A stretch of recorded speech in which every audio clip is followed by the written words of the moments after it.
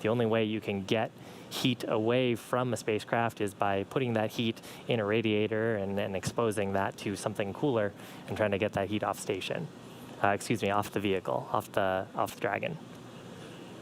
And actually, in this graphic, if you're wondering what that section at the very top that looks like it's canted up, the little semicircular section, that's actually a representation of the nose cone, which is open currently.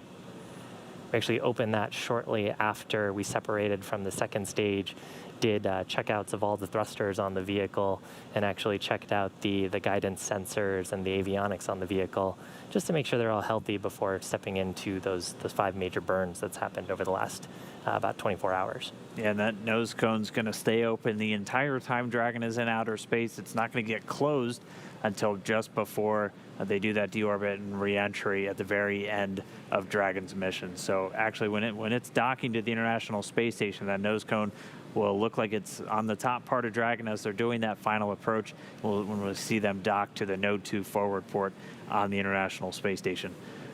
But for right now, we're continuing to track. We heard the post-wake-up briefing with Bob and Doug, so not tracking any issues with the vehicle. The only thing that was mentioned was the thermal camera, which had been having some flickering, and that was just due to some of the warm-up of it coming on, and it's going to be at a much more steady state by the time they get to that manual flight test and that final approach to the space station.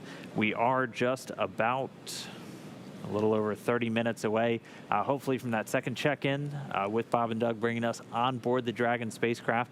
I will note that we will have daylight this time, so hopefully that look out the window will look a little bit better than it did on the first attempt. We should have the sun coming up in just about 7 minutes from now on both Dragon and the International Space Station. Yeah, actually on the first pass by, I was looking at the data, and I think we were about 4 minutes away from eclipse, so they were scrambling to try to get a view of the Earth before it went into shadow. Luckily this time we'll have a much better chance at seeing what Earth looks like from the windows on the Dragon spacecraft. But Bob and Doug were actually kind of talking about the windows when they gave that tour earlier, how they could see during the ascent portion, and now as the spacecraft is rolled and oriented to make sure that those solar panels are pointed towards where the sun would be, they could see some pretty stunning views of the Earth. I think they mentioned specifically flying over Newfoundland, and they definitely ended up flying over Los Angeles and Hawthorne at one point. You know, a lot of my friends here were pretty psyched about that, to see space station overhead and Dragon as well. And I mean, the space station itself flew directly over the Cape about 2 minutes before their launch. And Chris Cassidy, the commander on board, was able to snap some really cool photos that you can check his Instagram at AstroSeal, where those have been posted. And I mean, literally just minutes before. And we can bring up, and here is that photo. So again, this is a photo from the International Space Station just 2 minutes before launch, as the International Space Station was passing directly over Pad 39A there at the Kennedy Space Center. At the time of launch, the station was already over North Carolina, though, so that just gives you an idea of how fast they're moving while they're up in orbit. You know, from Chris's point of view, the weather doesn't look too bad from there. It looks pretty nice. Yeah, we got really fortunate. We just kind of had the clouds open up. We had a good corridor, not just there at the Cape, but the whole way up the eastern seaboard, where we have to track weather for all of the different potential abort zones for Dragon. It goes all the way up from the Cape, all the way past Newfoundland, up the east coast of the U.S. and Canada. There's a short, or pretty long space in the very northern Atlantic where it's very cold up there. You're pretty remote, so you don't want Dragon to go down there. So we'll either do a retrograde maneuver to go back towards Canada, or what we call forward onto Shannon, so actually moving out over off the coast of Ireland. Thankfully, we didn't have to do any of that today, but the weather was looking good at all those abort zones, and that's just something we have to take into account. There's so much more you have to look at weather-wise when there are people on board. Yeah, absolutely. And in fact, sometimes we talk about it internally, so much effort and testing that went into the Super Draco system. But, you know, ideal mission, you never ever have to use it, because you get off of the second stage, you get to orbit, and then you just use the Draco thrusters to make your way to the International Space Station. So happy to see that we didn't have to exercise the Super Draco system today. And hopefully we won't have to exercise it in the future either. The Super Draco system actually safed right now. It's safed shortly after we got on orbit. And we've only been using those Draco thrusters. The Draco thrusters actually use a hypergolic propellant, so it's a propellant where when you combine the fuel and the oxidizer, it'll actually create that awesome fire that propels the spacecraft and gives it some impulse. So for Dragon, it uses monomethylhydrazine and NTO as its fuel and oxidizer, and we've seen a few of those burns and a few animations of the burns from the service section checkouts and the forward bulkhead checkouts earlier today. Yeah, we've walked you through Dragon a couple of times, and just to do it once more, it is kind of split into two pieces where you have the Dragon capsule itself up on top. That's the pressurized section. That's where the crew is. It's where you can store cargo, all the life support system. You can see the gray spots where the launch abort motors are integrated directly into the Dragon body. It's about 27 feet from the very bottom of the trunk all the way to the top of the nose cone. Yeah, and actually, as you saw the vehicle spinning around, that the black side there represents the solar panels, and the white side there represents the thermal radiator. That's all on the service section of the vehicle that primarily exists to allow the vehicle to operate in space. We'll actually jettison that service section when we get to the deorbit part of the mission, quite a ways from now. If everything looks healthy on the vehicle, again, this is a test flight. If everything looks healthy, Dragon will be on the space station somewhere about 4 months, close to about 115 to 120 days. So the service section will be well in use on the capsule as it's attached to the space station. Yeah, we're expecting that the flight for Bob and Doug to last up to that 4 months. One of the things we're going to be looking to do as soon as this flight is over is get to that next one, that Crew 1 flight, that first full-up operational mission as quickly as possible, up to about a month after Demo 2 is concluded. So it's all going to ride on how this Demo 2 flight goes. Obviously, there's some certification work that has to happen. This is that really final test, though, for NASA to certify SpaceX to begin doing what we call operational flights. So just a regular cadence of long-duration missions. So crew members going up for 6 months or even longer at a time on board the Crew Dragon. This is the whole reason we have the commercial crew program, and we're going to start flying 4 crew members at a time. We've already identified the first 4 crew members to fly in Crew 1. It's going to be 3 NASA astronauts, Mike Hopkins, Victor Glover, and Shannon Walker, and 1 astronaut from our partner agency, JAXA, the Japan Aerospace Exploration Agency, Soichi Noguchi, who's going to be making his 3rd flight into space. So a couple of veterans on board. For Victor Glover, it's going to be his first space flight. I'm really excited to see him get in the mix. He's an incredible person. I think it's going to be a lot of fun to see him up in outer space. Yeah, it's been really fun. We've actually had all 4. Dragon SpaceX for a media event configuration. Sounds like they're talking to the crew to get ready for our look inside Dragon, which again we're tracking to come in about 30 minutes from now. And in just a couple of moments, we should be coming up on sunrise. Go ahead, Anna. We are about to begin the ground configuration for the media event. Please be aware that the cabin lights will be adjusted slightly by the ground, and please also turn off any task lights that may be on. Finally, please retrieve the floater camera and let us know when you have it out.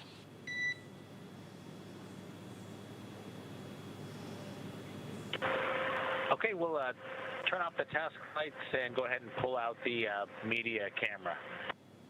We copy, thanks. So the core there, Anna Menon, talking to Doug and Bob on Dragon, letting them know that they're going to do a little bit of configuration.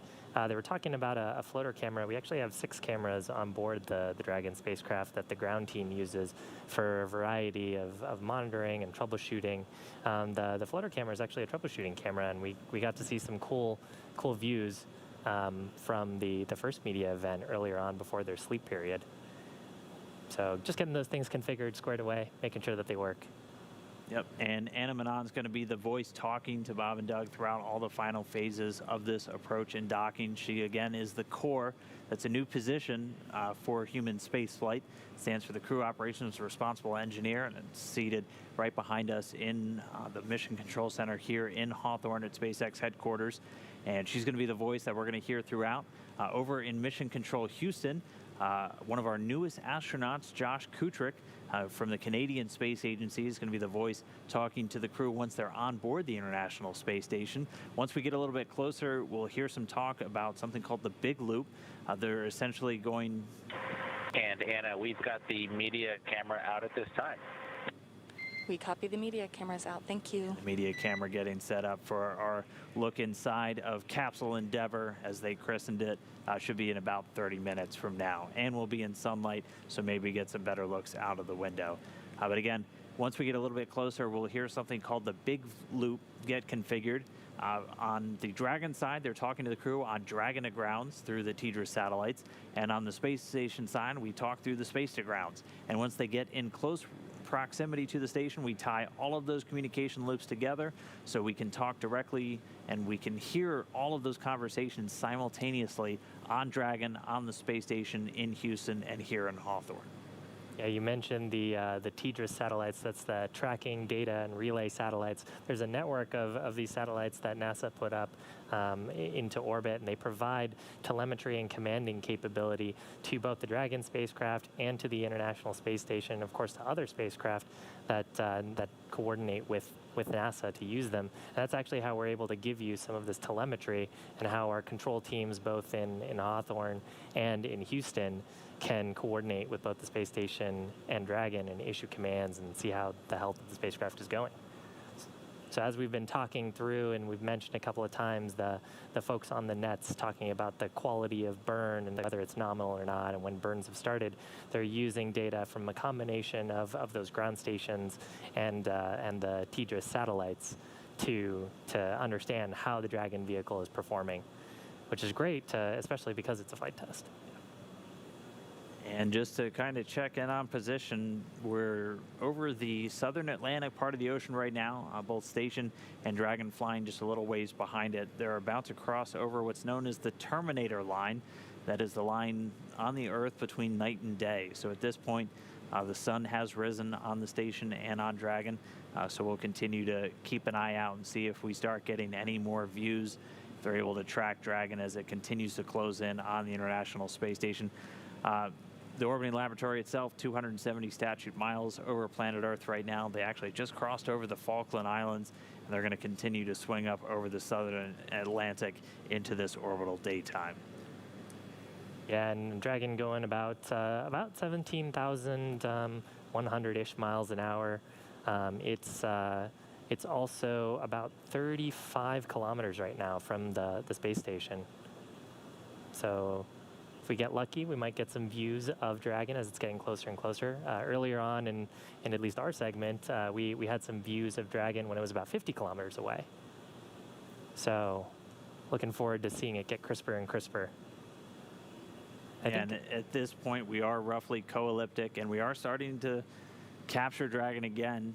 The Cronus officers over there in Mission Control Houston controlling all of those external cameras on the International Space Station. It's still co-elliptic with the station right now, so it's roughly 2.5 kilometers below and then several kilometers behind. So we are still a little under 35 kilometers away. It's about 21.5 miles, and just continuing to close in. We should hear the rendezvous complete in about 30 minutes, so that might come while we're on board once again with Bob and Doug, which we're looking forward to that in about 25 minutes from now.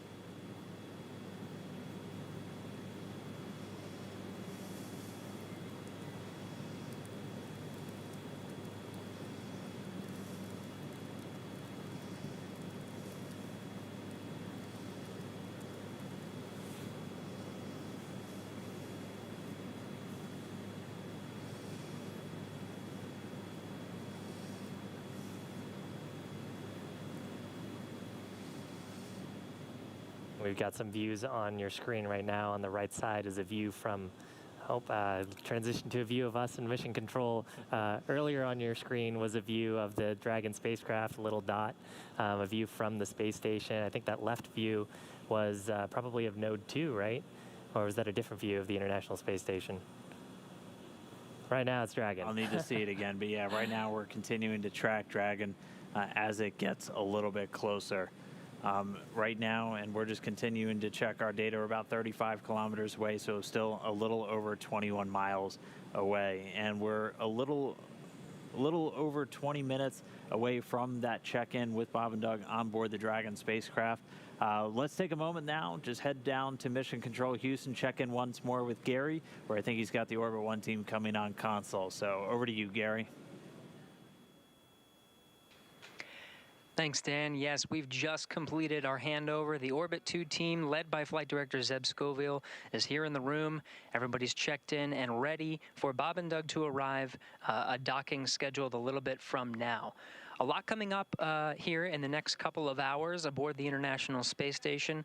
Chris Cassidy just completed his workouts for the day, completing his resistive exercise on the ARED that simulates sort of weightlifting, and also completing his exercise on the treadmill. One of the requirements for Dragon docking is for the cupola shutters to be closed. That has been completed, and he's scheduled for a conference with some flight controllers here in Mission Control Houston to go over the rendezvous procedures coming up here shortly. Within the next 2 hours, he's got a couple of items to take care of. One of them will be opening the hatch to the pressurized mating adapter. Just a little bit earlier today, the pressurized mating adapter itself has been equalized, and the cabin air has been introduced into pressurized mating adapter. The hatch is still closed. It'll be opened by Chris Cassidy a little bit later today. He'll set up some cameras and start venting the pressurized mating adapter once it's open. A lot's happening in just under 2 hours, though. Right now we have a good connection one way from the International Space Station to Dragon through the C2V2 common communication for visiting vehicles that establishes a communication link between ISS and Dragon. Right now, just going one way. We got a radio S-band connection one way from the International Space Station to Dragon established. That's looking good. We need bi-directional communication, so a lot's going to happen once that's established here in just a little under 2 hours. We'll establish something called the Big Loop that'll combine the Dragon to ground audio that you're hearing from Dragon with the space to ground aboard the International Space Station. That'll be put together once we have a bi-directional communication with C2V2. In addition, right now, International Space Station attitude is as normal, but right about that time where we establish bi-directional communication with C2V2, we'll move some of the thrusters from the U.S. segment over to the Russian segment only. The Russian segment is at sort of the back of the International Space Station. Any of the firings or plumes will be far away from the Dragon and won't interfere with the docking operation. That's standard attitude control happening just about the time that we establish that communication. Also about that time is when we'll be go for approach initiation. Expected to be slightly early on that approach initiation, everything going per the timeline, even a little bit early. Right on track for Bob and Doug to dock here, upcoming today. That's it from the International Space Station flight control room. Everything going according to plan. All the checks underway and right on the timeline. With that, I'll pass it back over to you over in Hawthorne. All right, thanks so much, Gary. We're just listening in. They're getting just kind of a rundown right now on the Dragon system with the flight director over there in Houston. The approach initiation burn is going to be moving up, as I think we were just hearing. So we're targeting that to come at about 12:09 UTC or GMT. That's going to be 5:09 a.m. over here on the West Coast. So Dragon moving ahead of schedule. We were tracking a docking time at about 7:30 a.m. Pacific, but we might even get ahead of that depending on how everything else goes. Yeah, there's definitely a few steps in between there. There's a couple of go, no-go polls. And of course, we've got the translational manual piloting test that'll happen when Dragon's about 220 or so meters from the station. So still a few test things to do yet. But, right now, some cool views on your left screen of the International Space Station. And on your right, seeing something that looks less like a speck and more like a Dragon capsule. So excited to see that getting closer and closer. Right now, Dragon about 33 kilometers from the station, about 428 kilometers above the Earth's surface, making its way slowly towards the space station. And as Shiva was just saying, still a couple of steps. One of the steps that not necessary for the rendezvous, but we're going to be looking forward to in just about 20 minutes from now, or actually about 15 minutes from now, or 20. Good morning. And Dragon Tally Ho, I know you guys probably see it on the video cameras, but with the naked eye we can see it as well. Looking like a nice, shiny, new friend. And Station on 2, good morning to you as well, and thanks for pointing that out. I hadn't, but I see it now.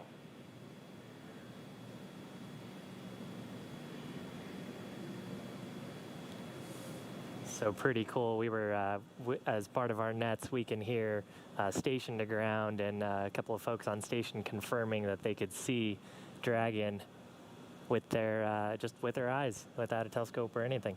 Yeah, the Expedition 63 Commander Chris Cassidy confirming a tally ho, and we'll have those space to grounds in the mix so you can follow along. But he's just getting awake and up and running on board the International Space Station. Chris Cassidy's mainly going to be in a monitoring mode. He'll actually have the ability to send commands to Dragon as just another layer of redundancy built into everything.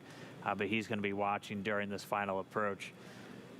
Yeah, if you watched our coverage during the Demo 1 mission, then at the crew aboard at the time issued a few commands to turn on a blinking light on the Dragon spacecraft, just to exercise the system. The crew aboard space station act as another layer of redundancy if something were to go wrong. So I'm sure he's very excited to be part of this test and to see his friends Bob and Doug coming closer and closer to station. Yeah, but we'll be checking inside the capsule with Bob and Doug in just about 15 minutes from now. Some of the other major milestones that we're going to be looking forward to, again, is going to be that approach initiation burn. We're tracking that to come at right about 5:09 a.m. Pacific, 12:09 GMT or Universal Time. And that'll be the burn that's going to bring us in really close to the space station. At that point, we'll be about 7.5 kilometers behind, and that's going to bring us just 400 meters directly below the International Space Station. There'll be a call out here from the core, probably in about 20 or so minutes for rendezvous complete. Bob and Doug will have a few actions that they'll need to take care of there. And so we'll be sure to give you the play-by-play as that's happening, and listen in as the ground teams and crew aboard Dragon coordinate these next steps.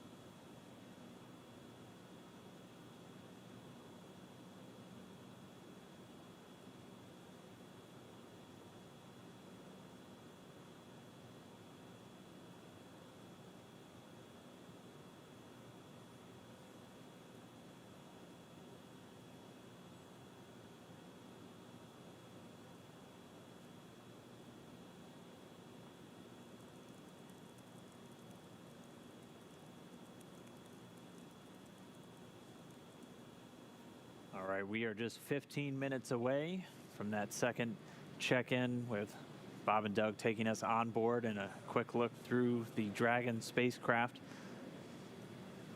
They woke up several hours ago.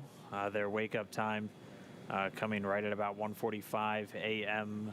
Pacific. Station Houston on Space Ground 2 for Chris conference. We're ready anytime you are. No reply needed, but we're ready to go, or we can go on time.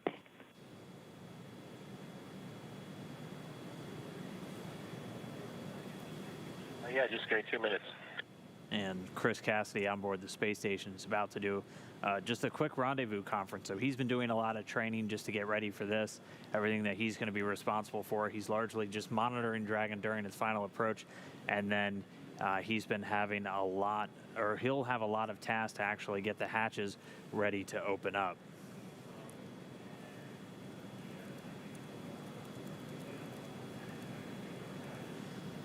And so again, you're going to be hearing communication coming from a couple of different paths.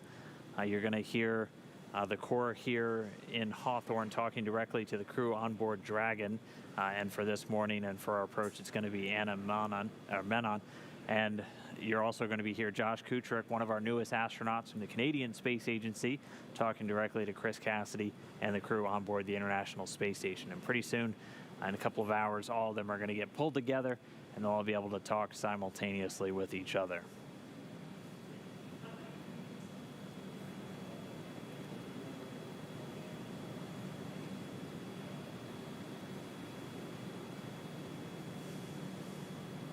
Yeah, and in our procedures, there's some call-in points, there's some synchronization points.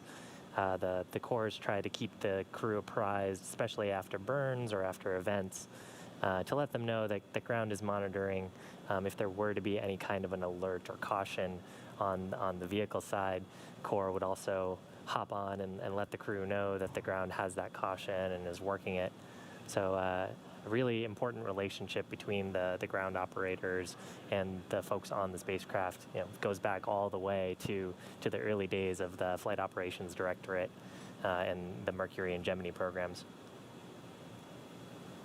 Yeah, and it's been pretty quiet, and that's mainly because we haven't really been having any issues with the Dragon spacecraft. We know Bob and Doug beforehand talked that they wanted every piece of insight possible into Dragon on their way uphill. So any alert, anything that could possibly happen with the spacecraft, they wanted to make sure it was on their displays, and they wanted that feedback fed to them from the Corps. And it's been pretty quiet. We haven't had any major systems issues with the Dragon spacecraft that we've tracked the whole way uphill. Yeah, honestly, I hope it's been a little bit boring for them, just a quick little ride up to the space station. I know it's super exciting for all of us here at SpaceX and for everyone who's watching live. But ideally, we want the flight test to be pretty boring. That is the goal.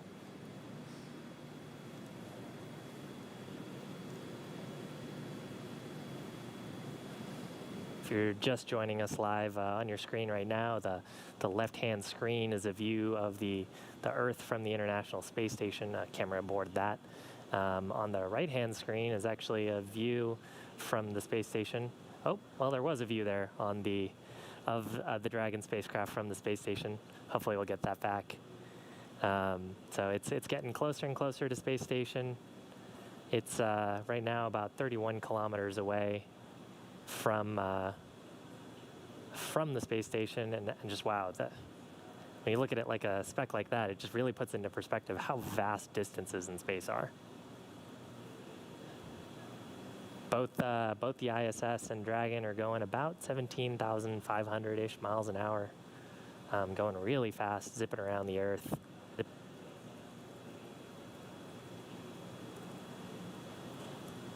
I think when we looked that up earlier, it's about a 9-minute trip from LA to New York, which I would love.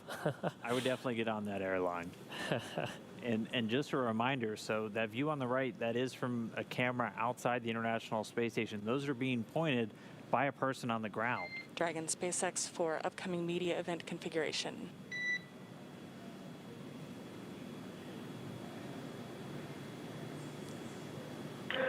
Go ahead. Yes, we have some early ground station coverage, and thus we have several requests for you. The first is just a reminder to please turn off the lower task lights as well.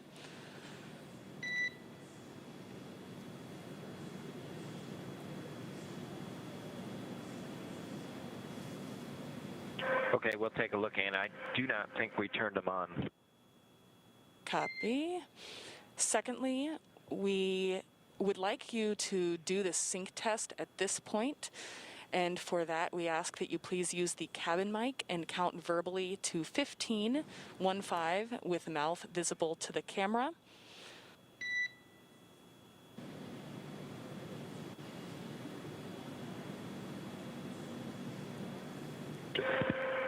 Okay, if you're ready for that, we are.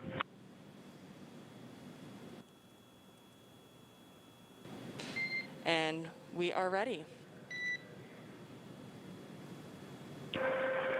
1, 2, 3, 4, 5, 6, 7, 8, 9, 10, 11, 12, 13, 14, 15.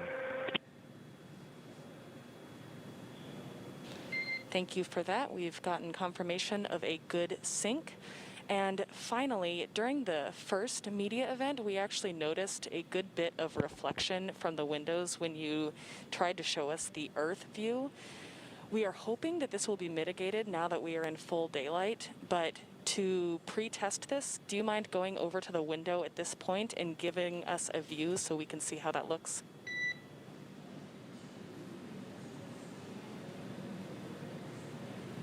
And so right now the core here, Anna Menon, just walking the crew through a couple of early setups as they get ready to bring us on board one more time. You heard them doing a long 15 count, and it's something. It's something that almost seems a little bit mundane. It's it's interesting. I think we've all had that moment of putting on like wireless headphones, trying to watch a movie, and then everything's a little bit out of sync. That's what the test that we were just doing, make sure that the mic feed is in sync. And really, we need the ground stations to get high quality video footage. So we have you may have heard Anna mention, we have good ground station coverage, so we wanted to do a couple of tests there before this, which makes me really excited because that means we're getting pretty close to getting back on board the spacecraft.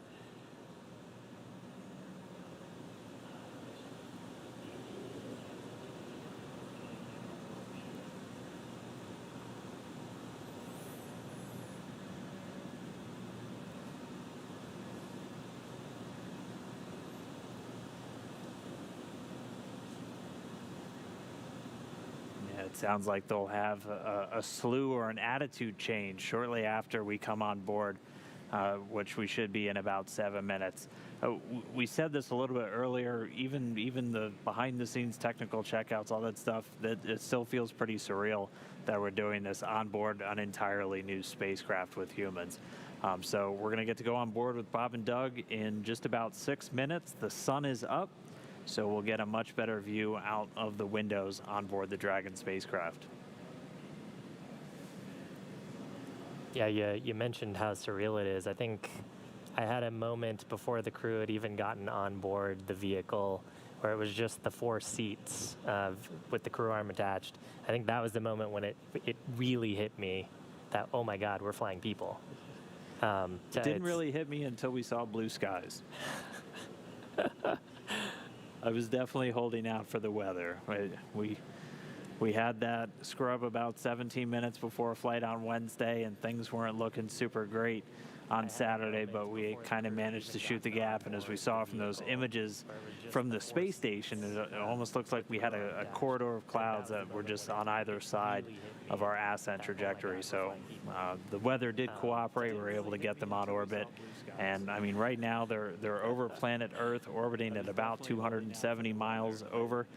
They're actually right over the Democratic Republic of the Congo, so flying over Central Africa, and they're on a northeasterly trajectory. So they're going to cross over Sudan, the Red Sea, and the Arabian Peninsula before swinging out over Central Asia. Yeah, and Dan, you mentioned the weather. I mean, I think a lot of people may look at how the weather is directly at the Cape and say, hey, it looks great, like, why don't you launch? But really, it's all about weather along the entire ascent trajectory.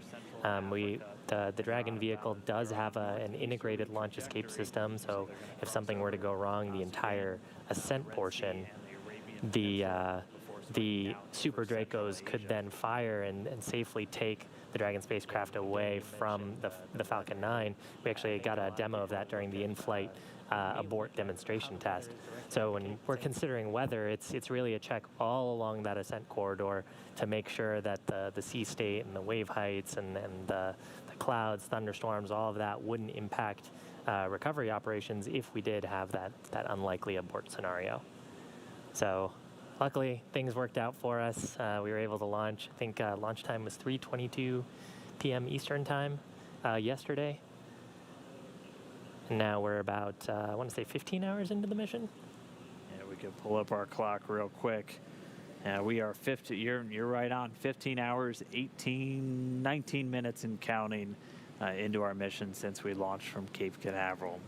We are just about 4 minutes away from Bob and Doug bringing us once more on board the Dragon capsule.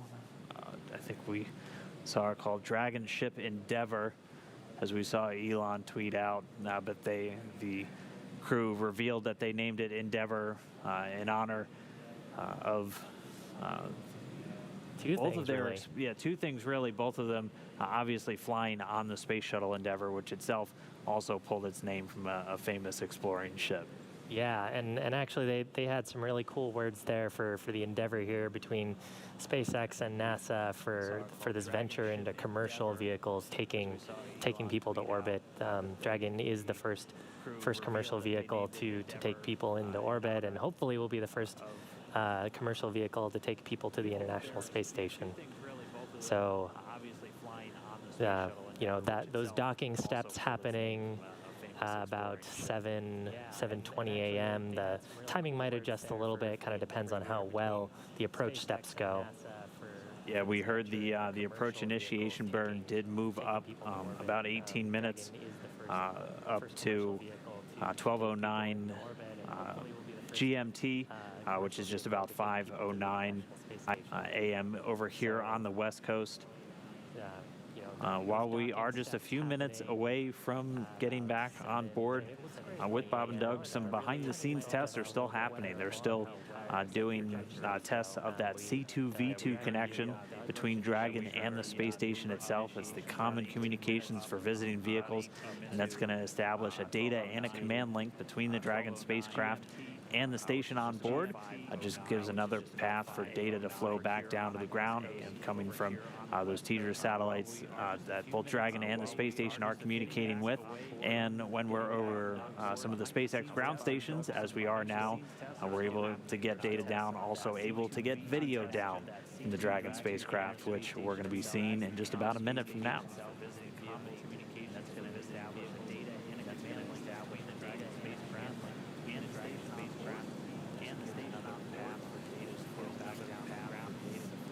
But I mean, meanwhile, view on the right, Dragon getting bigger and bigger.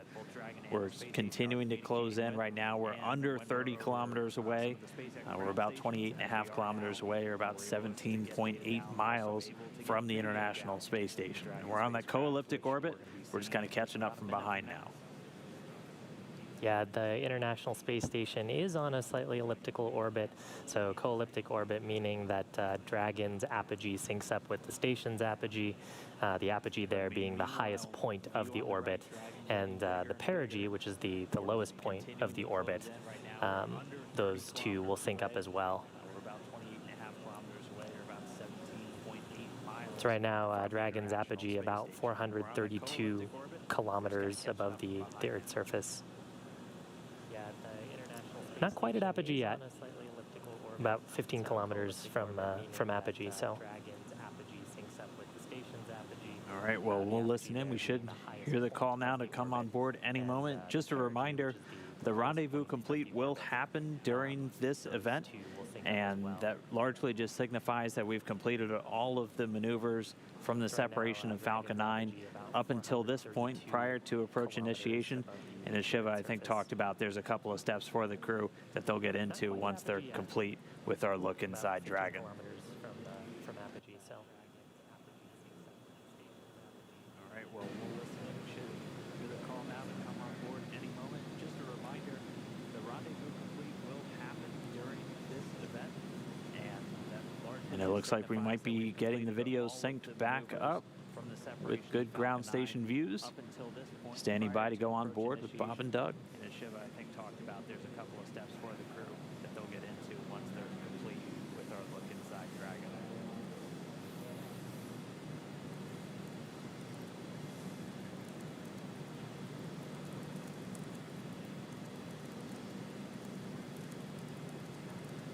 Dragon SpaceX, we are go for you to begin the media event at this time. Dragon copies. Well, good morning, everyone from Endeavour. We had a great night last night, got to get a little sleep, and as you can see from the video, we are just passing over Saudi Arabia in the Middle East. Beautiful day pass right now. And heading northeast up towards Central Asia, and then we'll work our way out the western part of the Himalayas there, and work our way all the way out over, looks like Japan, out into the Pacific for this particular pass. We are just passing over Saudi Arabia in the Middle East. Beautiful day pass right now. If you look closely in the video, you can see just a sliver of moon kind of halfway between the surface of the Earth and the window pane as we're flying at about 17,500 miles an hour around the planet. Getting pretty close to ISS. When we were in the night part of this orbit, we actually got to see ISS out the window, which was pretty neat to see it for the first time on this trip. If you look closely in the video, you can see Bob's panning the camera back now, just kind of taking a look at around the cabin just to see how things look after a cruise lived in Dragon for an evening. We last night, the way things went, we had our normal activation, got out of our suits, had some a little bit of dinner, then reconfigured the cabin for orbit ops. Did a couple other events, including the media event last night, and then we proceeded to get ready for bed, which in space takes a little bit longer than I think on planet Earth. We had to pull out sleeping bags and sleeping clothes and all those kinds of things. Got kind of cleaned up, and then we ended up sleeping just like we are right now, right in our chairs, which was actually a pretty comfortable night's sleep. Did a couple other events, including the media event last night. One of the things we did yesterday was actually manually fly Crew Dragon for the first time, and I want to compliment the teams at Hawthorne. Just a spectacular job with the simulator, as the vehicle flew exactly like the simulators out in Hawthorne. So just want to thank the teams that did all the work on that particular training device, as well as all the modeling and the GNC. It really worked out well, and was a joy to fly for the first time. And I'm guessing it was the first time a space vehicle was flown with a touchscreen before. So we got that going for us.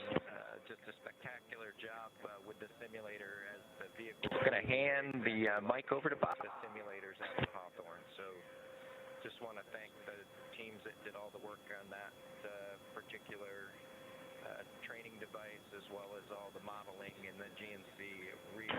Well, hello, folks. Welcome aboard the Dragon Capsule Endeavour. Doug and I had a good night's sleep last night.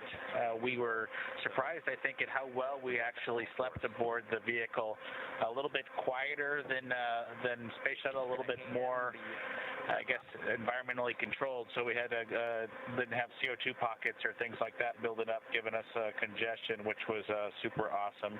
He talked a little bit about the changing and going back and forth between our suits and our sleepwear and the clothes we're in now and managing all those things. But we've managed to keep the ship pretty tidy at this point as we went through the night's activities and then got into our preparation for today. We did get our suits dried out, get them packed away into the black bags that are stowed in the outboard seats.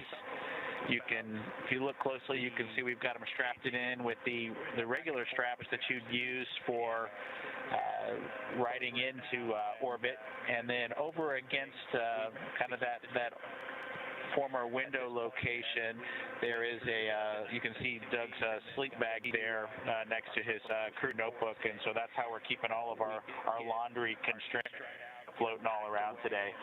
Doug mentioned the manual flying and how well the simulator matched that. I'll tell you that for the ride uphill on Ascent, they just are never able to capture that at the simulator, and so I think Doug and I were talking about all the observations that we had all the way uphill. While it was an exciting ride, I think we got a couple of minor surprises just in terms of the way the vehicle is kind of moving and shaking and taking you into orbit. You can tell that it's fighting against the Earth as it makes its way into space, and that's just something a simulator can never truly simulate. We do have a friend on board with us. We introduced you to Trimmer yesterday when we did our little activity with the camera. Trimmer also had a good night's sleep. I know that both of our sons are pretty happy about that with their pet dinosaur making it into orbit and having a good night in zero gravity. We plan, once we get on board the space station, to reunite Trimmer with Earthy and plan to bring both of them back to Earth. I know that we'll get Trimmer through the safety brief and get all the education that's required so that we'll have a safe operation while we're on board the space station should anything come up that we need to be prepared for. I know that Trimmer's also looking forward to helping us out with EVA preparations just in case we need to do a spacewalk, and so we're looking forward to that as well. 2 minutes until LOS. Let's see, I think we'll go ahead and bring the camera out a little bit and we'll show you what's going on underneath the seats on board the Dragon capsule Endeavour. We've got quite a bit of cargo that we'll be taking to the space station. We've got some hard racks as well. Forward to helping us out with EVA preparations just in case we need to do a spacewalk, and so we're looking forward to that as well.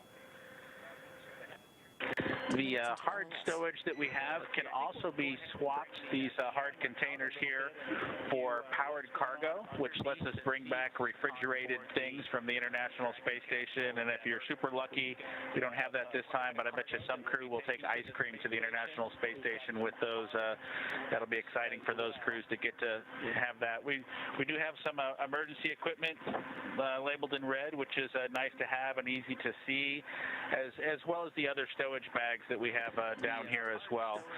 I don't know if you were watching closely during our strap-in and insertion on the pad, but we did have the seats rotate. At one point, we were down in an easier configuration to ingress the vehicle in, so when we climbed aboard, the seats were rotated down, and after we were strapped in, they rotated up our activities, and so those seats will rotate again in preparation for splashdown when we eventually come home.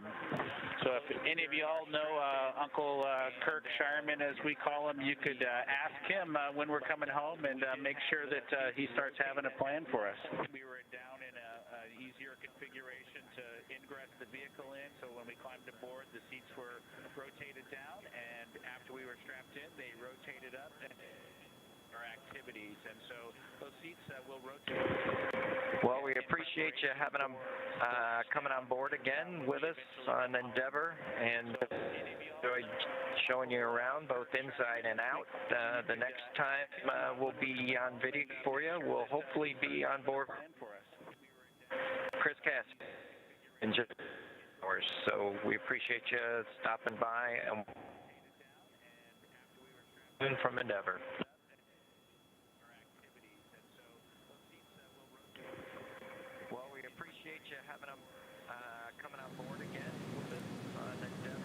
All right, it looks like Dragon SpaceX, thank you so much. That was a great event.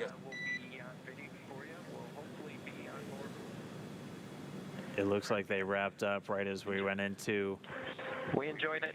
Hopefully everybody else did too. We're going to go ahead and put the floater cam back in the compartment, and if there's anything else you need, just let us know. And Dragon SpaceX, thanks. We all really enjoyed it down here. And if you don't mind holding that floater camera out still until we confirm it is off, I will give you that go to return it once we have turned it off. No response needed, but if you're ready, we're ready early on the Node 2 hatch, so you have to go at any time to open the Node 2 hatch. Reminder not to ingress All right, so yet, because we will be ventilating.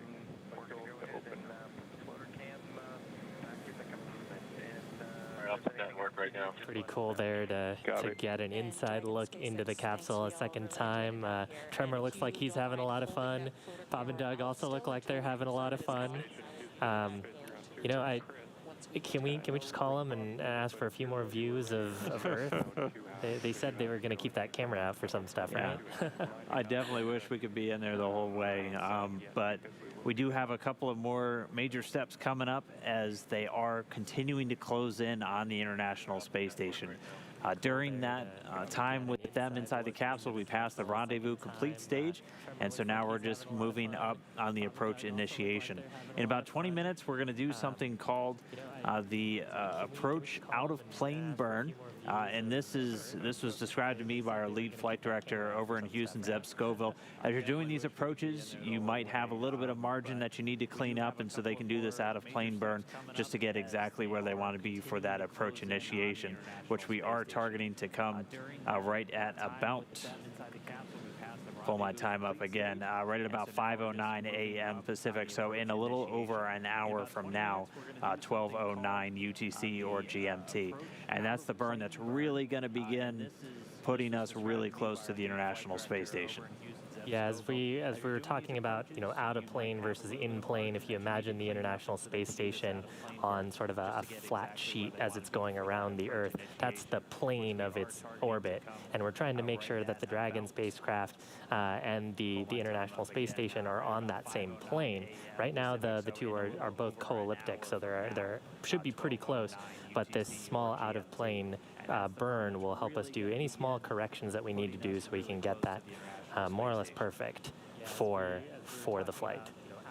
And in the meantime, we did hear that on board the International Space Station, Chris Cassidy getting the go to open up the Node 2 hatch. And so Node 2 is where they're going to be docking to today on the very forward end. There is a hatch between Node 2 itself and the pressurized mating adapter. So Chris Cassidy's going to get the go to open that up. He's not going to go inside yet. They're going to install some ducting to begin circulating some air through the pressurized mating adapter itself. And then once that's complete, he'll be able to get the APAS hatch, so the hatch on the station side configured, and that's exposed to the vacuum of space right now. And then once the Dragon docks, that will form what's called the vestibule, so two different sides of hatches normally exposed to the vacuum of space will form a tight link, and then they'll be able to pressurize that section before they actually get those hatches open. Yeah, that's right. Dragon will be docking to the International Docking Adapter, which is attached to that pressurized mating adapter, PMA, as you might hear it called, as we're listening into calls on the nets. The fun fact that both of the International Docking Adapters actually flew up on previous Dragon CRS missions. So the adapter on the V-bar, so that's, if you imagine the windward direction, as Dan had mentioned earlier, of the space station traveling through, that is where the Dragon capsule today will be targeting for docking, and actually it's only been used once before for the Demonstration 1 mission, when that vehicle docked to space station. And we have two of those docking adapters on the station right now. We're once again using that one in the forward part of Node 2. The other one is on a pressurized mating adapter on the Zenith part of Node 2. Zenith is just the space-facing side of the International Space Station. So if you were inside and just looking up away from planet Earth, you're looking Zenith. And so we'll have 2 docking adapters available for any vehicles using these international docking standards. And that's obviously the Crew Dragon, which is also a version of it going to be carrying cargo up on SpaceX's resupply missions in the future. And then somewhere down the road, we'll have the Boeing Starliner. So, I mean, we'll be in a reality where we could have 2 brand new spacecraft docked to the International Space Station at the same time. Could even have 2 Dragons there at the exact same time. We haven't used that Zenith port yet. We will have to down the road inevitably, as one thing that we're going to be looking to do is something called direct handovers. And so right now we do a lot of indirect handovers on the International Space Station, where you have one group leave, and for a period of time you only have 3 people on board, and then until another group shows up. With direct handovers, you can have 2 vehicles docked at the same time, and so you don't have those long periods of only having about 3 crew members on board. We've only had 3 crew on board since Expedition 62 ended, with Chris Cassidy the only U.S. crew member on board right now. Yeah, so I'm sure he's excited to have 2 more U.S. crew members join him. People I'm sure he's trained with, and people. He actually flew right with Doug on the last, not the last STS mission. You mentioned mission he flew with him. Yeah, Cassidy flew with Doug on STS 127. That was back in 2009. Dragon SpaceX for 3 items.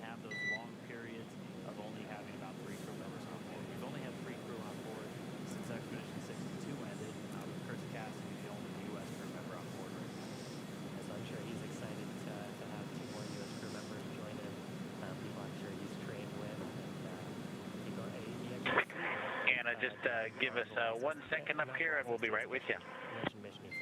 Copy, sounds great. So I think the core there giving Dragon a call, probably for that rendezvous completion, and then some words about what they'll be stepping into next. Again, the core right now is Anna Manon. She's going to be the one on console here for all of our approach and docking maneuvers coming up over the next several hours. She's the one talking directly to the crew, Bob and Doug on board Crew Dragon, doing that from Hawthorne Mission Control right behind us. Core, a brand new position in human space flight. This is the first mission it's been used on, so we've had a couple cycle through already. Just going through their different shifts with the different control teams as they shift around. As I mean, when we have humans in space, we're pretty much going around the clock. I know that the... Go ahead for those 3 items, Anna. At this point, you are go to stow the floater camera, and I have the burn time for approach initiation when you are ready to copy. So no 2-4 hatch open. We've had a couple cycle through already. Station, we copy, no Go 2-4 to hatch stow the open. floater, and we're ready to copy. As they shift around. The burn time for approach initiation is 1209 UTC. Note that you will see approximately 1213 for the time in your displays, but we expect it to trend towards 1209.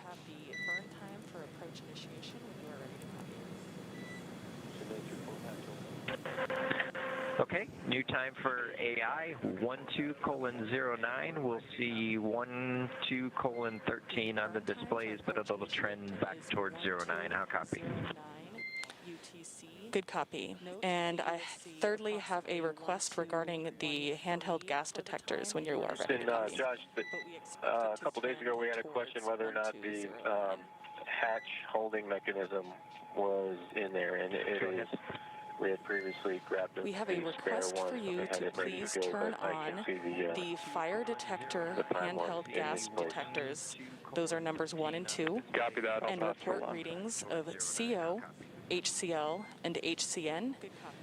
Then turn the draggers off, confirm they are off, and restow.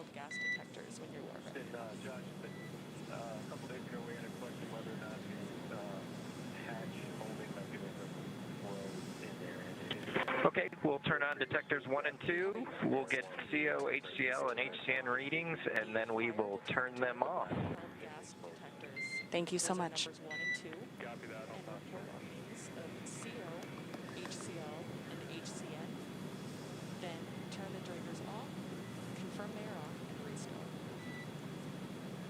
All right, so the core here in Hawthorne just running down a couple of items with Bob and Doug. One of the ones right at the top is that next big milestone that we're really looking out for, and that's that approach initiation burn. Before that happens, we'll get into the integrated operations between the team here in Hawthorne and the team out in Houston. Yeah, that's right. The integrated operations really represents a close partnership between the operations teams at both sites. And that's because we're getting really close to space station. So we want both the teams in Hawthorne who are able to control the Dragon spacecraft and give real-time updates to how it's performing and how the systems are functioning. We want them to be completely synced up with the International Space Station. And the space station also needs to be ready to go to allow approach initiation to enter into the approach ellipsoid around the space station.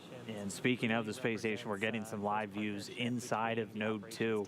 We just saw him on screen. He's floating out to get some tools for the actual hatch operations for Dragon, but this is a live view inside the International Space Station. We'll see Expedition 63 Commander Chris Cassidy in there getting the hatchway open. You can see kind of at the very far end a space that looks like it kind of dips down and then goes to a small white hatch. That's the pressurized mating adapter. So that's the attachment point, really, along with the International Docking Adapter between Dragon and the International Space Station. So there's a small corridor that's now exposed. Chris opened up the hatchway on Node 2 to open that up and begin circulating air through it. And there we can see him floating once again into screen. Or actually, that looks like Russian cosmonaut Anatoly Ivanishin, who's just going to be assisting with some of the hatch opening ops. But Chris Cassidy is going to be our prime. He's been training for this on board, and we're going to see him quite a bit once we get to that hatch opening in just a couple of hours. Yeah, and you mentioned, circulating some air in there. I think that's something that here on Earth we take for granted. The combination of convection on Earth and just fans moving air around, and also gravity and stratification of the density of fluids. So carbon dioxide being a little more dense than nitrogen and oxygen that primarily make up air, really allows that carbon dioxide to sort of get out of the way. On Space Station, it is an enclosed space, so all of the carbon dioxide that the crew are breathing out. Dragon SpaceX, there is an OOP burn coming up in 7 minutes. The combination of convection on Earth and just fans moving air around. Dragon copies. So core letting the crew there know about the upcoming out-of-plane burn. But as I was saying, the carbon dioxide will tend to build up unless there are fans and filters to capture that. So the circulation step here is to try to get some of that air circulating, make sure that there's no unexpected or sort of stale air in that hatch. And actually, Dragon has similar measures on the spacecraft to make sure it's circulating air and cleaning up that cabin environment for Bob and Doug. Sorry, I'm trying to hold it together for a minute. We heard them call it the OOP burn, and my colleague just said OOP. There it is. The OOP is the out-of-plane burn, and as we described, as they've made all of these careful approach burns. Dragon SpaceX, we are also less than 2.5 hours to the earliest docking time. And actually, Dragon has similar measures on the spacecraft. Dragon, Cleaning up that cabin. detector readings if you're ready to copy, Anna. I am ready to copy. We heard them call it the OOP burn, and my colleague just said OOP. There it is. The OOP is the out-of-plane. For the detector 1, L reading is 0.0. Also less than 2.5 hours to the earliest docking time. Detector 2, the CO is 8 parts per million, and the HCN reads negative 0.4 parts per million. How copy? I copied HCl 0.0, CO 8 parts per million, HCN negative 0.4 parts per million.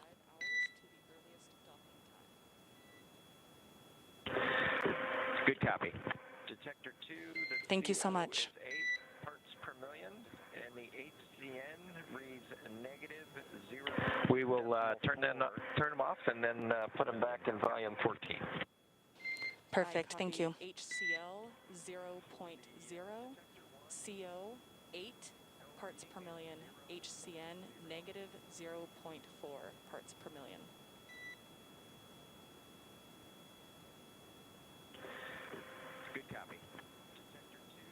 Thank you so much.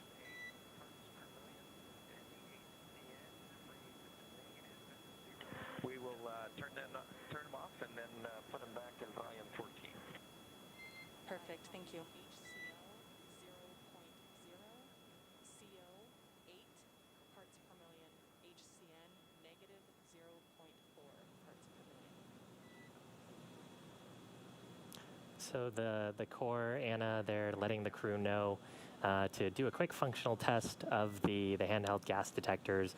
We have a few of those on board Dragon if there were to be some kind of an anomaly on board the spacecraft. They help the crew diagnose whether there's any kind of an emergency situation, and just doing a quick check, making sure they're functioning as intended. Yeah, we heard them checking for 3 different ones, and they were HCN, hydrogen cyanide, HCl, hydrogen chloride, and CO, carbon monoxide.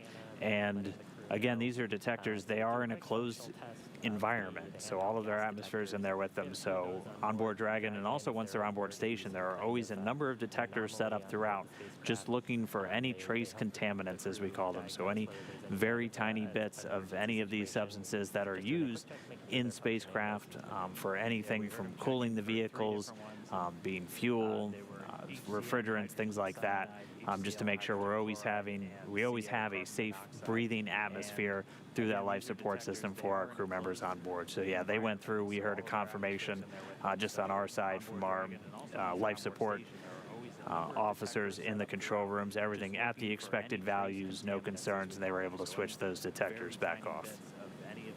Yeah, and shortly here, actually, the crew, so once we get the go-ahead to do the approach initiation, the crew will also begin to don their suits.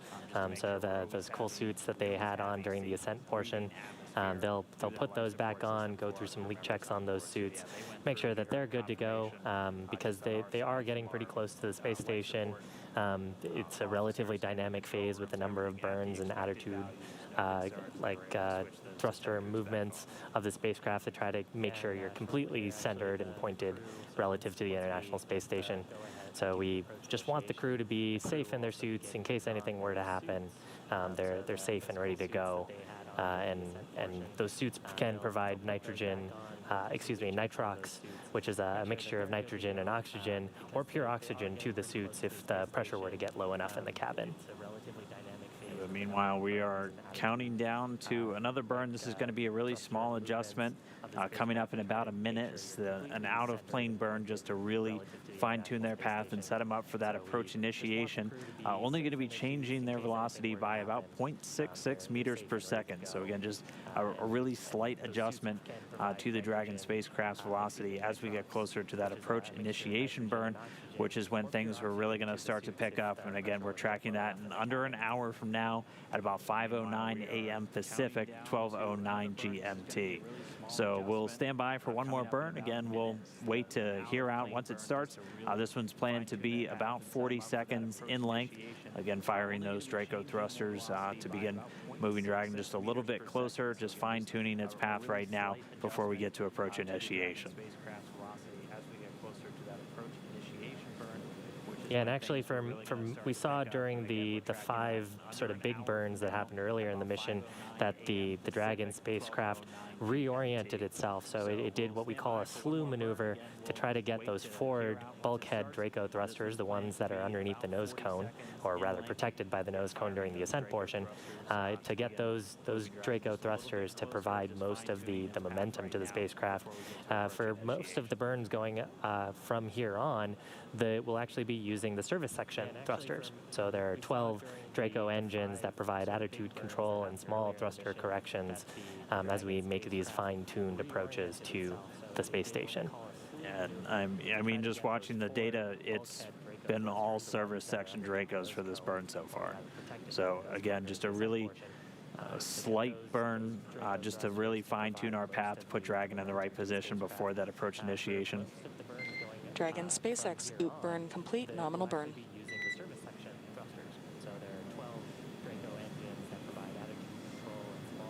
And once again, OOP, there it is. Dragon copies, nominal OOP burn. Thanks, Anna. I mean, just watching the data, so one more nominal burn in the books. We are now 53 minutes away from the planned approach initiation. So before we get there, they are going to do a go, no go between the teams, both in Hawthorne Mission Control right behind us and with the teams over there in Mission Control Houston. So they'll do that about 20 or so minutes before they get to the actual burn itself, which we are still tracking for under an hour from now, 5:09 a.m. Pacific, 12:09 GMT.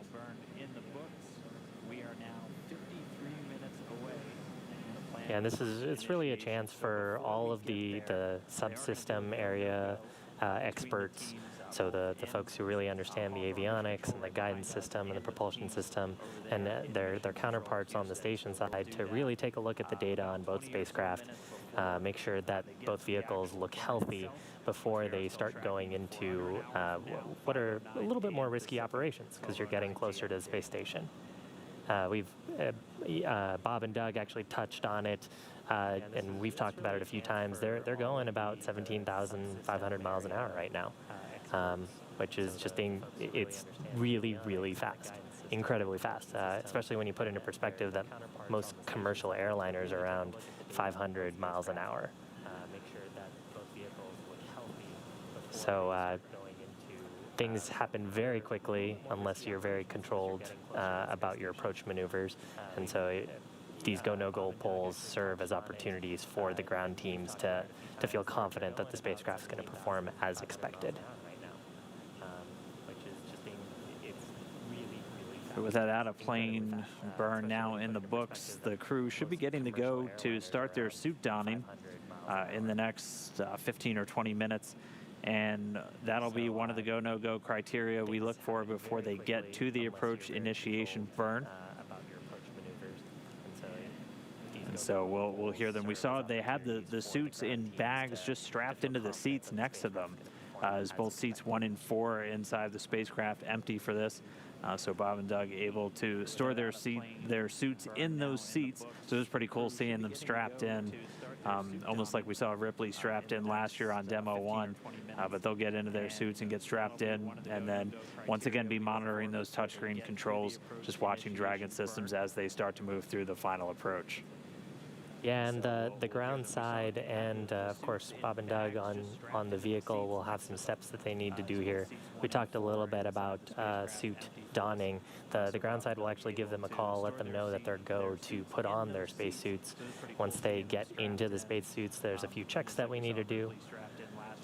Dragon SpaceX for suit donning and pre-suit donning activities. There it is.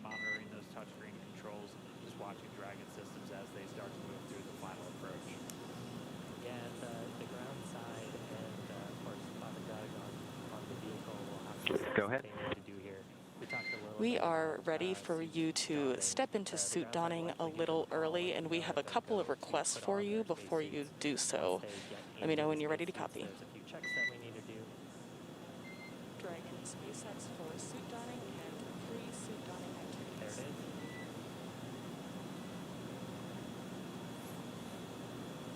Sit on 2. Hey, Josh, are you guys seeing what you need to see from the cupola SSC? We're ready to copy, Anna. We're checking. The first is that we noticed that the carry-on bags are temp stowed in the cabin. We ask that as a part of your suit donning that you please re-stow those, because the material that they are made out of is a flammability risk. It all looks good, thanks. Okay, great. Okay, we'll restow those. Thanks so much. Secondly, a reminder to please power off and clean each of your displays using your comfort garment, and then power back on as a part of your suit donning. We ask that as a part of your suit donning that you please re-stow those, because the Okay, we will power off via the push buttons each display, and then clean them with a comfort garment, and then power each back on. How copy? Thanks so much. That's a perfect copy. And we will be putting the external video configuration in work as we speak, and we'll let you know when that's ready for your suit donning.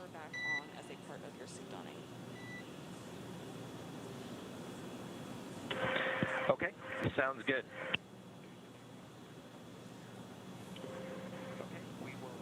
So the core there letting the crew to do a few actions. They talked about cleaning up the displays a little bit, making sure that they're nice to go before they step into that manual piloting test later on. Also the suit donning and camera reconfiguration, so give Bob and Doug a little bit of privacy while they slip into those spacesuits. And they actually mentioned the comfort garment there. It's actually it's a layer that they wear underneath the suit. It's kind of like soft, comfy material. I kind of think of it like soft, comfy pajamas, but it's like athletic material that they can use for soft touch cleaning items. Yeah, one of the most common questions we get when we see spacesuits is kind of what's underneath, because we know that there's a lot of layers built in. For the large EMUs that they'll wear once they're doing spacewalks on board, which Bob Benkin received some training for, and we might be seeing him go out the door with Station Commander Chris Cassidy, who we can see start to peek into view there on the International Space Station. They have an actual liquid cooling garment that's flowing cool water, but I know the SpaceX suits were just able to use some cool air flowing through those umbilicals to help keep them cool while they're inside those suits. Because, I mean, we've called them kind of mini spacecraft inside a spacecraft. You're in a sealed environment, essentially, when everything's zipped up. So it can get kind of warm if you're just sitting in there by yourself. Yeah, absolutely. And actually, I think it's something important to make the distinction there that the SpaceX suits are what we call IVA suits, or intravehicular activity suits. If you're thinking about, you know, the EVA suits or extravehicular activity suits, they're a little bit different. The suits provide some protection. They've got that 3D printed helmet portion with the integrated mics. So of course that protects if the crew were to get a little bump or something during the ride or during some of those dynamic maneuvers. But more importantly, the suits provide protection if there were some kind of a depressurization event in the vehicle. If we were to somehow lose cabin pressure aboard, then those suits would inflate and keep pressure on Bob and Doug. Since we have about 14.7 psi depending on where you live on the ground, so the Dragon cabin's roughly about that as well. So it tries to keep them at an appropriate positive pressure differential to keep them safe. So the suit's important function for all the safety activities, for the ascent portion. They also actually have some restraints. And Dragon SpaceX cameras are now external. It sounds like we're getting a lot of camera configuration work right now for the ones on Dragon. They're external now. For on station, we see Chris Cassidy. He's going to do his best. Dragon copies. And with that, Anna, we'll take that as our cue to start transitioning into our undersuit garments. You are go. There we go, Bob and Doug getting the go to start their suit-up procedures from the core here in Hawthorne and in Manon. Meanwhile, though, again, on board the space station, Chris Cassidy getting some cameras set up, so we hopefully get a pretty good view down that PMA hatch. It's a bit of a tight squeeze.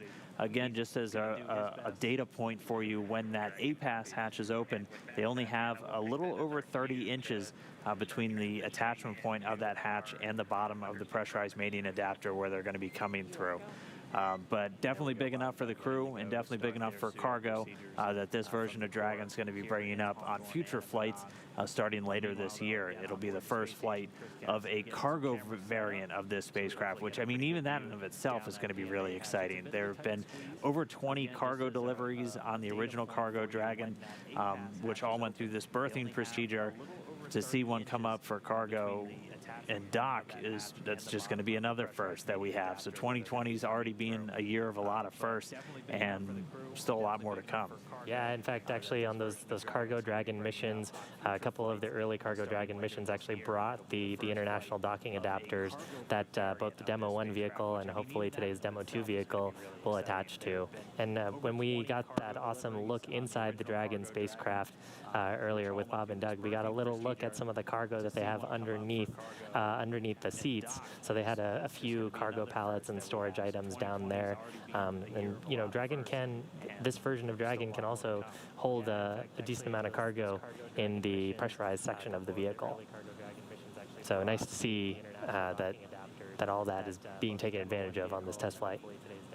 And if we give me a few minutes, I could pull up the manifest for this flight. A lot of the cargo on the way uphill is things like vehicle spares, some hardware specific to Dragon itself that's going to stay on board station for future Dragon flights.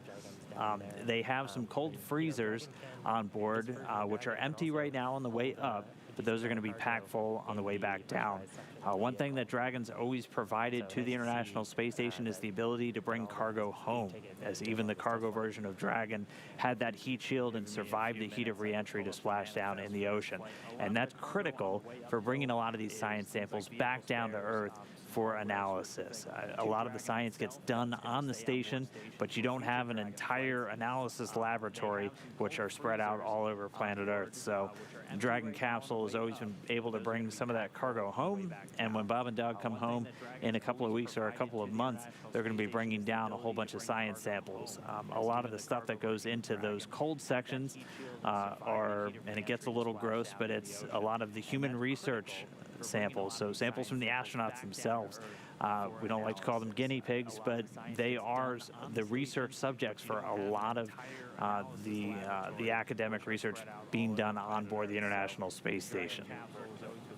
Yeah, some of the crew members have been on, up to a year up there, and microgravity is definitely a different environment from Earth because you're constantly in a state of free fall. So subtle changes to the inner eye, subtle changes to your bone density, all kinds of things that I'm sure there's awesome research going on in the station. Okay, affirmative, copy that. I also want to check the cable routing for this camera. Roger. So pretty cool that Dragon can bring those cargo samples back and enable better understanding of human physiology in space for some of those deeper exploration missions that are hopefully to come. Yeah, we have a bit of a backlog still of just all of these cold samples, and these are samples that we have a number of freezers, like the Melfi, the minus 80-degree laboratory freezer on board the International Space Station, that you have to keep them at these very cold temperatures just to preserve them for further analysis down here on the ground. And so Cargo Dragon, not only delivering crew, but also going to be delivering some of our science samples back down to planet Earth. So it'll come from a lot of those human research studies. There have also been a number of rodent research studies on board the space station, pharmaceutical companies doing research for drugs ranging from cancer treatment to a number of very specialized diseases like Duchenne's muscular dystrophy. So a lot of this work being done on board the International Space Station, not just to learn more about flying in space, but to benefit life back down here on Earth. But we're getting some cool views inside the space station right now. Let's go down to Gary in Houston, check in with the station team. They're doing some final work to get the station configured for this approach and docking. Over to you, Gary. Thanks, Dan. That's right. A lot has already happened. We are right on the timeline, ready to receive Bob and Doug here at the International Space Station. You're getting a look from the inside of the space station at the forward end, right where Chris Cassidy is, down that hatchway. That's where Bob and Doug are going to be docking. That's called the pressurized mating adapter. Chris Cassidy opened the hatch to essentially ventilate that pressurized mating adapter. That hatch normally closed for day-to-day operations, but opening it up allows the air from inside the International Space Station to circulate inside and really get rid of some of those CO2 pockets. One of those things you got to worry about when you're in the microgravity environment. But now that the air is circulated in the pressurized mating adapter, we got good ventilation of that segment of the space station. Cassidy's prepping the pressurized mating adapter to close the hatch there. Just don't want anything floating in while we have a good mix. So just an extra precaution before we get towards the docking of Bob and Doug. He's also configuring some cameras. You're getting a view now. That's one view that we'll be able to get from the inside there. Should be a few more coming shortly. And Chris Cassidy has also completed a rendezvous conference to go over the procedures, everything he has to look forward to for the monitoring of the approach and docking of Bob and Doug here shortly.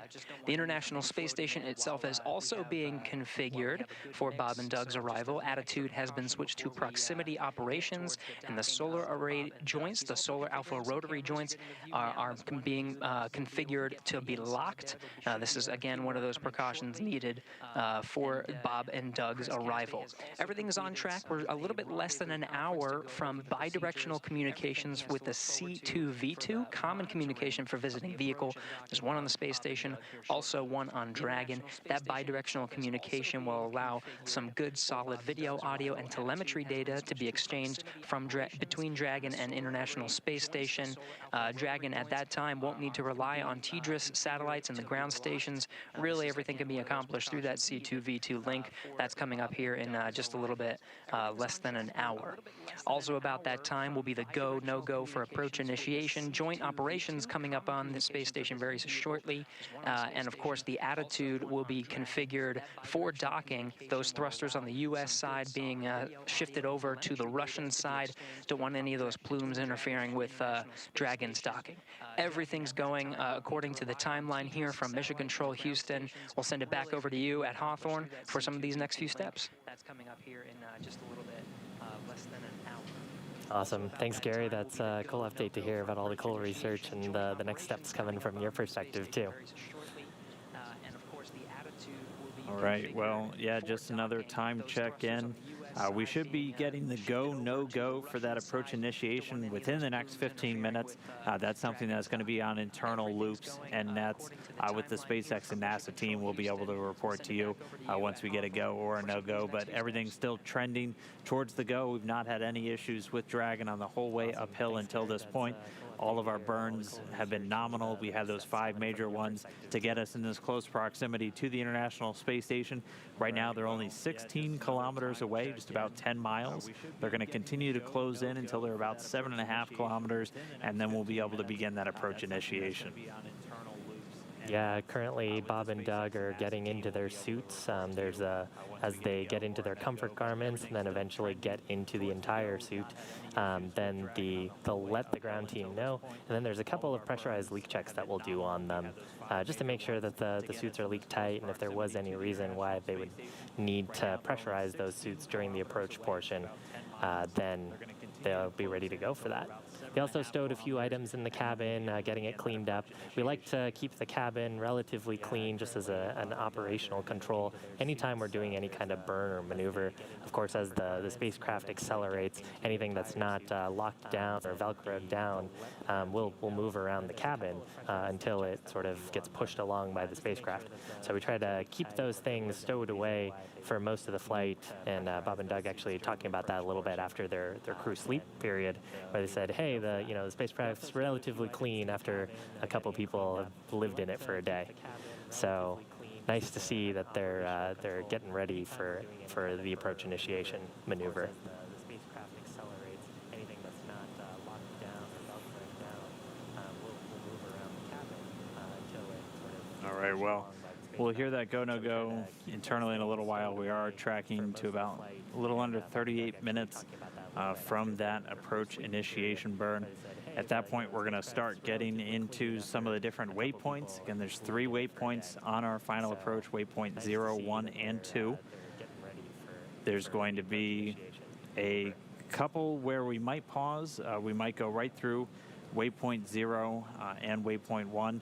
And then right after we get past waypoint 1, we're going to do a commanded hold at 220 meters away from station. Yeah, the 220 meters is actually pretty intentional.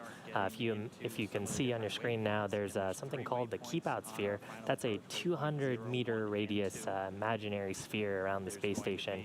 And that's really to protect the crew, both aboard the space station and the visiting spacecraft. It's really intended to be a control, so that if the ground teams in Hawthorne and Johnson Space Center see anything wrong with the vehicle, then they can troubleshoot those issues before doing that final delicate step of docking. When they get to that 220-meter hole, which the crew are going to command, then The crew aboard are going to do a quick manual piloting test. They actually did one of these in the far field, which just refers to being relatively far away from station. In this case, Bob and Doug will issue some commands using those touchscreen displays in the Dragon spacecraft, do a few quick bursts of translational thruster fire. So what that means is if you imagine Dragon pointed at the space station, they're going to go left, go right, go up and down a little bit. And then once they've confirmed that they're able to issue those commands, they'll switch it back over to Dragon for final approach. There'll also be a go, no-go poll there from the joint operations team, Hawthorne and Johnson, before that happens. Yeah, and we'll have that final hold once we get into waypoint 2, and Dragon will only be 20 meters away from the space station, so it'll be lined up perfectly in front of that docking adapter at the very forward port of Node 2, the Harmony module. It'll hold at that 20 meters. Shiva said we'll do a go, no-go poll, and then they'll get to go to press in. Dragon will approach extremely slowly. And it's going to slow all the way down to about 1/10 of a meter per second or even slower as it does this final approach. At one point, we may hear something called CHOP, or crew hands-off point, and this is just a call out for the crew to know that they should not be sending any commands, because at that point, the Dragon vehicle would be the only one able to make any aborts out of that zone, and that's literally when we're just about 2 meters away from the space station, so when we're really close. We'll get that initial contact and capture, which we were tracking for about 7:30 a.m. Pacific time, or a little under 3 hours from now. And then they'll wait for the relative motion to damp out, and then they'll begin to retract that soft capture device and get a hard mate, and we'll get the docking complete call. Meanwhile, we're getting some views back inside of station. Chris Cassidy getting everything ready for his crewmates, Bob and Doug, who are about to be arriving on board, hopefully in the next 3 hours. Yeah, and we were talking a little bit about the docking maneuvers there. When we get to the actual stage of docking the vehicle, Dragon has a docking structure on the top of the vehicle that's normally protected by the nose cone during the ascent portion.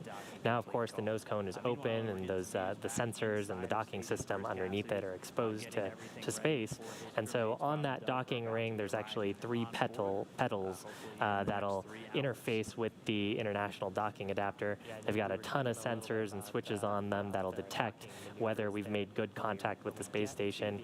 And then, of course, both the spacecraft, they're going really fast. They may have small relative motions in between them. So the docking system for that first soft capture will actually damp out some of that relative motion. And once that motion is damped out and both the space station and Dragon are stable dynamically, then we'll actually retract the soft capture hooks. Dragon will get pulled in towards the IDA, and then a set of 12 hard capture hooks on the ring will interface with the docking system and confirm that good hard seal. And that'll create something called a vestibule between the Dragon spacecraft and the International Space Station.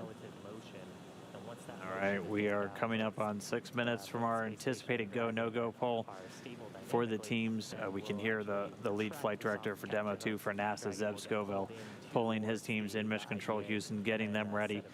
So we'll report on the results of that poll as it completes. We are about 31 minutes away from the planned start time of the approach initiation burn. Again, we're tracking to right at about 5:09 a.m. over here on the West Coast, and that's 12:09 GMT for those of you around the world. And that's going to be the major burn that's going to be bringing us in really close to Dragon. We're going to go from several kilometers away to being only 500 or 400 meters away from Dragon at the end of it. The approach initiation burn planned to be about 90 seconds, so about 1.5 minutes firing of those thrusters on the Dragon spacecraft. Just, again, swinging it up. We're at an orbit roughly co-elliptic still with the International Space Station, about 2.5 kilometers below, and just continuing to close in. As of this moment, the Dragon spacecraft just about 14 kilometers or 9 miles away from the space station.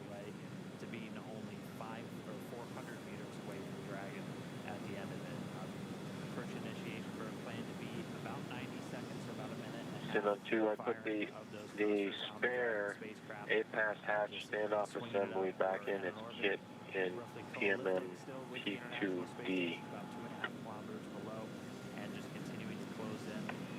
Copy, Chris. PMM P2 Bravo. 14 kilometers or 9 miles away from the space station. Delta P2 Delta. P2 Delta.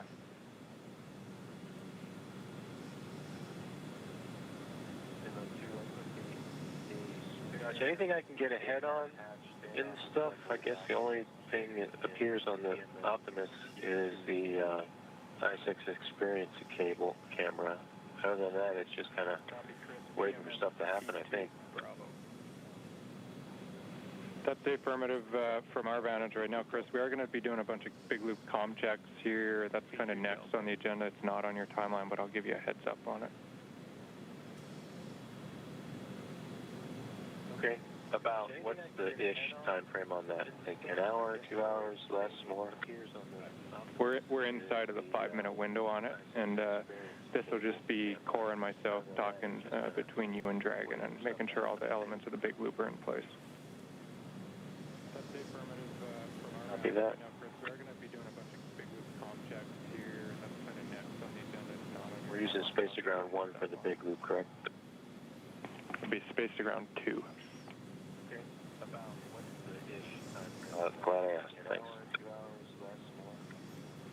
We're inside of the 5-minute window on it, and this will just be Core and myself talking. And that was just a quick conversation between Chris Cassidy, the commander on board the space station right now, and Josh Kutrick. He's a Canadian Space Agency astronaut who's serving as the Capcom right now in the flight control room over there in Houston.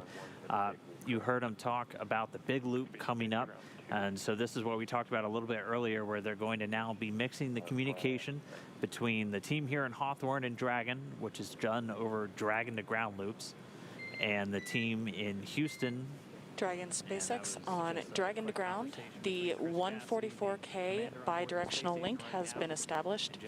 Please change your push-to-talk destination to ISS and then initiate a comm check.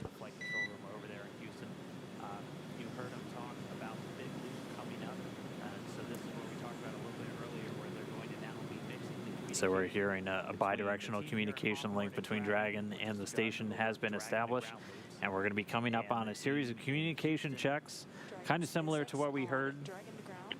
Okay, Anna, we'll put that Similar to what we heard pre-launch, where several parties went around and did communications checks with each other. Pretty soon we're going to have all of the audio tied in, so from the core here in Hawthorne to the crew on Dragon.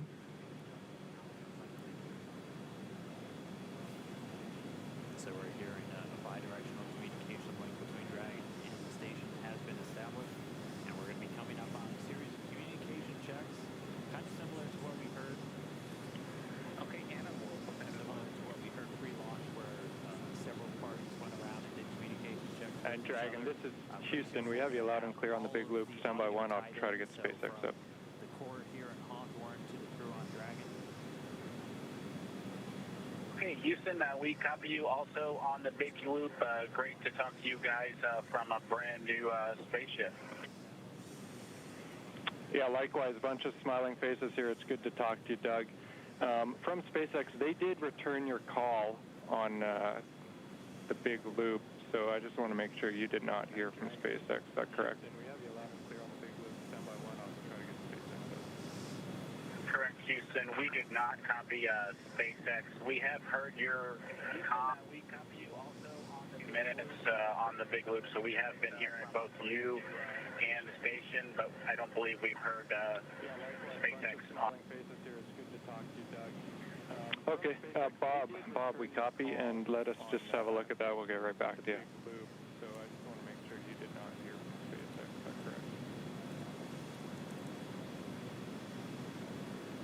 Correct, Houston. We did not copy SpaceX. We have heard your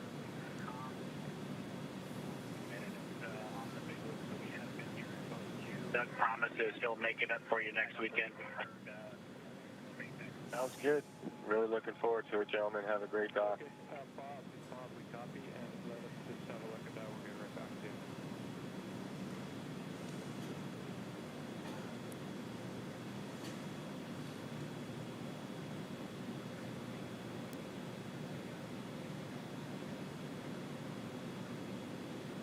And we've started some communications checks. So on the big loop, so again, we're now tying together communications from the core here in Hawthorne to the crew on Dragon, so they can also talk to the crew on station and also talk to the team there in Houston all simultaneously. So it's called the Big Loop. It's just tying everybody together. We got that first exchange between Bob and Doug and Chris on the space station, so they're going to be able to talk directly to each other.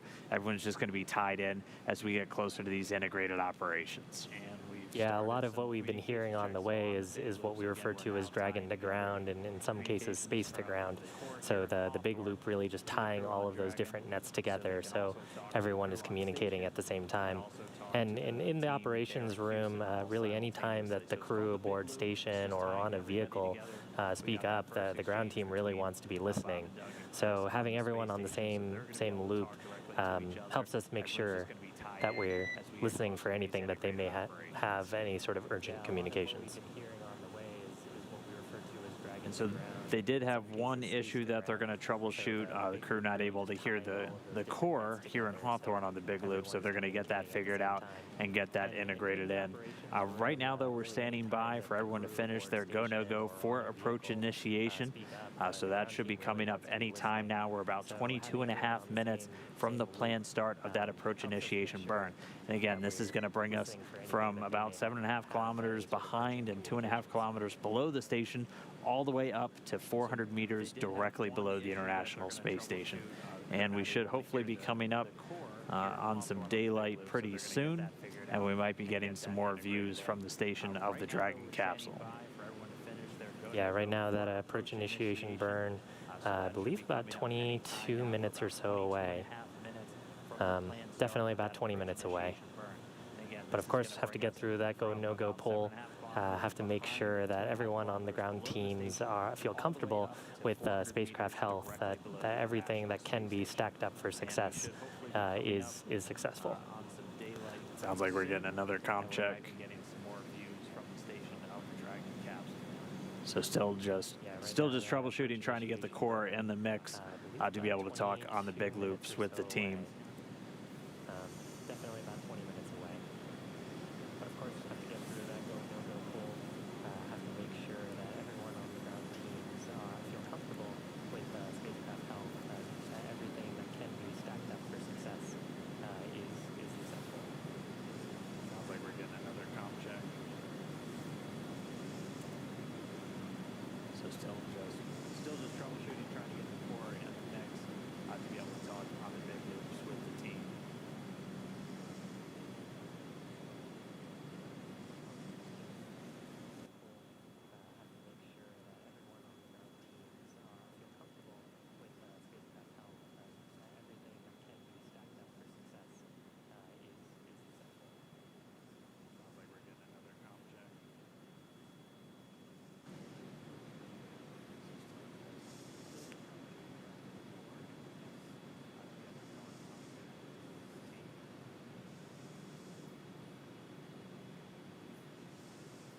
So while they're working that issue, I mean, this is pretty much been very few issues this flight. It's been very, very clean, pretty much since ascent. There was a couple of small questions about a thermal imaging camera where the crew noticed a flicker, and that turned out to be nominal as the camera is doing some calibration steps. So for the most part, it's been pretty clean.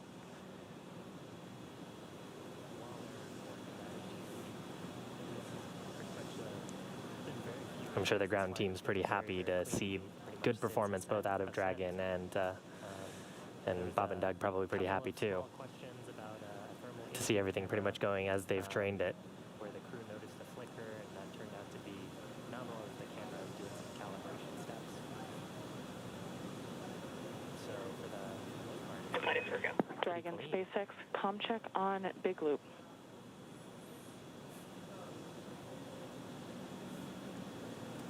I'm sure the ground team's pretty happy to see good performance both out of Dragon and SpaceX Dragon, loud and clear now on the Big Loop. How us? to see everything pretty much Wonderful to going as hear. I they've have trained you it. loud and clear as well. Station SpaceX comm check on Big Loop. ISS International Space Station from Expedition 63. Wonderful to hear all of your voices there in Hawthorne. Congratulations and good luck to everybody today. Thank you so much. Great to hear your voice as well, and I hear you loud and clear. And with that, we have actually verified all of the other comm paths already, and so that completes our big loop comm checks. I have you loud and clear as well. Station SpaceX comm check on big loop. ISS International Space Station from Expedition 63. Wonderful to hear all of your voices there in Hawthorne. Congratulations and good luck to everybody today. All right, so with the core now in the mix, all four of our parties, the core here in Hawthorne, the Capcom in Mission Control Houston, the crew on board Dragon, and the crew on board the space station now all in the mix. In the meantime, the SpaceX team has reported that they are go for that approach initiation burn that's set to come up in just a little over 18 minutes from now. And so we're just waiting on everyone for the final go, and we should be able to do that burn on time. Again, it's targeted at about 5:09 a.m. Pacific, 12:09 GMT. The core here in Hawthorne, the Capcom in Mission Control Houston, the crew on board Dragon, and the crew on board the space station now all in the mix. In the meantime, the SpaceX team has reported that they are... Yeah, and you heard the core there, Anna, mention that we had gone through a number of other comm checks to make sure all the other parties were involved. We also did a checkout of the Common Communications for Visiting Vehicles, or C2V2 system. So that's communication between the Dragon spacecraft and the International Space Station. There's Dragon, and I think we can make out, that looks like the nose cone at the top left corner of it. Right now, Dragon is about, if I can pull up some data, just about 11.5 kilometers from the space station. Approach initiation. We will be enabling the maneuver shortly, and our updated expected maneuver start time is 12:11 UTC. Between the Dragon spacecraft and the International Space Station. There's Dragon. I think we can make out, that looks like the nose cone at the top left corner of it. Right now, Dragon is about, if I can pull up some data, just about 11.5 kilometers from the space station. So Dragon getting really close. It's getting really exciting now. We just heard we have the go for the approach initiation burn. How copy? That's coming up in about, let's see here. We got an updated time. We're expecting that start at about 5:11 now a.m. Pacific, 12:11 UTC. Yeah, so less than 20 minutes away. So Dragon getting really close. It's getting really exciting now. Just heard we have the go for the approach initiation burn. Dragon SpaceX on the big loop. We copied 12:11. How do you hear? I hear you loud and clear. Good copy. We got an updated time. We're expecting that to start at about 5:11 now a.m. We tried you twice on Dragon to ground with no response. That's why we called you on the big loop. Copy. I did not hear you on Dragon to ground. We will look into that. Thanks. Dragon SpaceX on the big loop. We copied 12:11. How do you hear? I hear you loud and clear. Good copy.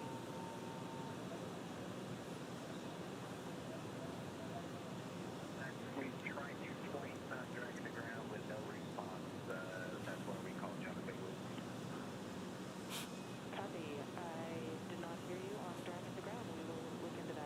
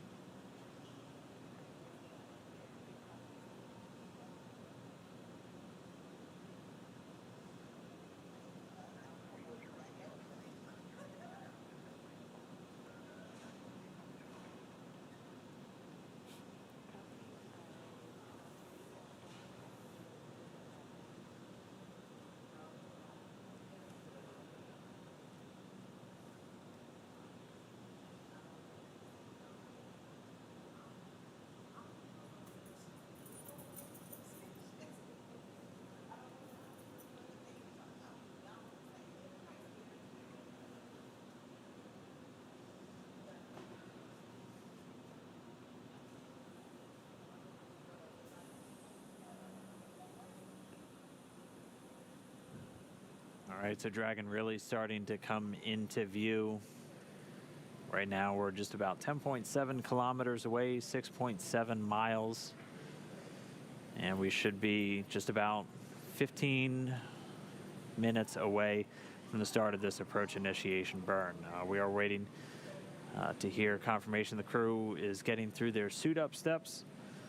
But moving closer to this approach initiation burn, it's going to be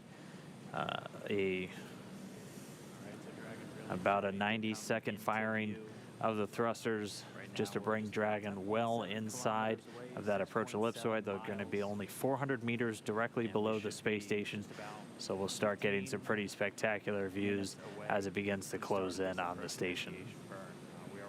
Yeah, and at this point, we are well within integrated operations. I mean, that's why both Johnson Space Center and Hawthorne Mission Control are coordinating so closely.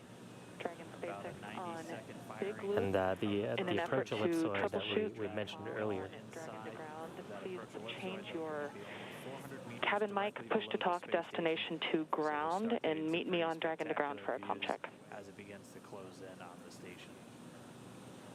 Yeah, at this point, Okay, we'll try it again. well within integrated operations. I mean, that's why both Johnson Space Center and Hawthorne Mission Control are coordinating so closely.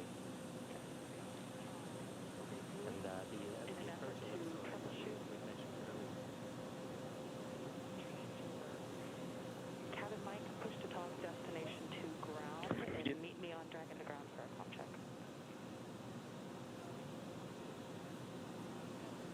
Okay, we'll try it again.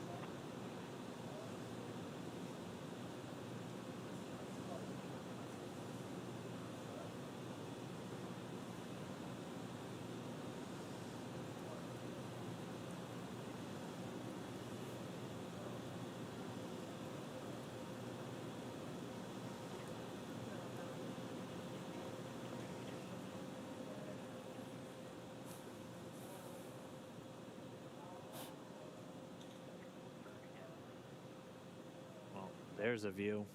This is a camera overlooking the exposed facility, so that's one of our fun facts. Both Chris Cassidy and Doug Hurley flew on STS-127, which delivered that facility to the International Space Station. They're just going to continue to close in, though, so this will be their second time flying together. Chris hasn't flown with Bob Behnken before, but the two did transition the leadership role in the astronaut office, with Chris taking over from Bob once he was assigned to go off and begin training for these commercial crew flights. Your screen now is a view of Dragon. You're starting to be able to distinguish the features a little bit more. The left side there, that semicircle, is actually the nose cone, and you can start to see the aerodynamic fins on the service section. Those small little blips at the top and bottom of the spacecraft. I'm sure these features are all going to get much, much better as we get closer and closer to station. We definitely had some spectacular views on the Demo 1 mission. Yeah, we've been pretty fortunate. The outboard cameras catching Dragon when it was still several hundred kilometers away, which is pretty unusual for visiting spacecraft. But right now it's continuing to close in. We're less than 10 kilometers from station, so just a little over 6 miles away, continuing to move towards that approach initiation burn. The target time that was just radioed up to the crew is about 5:11 a.m. Pacific, 12:11 Universal Time. And so we're going to be looking for that. And as Shiva said, we are inside integrated operations now. The teams here in Hawthorne working extremely closely with the teams in Houston. We heard all of those communications checks to establish the big loop. So all four of our major players in this operation, the ground teams both here in Hawthorne and in Houston, and our crew up in space, both on Dragon and the space station, all able to talk to each other and listen in simultaneously. So all of those bidirectional links have been established. The Dragon spacecraft communicating directly with the International Space Station at this point, and we are just coming up on a couple of minutes away, a little over 10 minutes away from that approach initiation burn. So all four of our major players in this operation, the ground team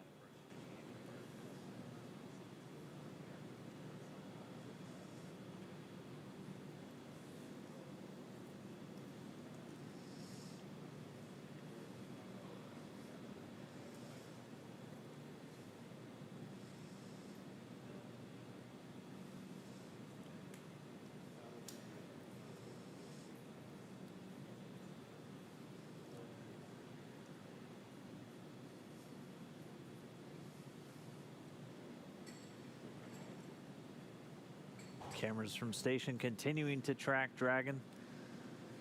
We are waiting for the confirmation from the crew on that suit of activity. They did start that a couple of minutes ago, and at this point we're about 7.5 minutes, or a little bit closer to 8 minutes at this point, away from that approach initiation burn. Yeah, right now Dragon's flying actually over the South Atlantic, in between sort of South America and Africa, sort of over the ocean. It looks like we're getting it in focus now. You can see the nose cone pointed to the bottom left corner. You can see it exposed right in the center, the smaller dark circle of Dragon. That's the docking ring that is going to be used to attach Dragon to that international docking adapter once it begins that final approach and initial contact. And if you're trying to get your sense of bearings here, the nose cone actually opens away from the side hatch. So the hatch that Bob and Doug entered the spacecraft through on the crew access arm, and if you've had a chance to tune in to our live events with them on the capsule, they've shown that side hatch. That's on the opposite side of that nose cone. So you can imagine Bob and Doug and their seats are facing towards that side hatch. And so that's where they would be sitting once they're complete with suit donning and once they've stepped into those leak checks of their suits. The very top in that ring that Dan had mentioned, so along that ring are the 4 forward Draco thrusters. That's what we were using for those 5 burns that happened earlier over the past 16 hours of this mission. And right in the center there is the forward hatch. So hopefully only a few hours away from seeing Bob and Doug climb through that and aboard the International Space Station to meet their colleague Chris Cassidy aboard. Yeah, just a couple of steps coming up after this approach initiation burn. They'll do what's called a mid-course burn, so just kind of a mid-course correction that's already programmed in. That comes about 25 minutes following the actual approach initiation burn itself. And then prior to them getting to waypoint 0, which is about 400 meters directly below the station, the teams will go ahead and do a go, no-go to enter the keep-out sphere. And again, that's that imaginary sphere with a radius of 200 meters around the station. They won't cross into that keep-out sphere until after their manual flight test when they're moving into waypoint number 2, but they'll do that go, no-go just before they're even at waypoint 0. Again, waypoint 0 could be a hold point, or if everything looks good with Dragon, they'll continue right on past it. So they'll swing up initially to that spot just 400 meters directly below station, and then they'll conduct another maneuver to go right out in front of station. So they'll go right up in front and line Dragon pointed directly back at the station itself and lined up with that hatch. Yeah, and once they get to that 220 meter point, you'd mentioned the manual flight test that they're going to do.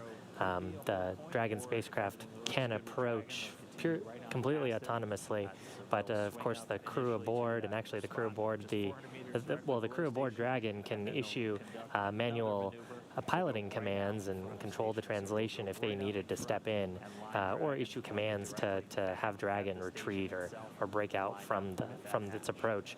And the crew aboard station as well can issue commands to Dragon. That's part of what Chris Cassidy aboard station will be monitoring as they approach. If you want to give your chance at trying to fly the spacecraft, we actually have a cool simulation on our website. It's iss-sim.spacex.com, and you can actually fly pretty much the display that Bob and Doug will be flying when they do that translational test. It's a little bit difficult. I definitely didn't dock the first time I tried it. I don't know if you had better luck, Dan. No, I could lie and tell you I did, but it did take me 3 tries. I think I made the same mistake as everybody. That first try just ended up going in way too fast. That second try tried to over adjust, and all of a sudden I was spinning backwards.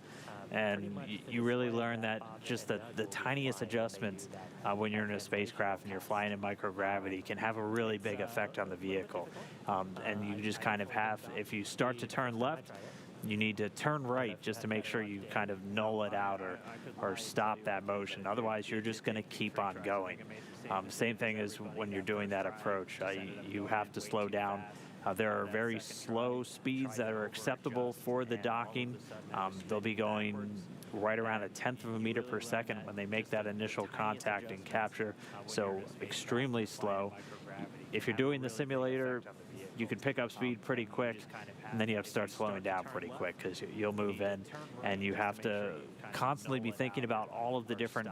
SpaceX Dragon, com check from the CDR into... When you're doing that approach, you have to slow down.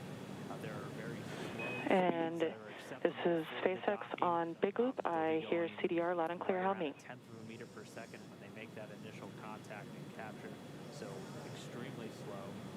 SpaceX Dragon on the Big Loop, com check suited. We've got you loud and clear on the Big And Loop. then you have to start slowing down pretty quick. Great to hear your voice. And you have to constantly be thinking about... All right, that was Doug Hurley. It sounds like they're in their suits. You heard him refer to CDR, Doug Hurley, the spacecraft commander for this mission. Bob Bankin's in the pilot seat. He's also the Joint Operations Commander. And so this is actually one of the main areas of his concern is when we're doing these joint operations with the space station. So we're doing joint operations here on the ground. That obviously just means that the Dragon spacecraft and the International Space Station, close proximity and about to be linked up. Bob Bankin, the one kind of overseeing all of the operations while Dragon is attached. For this mission, Bob Bankin's in the pilot seat. He's also the Joint Operations Commander. So this is actually one of the main areas of his concern is when we're doing these joint operations with the space station. So we're doing joint operations here on the ground. That obviously just means that Dragon spacecraft and the International Space Station, close proximity and about to be linked up. Bob Bankin, the one kind of overseeing. That is a very pretty view. While Dragon is attached. Yeah, getting a view of Dragon. We're coming up pretty soon on that approach initiation burn. Dragon itself is inside that 7.5 kilometer range that we're expecting it to be away from the space station before this starts.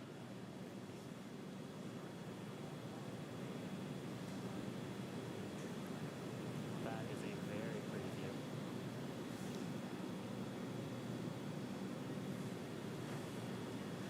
Getting a view of Dragon. And we did hear confirmation that the AI burn, the approach initiation burn, is in progress. Again, this is about a 90-second firing of those thrusters on the Dragon spacecraft. Be away from the space station before this starts.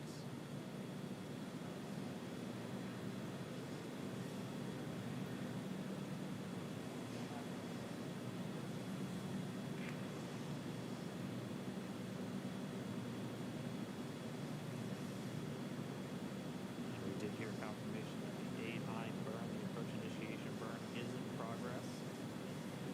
Again, this is about a 90-second firing of those thrusters on the Dragon spacecraft.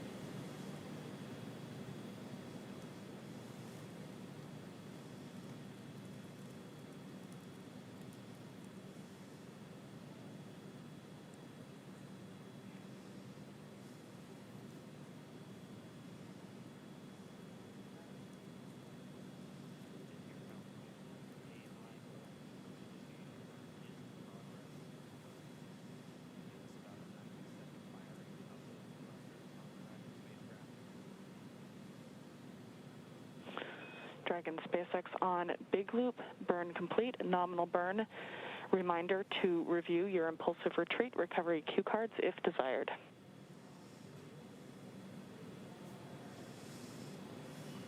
Copy nominal burn on the Big Loop. We will review our cue cards.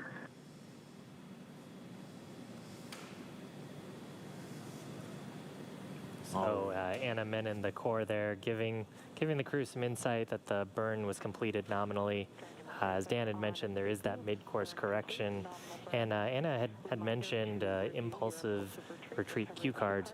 Bob and Doug have the ability to issue commands to Dragon if they see anything that's unsafe.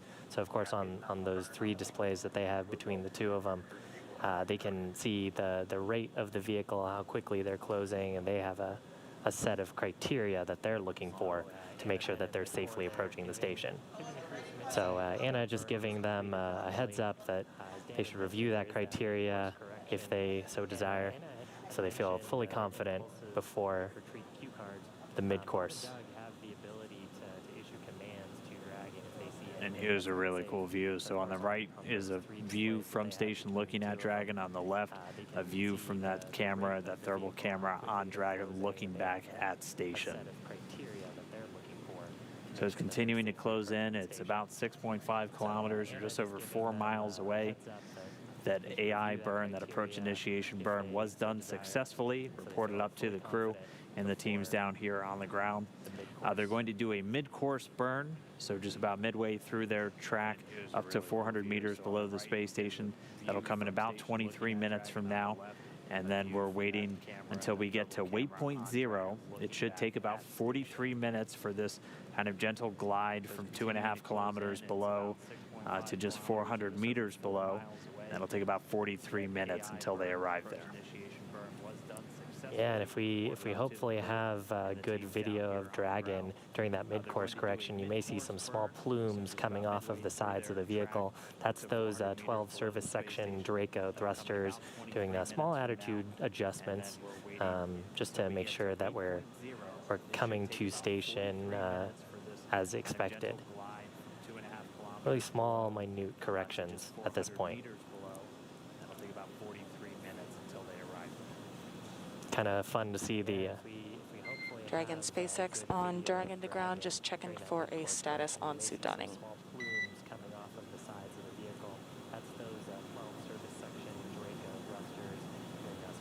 You're welcome to come back on board. We're both in our suits, and we're just finishing up the procedure now. As expected. Copy, thank you. And can I get a comm check with Bob when he has a moment, please? Kind of fun to see the Dragon SpaceX on Have to do that, ground, just just, checking for maybe a minute or status so. on suit donning. Okay, sounds good.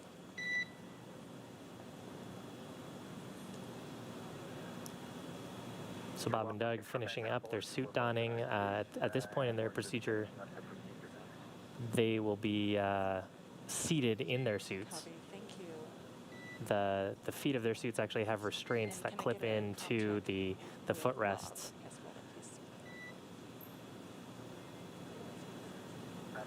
And so once they are complete with all their suit donning activities, seated in the suits, then they'll be ready to work with SpaceX to do a pressure check on those on those IVA suits. That's intravehicular activity suits.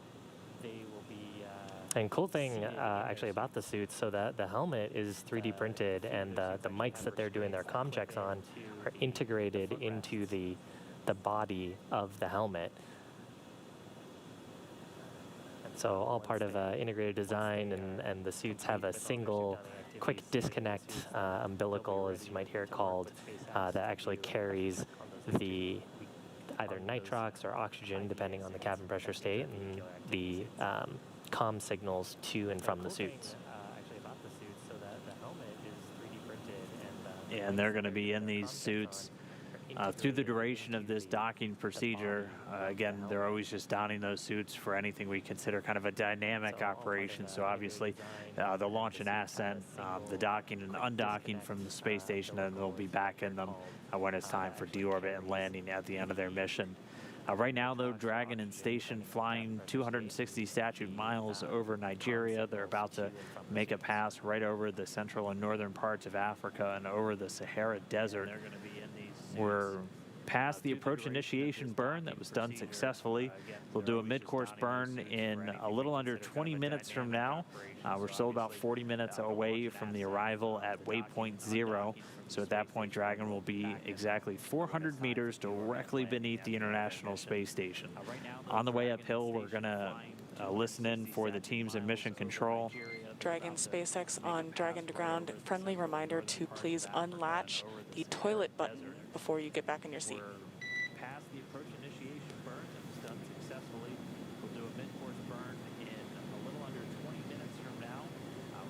Okay, we'll unlatch the toilet button. At waypoint 0.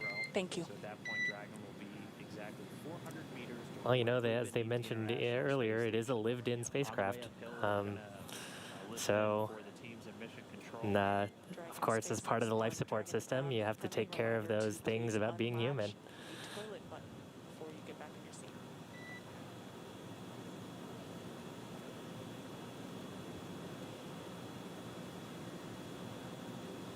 Okay, we'll unlatch the toilet button. Thank you. Well, you know, as they mentioned earlier, it is a lived-in spacecraft. So, For now, we're just keeping our eye on Dragon during this approach. It's in the approach initiation. Our next thing coming up is going to be that mid-course burn coming in just a little over 18 minutes. We're a little under 38.5 minutes away from the arrival at waypoint 0. That's going to be the first of 3 waypoints on our way to a docking today. Again, we were targeting about 7:30 a.m. over here on the West Coast for that docking. We might get there a little bit early as they have been moving through a couple of these steps. We were able to do that approach initiation burn about 16 minutes ahead of the original timeline. So we might get it a little bit early on the docking today. We do have a number of different steps, including a manual flight test, so it'll all depend on how that goes. But progressing smoothly, we may pause at waypoint 0. We may continue right along if everything's looking good with Dragon, and then they'll be able to move over to waypoint 1, which will place them just 220 meters away from the station. yeah, and earlier we were talking about how gentle a lot of these movements are. Small thrusts, small corrections, because you do really want to be very controlled as you're approaching the space station. There are a couple of maneuvers, though, if Dragon were to detect something, or if the ground teams, or if the crew were to detect something, where they could do what's called a breakout maneuver, which is very dynamic. And that's part of the reason why we have them in the suits. That's part of the reason why they're going to be strapped in. If something were to be detected that was off nominal, that could be a risk there. That's always a possibility. Of course, we're not expecting that. We are expecting Bob and Doug to exercise the hold functionality just outside waypoint 1 to do the manual piloting test. And after that test is complete, they'll hand control back over to the Dragon spacecraft. It will resume its automated approach to the International Space Station. They'll move into the final waypoint, waypoint number 2, at which point they'll only be 20 meters away from the station, and there we will have an automated hold where the teams will do a final go, no go, just to push in for that final approach and docking. They'll move in pretty slowly, and then just seconds before docking, a little less than 30 seconds before, we may hear the call out for CHOP. That stands for the crew hands-off point. And this is literally just the point where the crew will not be sending any commands to the vehicle. It's all over to Dragon if any aborts need to be called, just due to the latency with the flight computer responding to crew actions at that point. And then we'll stand by for the contact and capture. Again, we are tracking SpaceX Dragon from the PLT comm check. Dragon to ground. I hear you loud and clear. How me?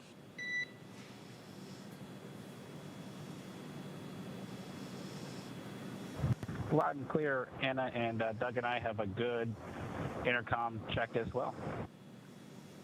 Copy. Good intercom checks. Let us know when you are done with that full suit donning procedure, and we'll bring you into suit leak checks. So Bob Benkin hopping on the comms there. He used the acronym, or I guess the letters PLT for pilot. Okay, we're donning our gloves at this time. We copy. So for ISS missions for NASA, there are 4 seats in the Dragon spacecraft. If you were looking in from the side hatch, it would be seat 1 on the far right, all the way counting up to seat 4 on the far left. Doug Hurley in the commander or CDR seat, that's seat number 2. So it would be the second seat on the Second seat from the window. Right. Yeah, second from the right. It goes backwards from the way we're normally taught to read, and so it is a little bit confusing when you're looking at it, unless you're in the crew's point of view, and then it makes sense because you're going left to right, 1 to 4. And Bob Benkin in the pilot seat right next to him. It's second from the left, and in front of them are those 3 displays and the button panel that we got a chance to see earlier that they'll be monitoring telemetry on and using to exercise that manual piloting test. And it looks like the crew just has a couple of steps left until they're done getting into their suits, and then they'll go ahead and do another leak check. This will be the 3rd leak check they've done in these suits since their day started yesterday. They did an initial one when they got suited up in the operations and checkout facility down on the ground in Kennedy Space Center. SpaceX Dragon, I'm Dragon to ground. We're complete with 4.010. Copy, complete with 4.010 for suit donning. At this point, you are go to begin your suit leak check procedure.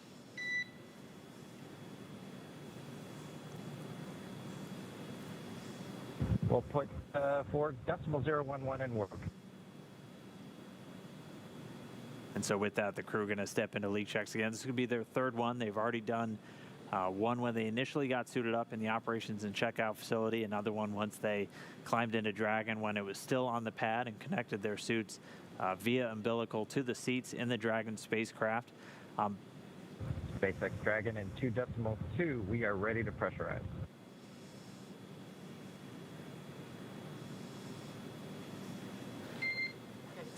And Dragon SpaceX on Dragon to ground, you are go to pressurize.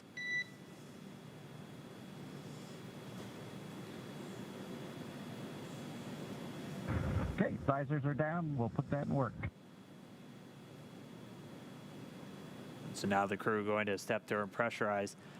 Normally when the suits aren't pressurized, they can keep one of the zippers kind of just cracked open, and they're able to just flow cabin air through the spacesuit itself just to provide some cooling while they're inside.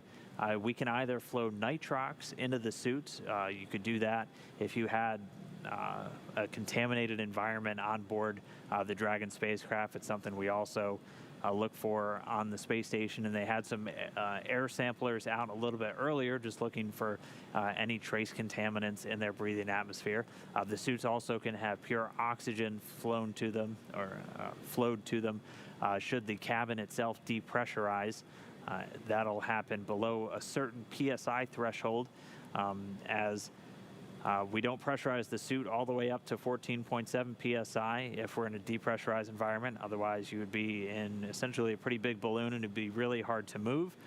So they pressurize it to a much lower threshold, and just to make up for the lack of oxygen, therefore in a lower density air, you'd be flowing them pure oxygen. So the suit's just serving as another barrier protection for the crew for anything like a contaminated atmosphere or a depressurized cabin inside Dragon. But crew suited up now. Sounds like we're about to step through these leak checks.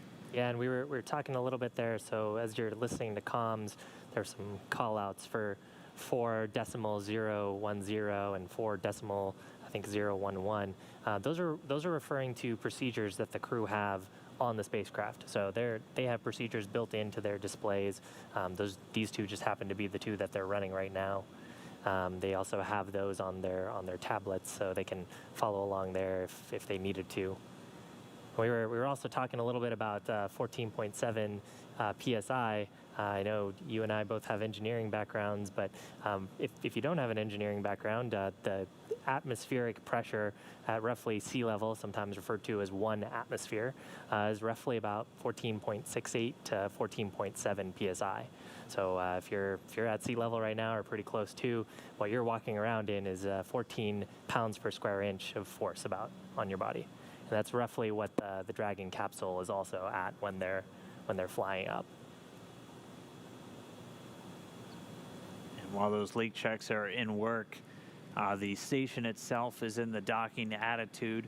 We get to do a pretty cool thing with station during the docking of the Crew Dragon. Normally, the station's attitude, or which way it's pointing, is controlled by these very large gyroscopes called control moment gyros. And it's a pretty efficient way, only using electricity to keep these large gyros spinning, pointing in opposite directions to help stabilize the station. It's a very large spacecraft, so using thrusters a little more work intensive. We actually switch over to the Russian thrusters during the initial docking of the Dragon spacecraft, and then after that. SpaceX Dragon on Dragon to ground, we saw 2 good leak checks. And Dragon SpaceX on Dragon to ground, we saw the same. Great news, thanks. And we just got confirmation 2 good leak checks on those suits, so another milestone down as they continue their approach. But just to finish that thought, we're on Russian thrusters right now, controlling the attitude on board the space station. We'll flip over back to the control moment gyros, so those are over on the U.S. segment once we make that initial soft capture, just because we don't want, during that final pull-in of that soft capture ring before we get to that ready to latch, the thruster controls of the attitude can be a little bit more jarring, so we switch back over to the control moment gyros and then let Dragon resume its hard mate. But all that coming up in just about 2 hours, hopefully, away from our targeted docking time, right around 7:30 a.m. Pacific here in Hawthorne. But everything continuing to go well. We have that approach initiation burn happen about 16 minutes ahead of schedule.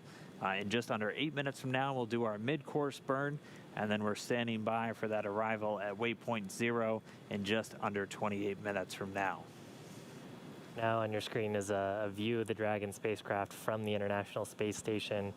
We're on the sunlit side of the Earth, so daytime for those folks. Middle of the day, I'm sure. Right now, actually, Dragon is just about to fly over the Caspian Sea.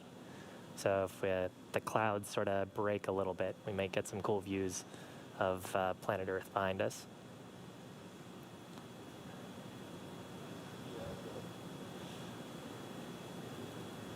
You know, once that suit leak check is complete, Bob and Doug might pop open their visors. Those can come open for their comfort. So you may hear some calls about that coming up here.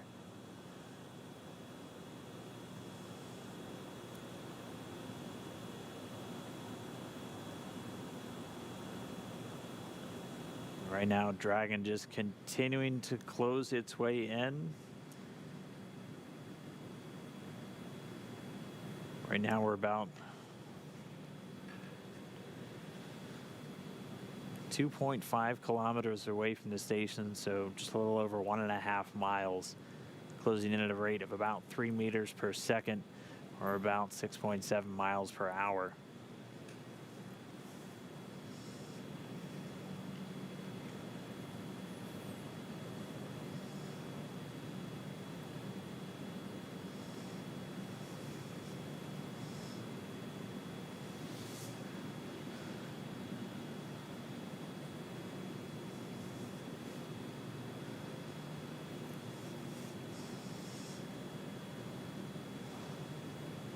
The Kronos flight controller over in Houston, controlling this camera outside the station. He's controlling it from that mission control center on the ground, giving us a nice zoomed out view as the Dragon spacecraft and the International Space Station actually just flying over Kazakhstan.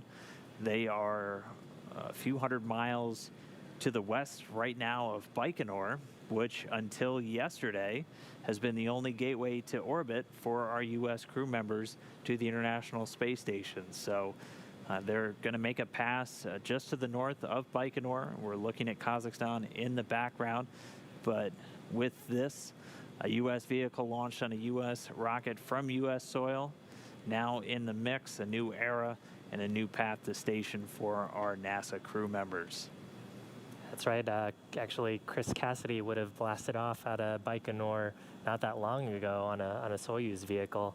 So he would have been launching from right where the crew are flying over right now.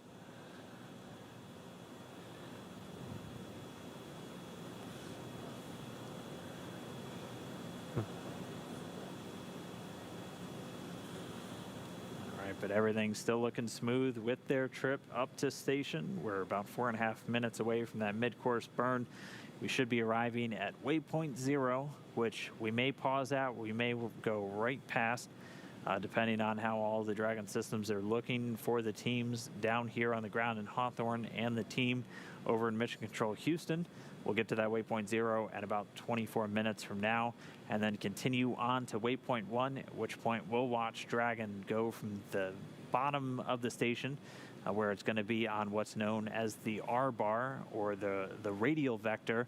That's if you drew a line straight through the International Space Station down to planet Earth. Dragon's going to be pausing or going right through 400 meters on that line, and then it's going to swing itself up out in front and align itself with the docking adapter on the Node 2 forward port, and they're going to pause at about 220 meters away from the station. Yeah, right now Dragon is in a pointing mode that has it and its variety of guidance and navigation control sensors pointed directly at the station. Earlier on in the webcast, we actually got a few glimpses, I think, thermal images of the International Space Station. So we had a cool side-by-side of the space station and Dragon next to each other, views relative to each other. So those sensors are pointed at the station right now. Right now, Dragon's attitude control system is trying to maintain its attitude, null out any sort of roll or any sort of motion that it might pick up from just as it's flying towards the station. That's part of the reason we've had those great views looking at the forward hatch and where we can see the nose cone.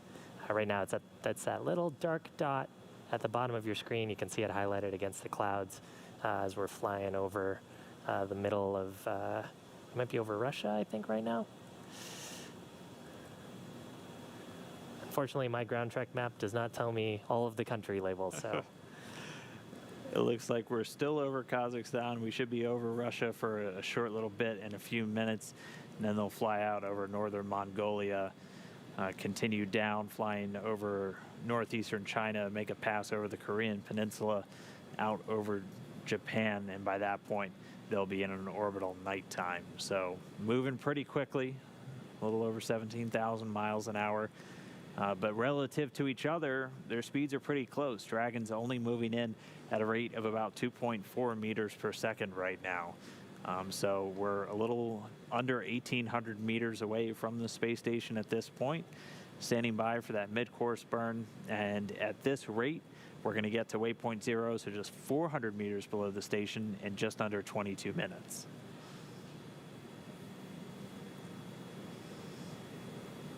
Yeah, and we talked about the approach ellipsoid and the keep-out sphere a little bit earlier, but around the space station, there's a 4 kilometer by 2 kilometer by 2 kilometer ellipse.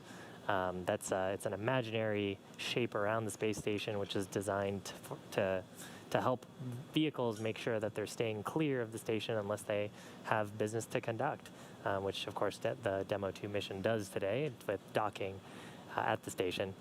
So being 400 meters below along the R bar, as Dan had mentioned earlier, will be well within that approach ellipsoid, but not quite within the 200 meter keep-out sphere around the station. So that'll happen when we get just past waypoint 1, which is waypoint 1 is at that 220 meters away from station there. Dragon at this very moment only a mile away from the International Space Station, so it's continuing to close in. We should be just seconds away from the start of that mid-course burn. This just to help fine-tune its path up towards waypoint 1, or waypoint 0 rather, just 400 meters below the space station, which we'll get there in about 20 minutes. About halfway there, though, the teams will do a go, no go if they're just going to pass waypoint 1 and then move on to, they'll go past waypoint 0 onto waypoint 1. Try to keep everything lined up here for you, not to confuse you. We'll have 3 waypoints. It'll be waypoint 0, 400 meters below the station, waypoint 1, 220 meters out in front of the International Space Station, and then waypoint 2, just 20 meters in front of that docking port on the Node 2 forward port. And so we're going to move through all of those quickly. We should be in the mid-course burn at this point, And so Dragon just doing a slight adjustment as it continues to swing up. It's eventually going to be just 400 meters directly below the International Space Station. Bob and Doug strapped into their seats, suited up, along for the ride for now, as this is automated, but we won't be automated the whole way since this is a demo flight. Yeah, and actually on the screen to our, I guess on the right side of your screen, there you saw some orange blips that represents the service section Draco engines firing. So there are 12 of those on the service section or the trunk of the vehicle. And once we get through this mid-course maneuver, we'll probably hear some words from the core to Bob and Doug letting them know. That's right, and we do have confirmation that the AI mid-course or the approach initiation mid-course burn is underway. Again, we expect this one to last just a little over a minute, and this is again just to really fine-tune that approach. Yeah, all of these maneuvers are pretty small at this point. Dragon SpaceX on big loop, burn complete, nominal burn. Trajectory has converged on waypoint 0.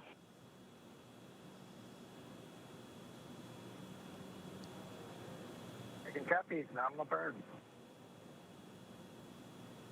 There's those two words, nominal burn. So we won't have any more significant burns. We're still going to be using those engines, obviously, for the final approach maneuvers, but at this point, Dragon now approaching waypoint 0.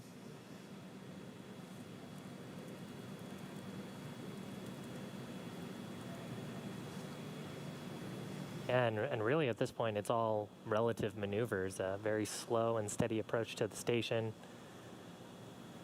Of course, that small translational test with Bob and Doug commanding Dragon to do some small manual piloting maneuvers.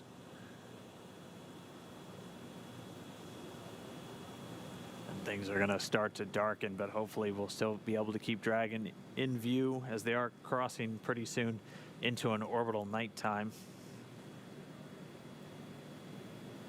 At this moment, we're less than a mile away from station. Dragon just under 1,200 meters away, continuing to close the gap. Pretty slow rate right now, moving in at only about 1.7 meters per second. We're going to be standing by. There's going to be an internal go-no-go poll about passing waypoint 0. That should be coming up in about 7 minutes. We'll continue to listen in with the teams. We're expecting Dragon's arrival at waypoint 0, which we heard its trajectory has converged on. So that means Dragon pointed in the right direction on its way to that waypoint just 400 meters below the space station. Yeah, and to maybe put that 1.7 meters meters per second in perspective, if there are any runners or joggers listening, that's a pretty reasonable pace jog. So right now, the spacecraft is moving towards the ISS about as fast as if you were going on a morning jog.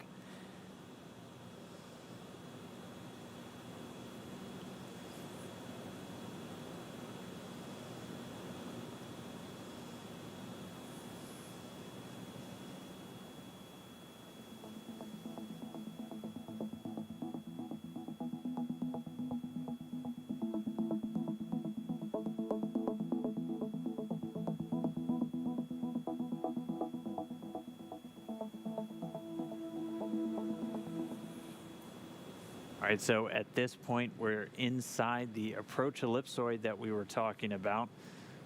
So as Dragon moves inside of just about 1 kilometer away, again, the approach ellipsoid is an elliptical shape, 4 kilometers long by 2 kilometers tall by 2 kilometers wide, essentially a 3-dimensional oval.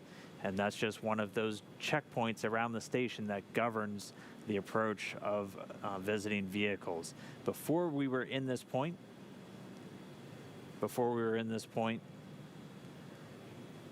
Dragon was on a 24-hour free safe trajectory. So if we had lost control of Dragon, it would have been at least 24 hours before we moved inside. But we're now inside this approach ellipsoid. Dragon given the go as it was given the authority to do the approach initiation burn. And so that next imaginary gateway around the space station is the Keep Out Sphere. That one's a little bit smaller, has a radius of only 200 meters, and we won't be crossing that until we're done with the manual flight test, but we'll do the go, no go to cross that sphere well in advance of them actually moving in. Yeah, in about 14 minutes from now, there'll be a small correction maneuver to take us from waypoint 0 to waypoint 1 right outside the Keep Out Sphere. So if we have a video of Dragon at that point, you may see the Draco thrusters firing.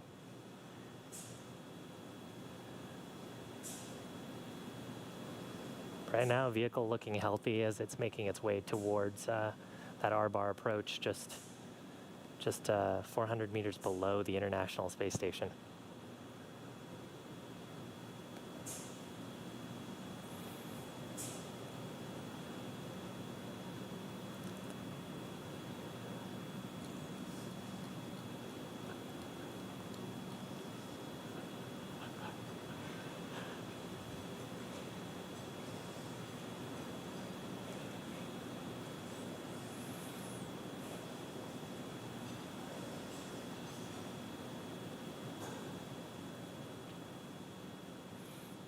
Pretty So we're dramatic shot of Dragon as it continues to close in.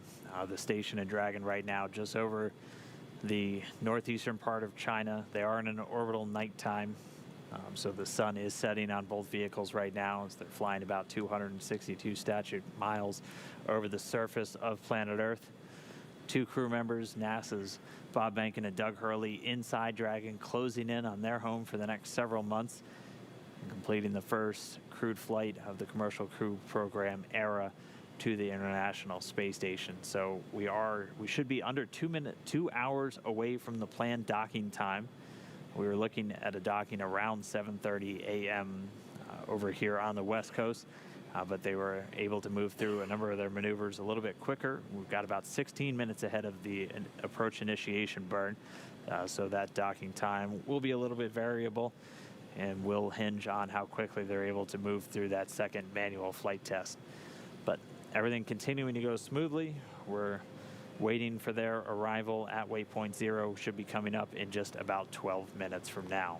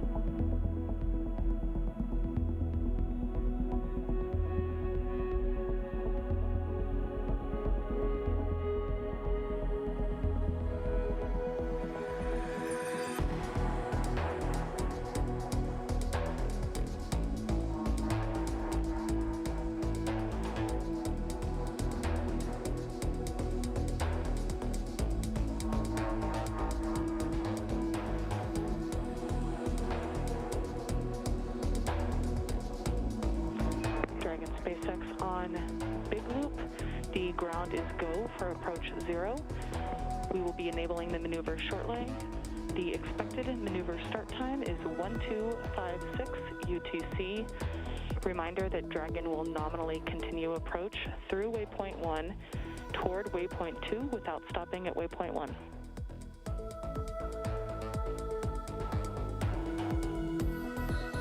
Next Dragon on the big loop, we copy go, and 12:56. Good copy.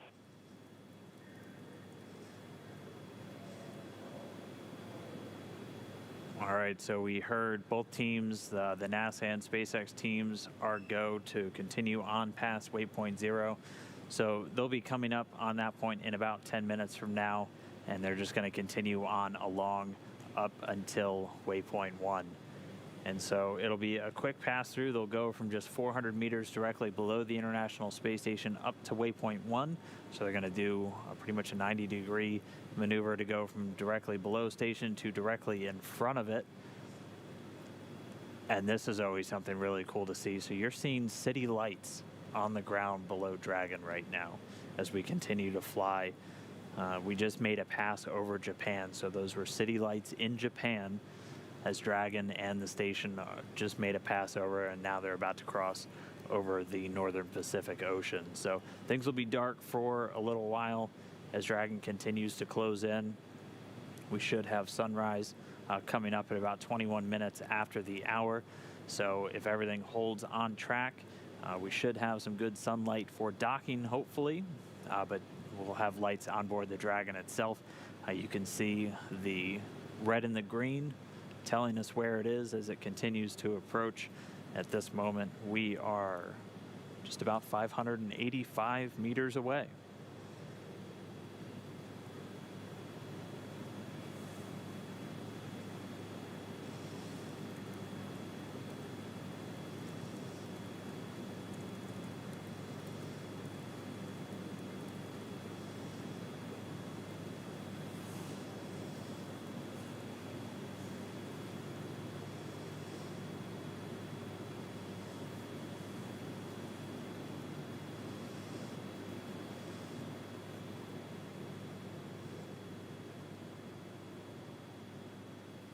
All right, in just about 8 minutes, we're going to pass through waypoint 0 and continue on to waypoint 1. And then shortly after that, the crew is going to get their second chance to jump in and start sending some commands to Dragon. That's right. On the displays, they have some commands in the upper right-hand corner. We got a little sneak peek at that while they did one of their video sessions showing us the displays earlier in this mission. And they'll command a hold once they get to about 220 meters away from the station. That's where they'll conduct that manual piloting test. And again, this will be their second manual piloting of the Dragon spacecraft. We were able to watch them yesterday. Copy that. Be ready. Yesterday, shortly after getting on orbit, they were able to take control of Dragon and go through a number of pointing maneuvers or attitude adjustments. And in this case, they're going to be doing pretty much the second half of everything. When you're flying a spacecraft, you're worrying about attitude adjustments, and then you're worrying about translational adjustments. And this is going to be their chance to do those translational maneuvers.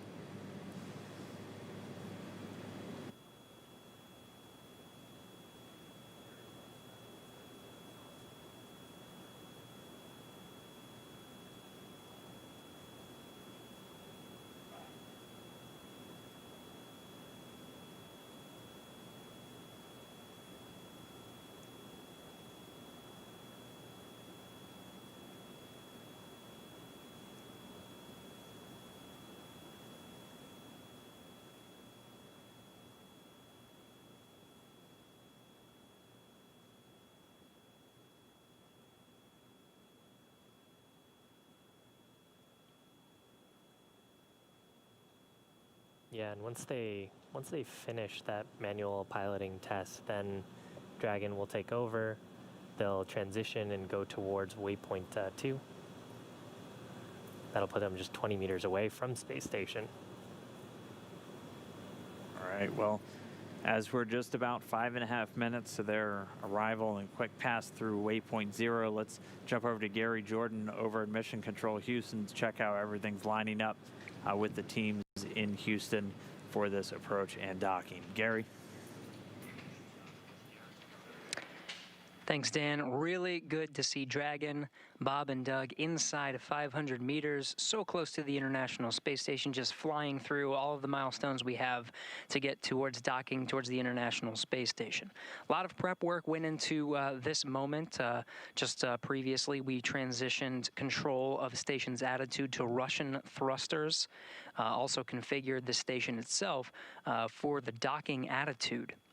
Chris Cassidy was just finishing up his midday meal. His next activity, just a little bit more than 20 minutes from now, will begin to set up for Dragon monitoring. He has a tool called the RPOP. We'll be able to display some of the telemetry data coming from Dragon through the C2V2. This is the common communication for visiting vehicles. It's established a link between the International Space Station and Dragon. Dragon's telemetry data, all the information being relayed through the International Space Station. And Cassidy will be able to monitor from this tool, again, setting up in just about 20 minutes. Everything going according to plan from the International Space Station side of things, getting great views from Dragon of the International Space Station. Look at that, the lights reflecting from the outside of the International Space Station turned on. So Bob and Doug have a very clear view of the International Space Station. Should be entering into an orbital sunrise here shortly. From there, we'll take you through the next few maneuvers, again, passing waypoint 1 and going right into that manual flight test. Again, everything here from Mission Control Houston, International Space Station configured for docking. Everything's go from our end. Back over to you in Hawthorne. All right, thanks, Gary. We're jumping in now with Bob and Doug inside the Crew Dragon. Again, you're able to see what they're looking at on those displays there. And this a view from the Dragon spacecraft itself. You can see the International Space Station continuing to close in. Right now, they're only about 430 meters away. They're going to be quickly passing through waypoint 0 in the next 3 minutes, and they're going to continue their way up to waypoint number 1, which is going to be just about 220 meters out in front of the station itself.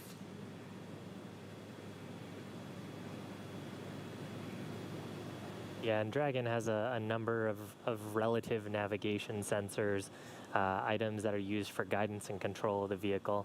So right now, Dragon's in a pointing mode that has those relative navigation sensors trained on the space station, with the attitude control system making minor adjustments as it needs to if there's any roll correction or anything that it needs to perform. And Bob and Doug getting closer and closer to that manual flight test. They looked pretty comfy in those seats for that view right behind them. Yeah, they are suited up, and again, they get suited up for anything we consider kind of the dynamic operations inside the spacecraft. So anytime that they're either in an approach and docking maneuver or an undocking maneuver, and then obviously at the very start and the very end of their missions, which are probably the most dynamic phases, that launch and ascent, and then that deorbit and splashdown when they come home and splash down in the Atlantic. We are just 420 meters away from the space station, less than a third of a mile. Should be just about a minute and a half until we're passing through waypoint 0, and then Dragon's going to begin a little over 20-minute, about the 25-minute trip up to the docking axis. So this will be waypoint 1. They'll be 220 meters directly in front of the station, and they'll be lined up perfectly with that international docking adapter at the very forward port of the Node 2 module, also known as Harmony, on the space station.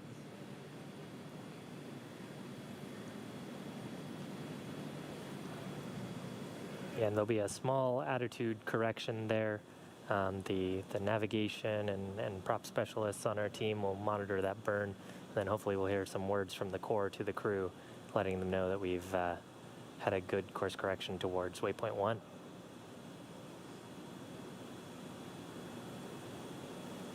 And again, things a little bit dark right now. We should have sunrise in about 25 minutes. And so things will light up as we get closer to that manual flight test, and hopefully by the time we're there, we'll be right in front of the space station itself. We should get some good light on Dragon, and hopefully some views from the station looking straight out at the spacecraft using the cameras that are right next to that docking port on Node 2. And then Bob and Doug will once again take the controls using those touchscreens to maneuver Dragon. They'll do a number of different translational maneuvers. So physically moving the Dragon spacecraft in space. Oh, we're seeing some thruster firings there. And so those are using some of those, we call them the service section Draco thrusters. There's 12 around the lower part of the Dragon spacecraft.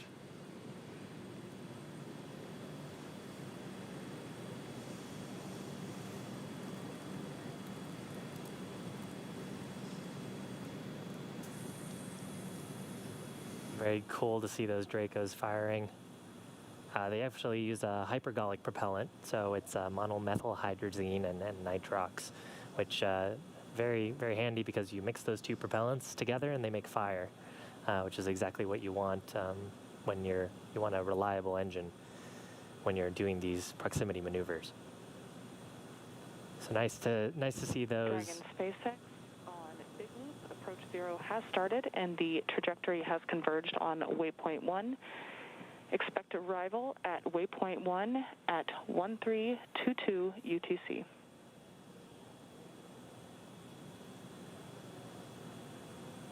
Dragon copies on the Big Loop, 13:22.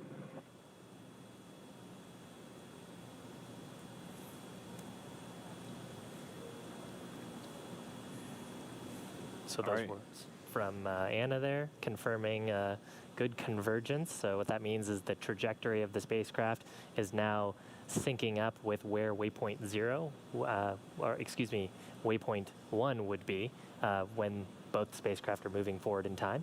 So that means that Dragon will be right where it needs to be, and we're expecting Dragon to reach waypoint 1 about 25 minutes from now. Yeah, and that still puts us about 16 minutes ahead of the original timeline. So we're expected to arrive at waypoint 1 at 13:22 UTC, or 6:22 a.m. over here on the West Coast in Hawthorne. And if we continue to track about 16 or so minutes early, we may get to that docking a little bit early as well. Again, we were tracking right around 7:30 a.m. Over here on the West Coast. So we may be more in the neighborhood of about the 7:15, but obviously that just depends on how all of the additional maneuvers go. But Dragon so far moving ahead of schedule in its flight to the International Space Station. We've moved past waypoint 0, so we're inside 400 meters right now, just under 370 meters away from the station. Already converged on its next stop is going to be waypoint 1. And once it gets there, again, the crew is going to jump in and command a hold before they move into their manual piloting test.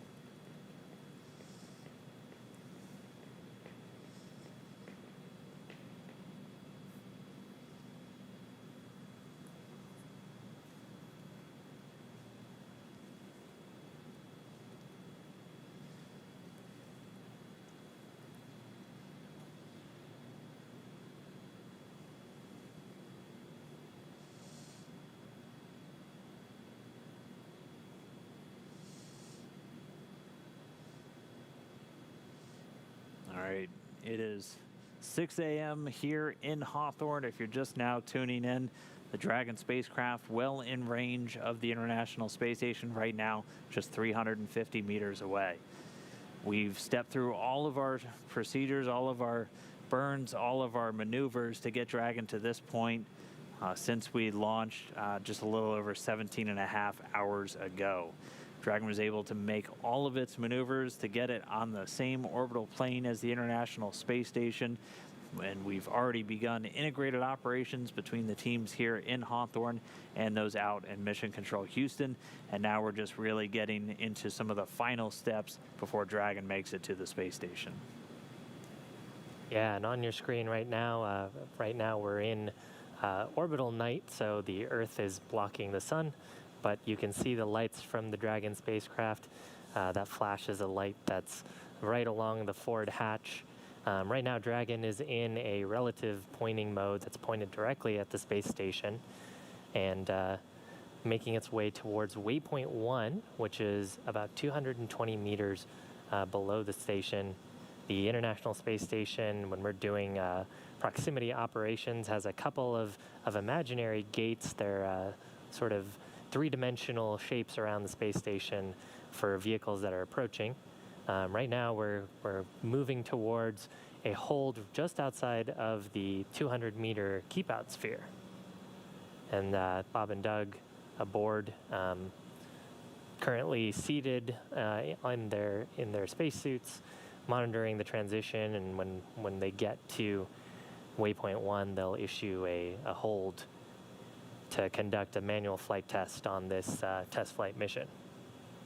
Yeah, this will be their second manual flight test, and really the second kind of key objective for them to really put Dragon through the ringers. This is a demonstration flight. This is that final test before we certify the SpaceX Dragon to operationally carry full crew complements to the International Space Station. They were able to complete their first flight test shortly after getting on orbit. That one, they focused on changing Dragon's attitude, using the Earth as a guide to put Dragon in a very specific orientation known as local vertical, local horizon, essentially putting it in an orientation the same as a plane flying over the surface of the Earth. So the attitude control of Dragon, just one part of, or really one half of controlling the spacecraft. Now they're going to be testing out the translational maneuvers. So once they command that hold, the first thing that they'll do is align Dragon very precisely with the actual docking axis, and then they'll step through and send a number of commands to the spacecraft through those touch screens, moving it across a couple of different axes. So again, translational means you're moving left, right, forward, backwards, up, down, and that's one half of really controlling the spacecraft, is you have all of these different axes to worry about, both translational and for attitude. So they'll step through those. Depending on how those go, we'll then be able to move in for the final approach. Yeah, that's right. One thing to consider with a spacecraft is it is a three-dimensional body that's moving in space. So you not only have to control your X, Y, Z position, that up, down, left, right, forward, back motion, but you also have to control which direction you're pointing. So we've started you off in a skewed attitude. Anytime you're pointed in a different direction, then do those translations. You have extra motions that you need to cancel out in space.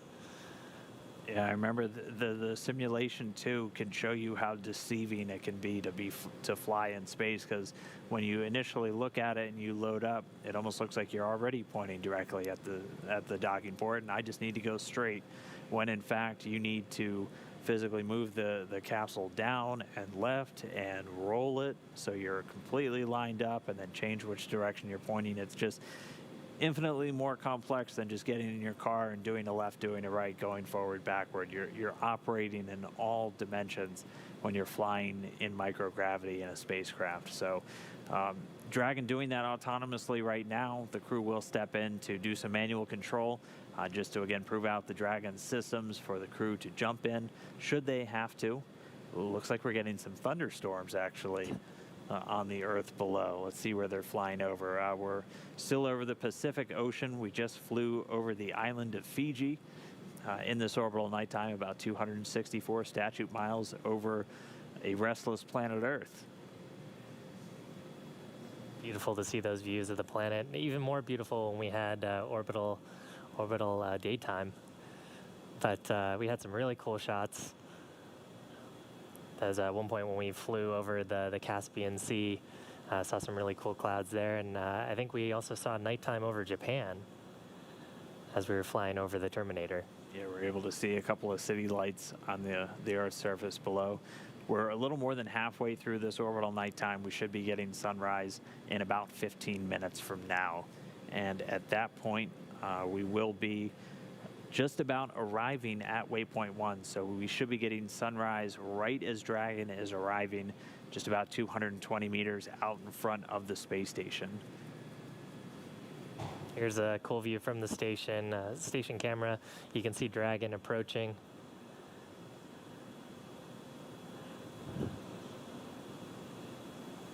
We've just got those red and green lights on either side of the capsule. It gives folks looking at the capsule a sense of orientation of the vehicle. And here's a view from Dragon. Dragon's got a number of relative navigation sensors, as well as a couple of cameras that can look forward. That will hopefully get some additional views as far as we get closer to docking. So here's a good view of the space station.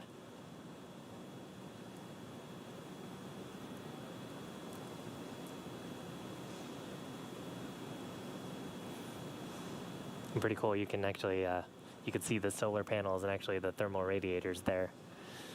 Here's a great view from a camera behind Bob and Doug. Bob in the right-hand seat in the pilot seat, Doug in the commander seat or the CDR seat.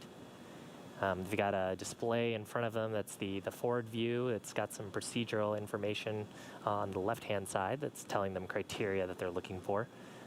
Anything off nominal, they could, of course, step in and issue a command if necessary. And then on the left-hand and right-hand screen were actually their piloting controls. So when the vehicle is in an appropriate state to receive those commands, they can just hop in and use those touch-sensitive gloves, issue commands to the vehicle's attitude control system.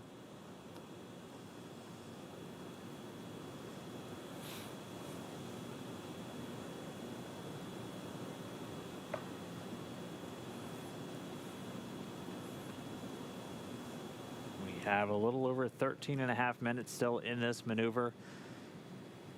It is really cool to get this look inside. And again, that screen in the middle, you can see the trajectory that Dragon is on. And if they were to just continue, it would eventually take them on a path away from the International Space Station.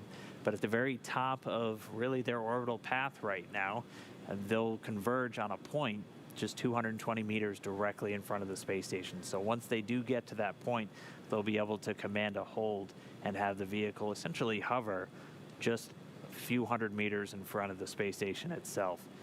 They're moving at a pretty slow pace right now, but again, slow and steady wins the race whenever we're doing these docking maneuvers in close proximity to the station. We have about 13 minutes to go. They're moving at less than half a tenth of a meter per second as they continue to close in.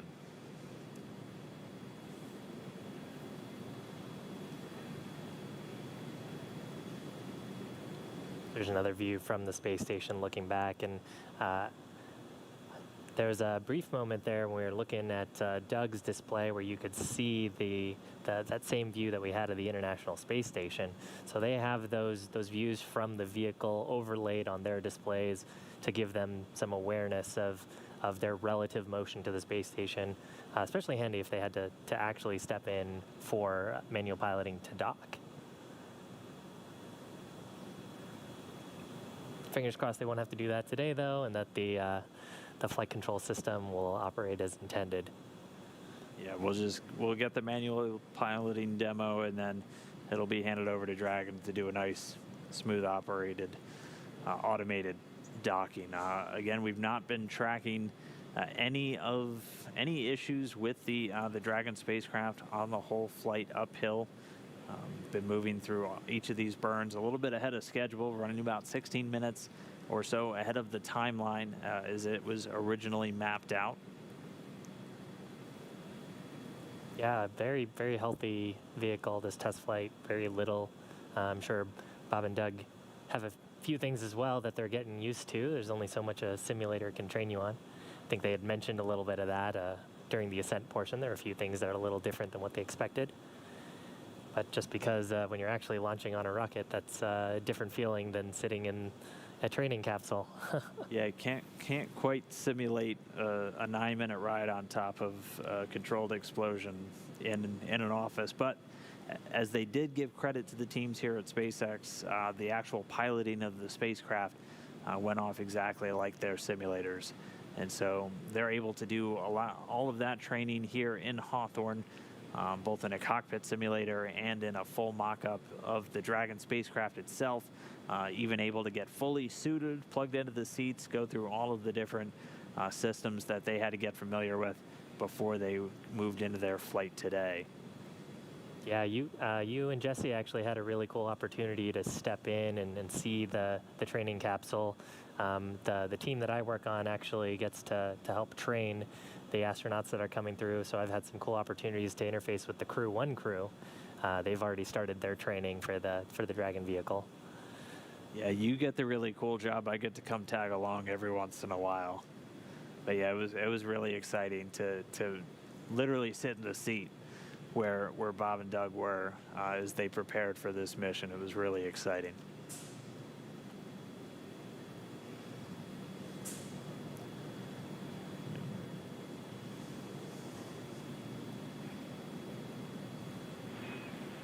Station, it's Houston on the big loop for Chris, crew monitoring. With that. Chris, you can begin to monitor the approach per step 1 of 1.104 Crew Dragon approach and retreat monitoring.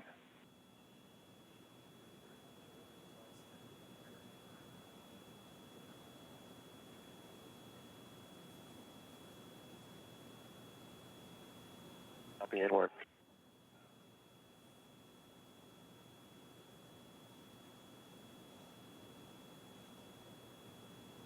So heard some cool stuff over the loops there. Looks like Chris Cassidy aboard the station is getting ready to monitor. We'd sort of talked about this earlier, but during the Demonstration 1 mission, the crew aboard the International Space Station had issued commands to Dragon. That's a capability that they have. So Yeah, so with Chris Cassidy now monitoring, we're a little under 9 minutes away from that arrival at waypoint 1. Let's jump over to Gary real quick for a quick station update, and he can walk us through some of the systems that are going to be in play during this manual piloting test. Gary? Thanks, Dan. Yes, we're monitoring the approach of Bob and Doug. Now just about 300 meters from station, heading towards that waypoint 1. One of the next milestones here coming up is going to be the manual flight test. Chris Cassidy already getting in position in front of the RPOP. This is the rendezvous software that he'll be using to watch some of the demonstration and the rest of the docking procedures for Bob and Doug as they move in to dock with the International Space Station. Right at about the time of the manual flight test, they will be communicating through the C2V2, Common Communication for Visiting Vehicle. You heard the call on the big loop. That was Joshua Kutrick here in Mission Control Houston, Capcom, talking with International Space Station Commander Chris Cassidy all over the big loop. That's an integrated communication loop with space to ground on station, Dragon to ground on Dragon, everybody hearing the same thing. Once we're in position of the manual flight test, C2V2 will transition to receive video as well. We should be getting some great video from Dragon all through the hardware that is on the International Space Station, integrated and linked with the Dragon. Now just inside 300 meters from station, I'll toss it back over to Hawthorne as we go through these next steps, heading towards waypoint 1.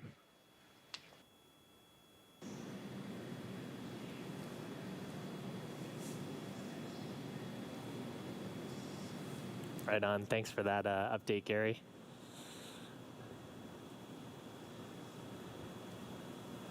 As Gary said, we're inside 300 meters away from the space station. Should be getting that arrival at waypoint 1 in just about 6.5 minutes. And then we'll see some dynamic action pick up with Bob and Doug stepping in to command a hold to the Dragon spacecraft and then step into their manual piloting test. Just to give you a long look at everything, we were originally tracking the docking just a few seconds before 7:30 a.m. Pacific time. We have been moving well ahead of the timeline, so we may only be about an hour away from docking at this point, as they're moving about 16 or 17 minutes ahead of schedule so far with all of Dragon's maneuvers. We'll consider that initial contact and capture of the vehicle to be that initial docking.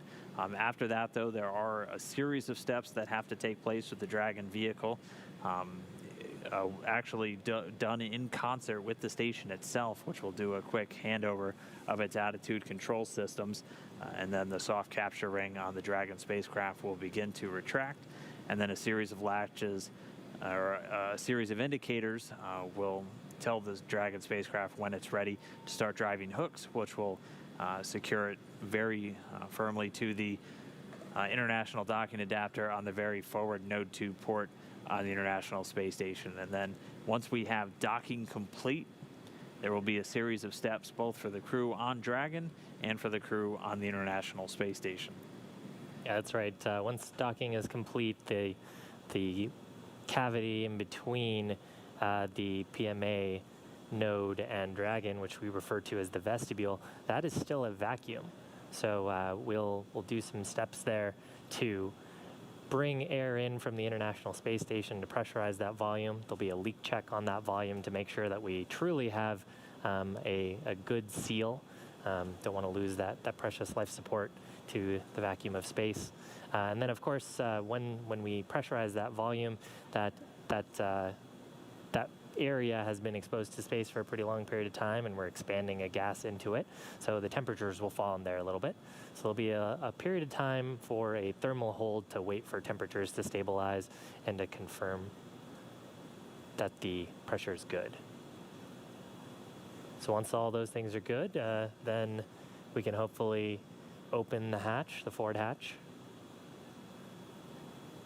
Yeah, we do expect it'll take about an hour and a half or so typically before we start seeing hatches opened between the station and the Dragon spacecraft following a docking. And there are going to be two hatches. The first on the station side is the APAS hatch.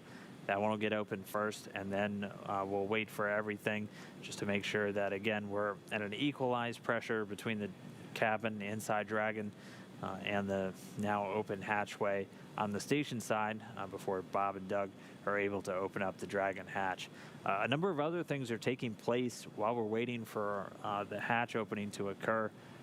Dragon, once it's docked to the space station, will be able to connect via an umbilical to transfer power from the International Space Station, so no longer needing to use its own solar arrays to power batteries and all the systems on board, be able to draw power. Dragon SpaceX for Approach 1 on Big Loop. Approach 1 and the soft capture ring extension will begin shortly. Command a hold 20 seconds after beginning Approach 1 for the manual piloting demo.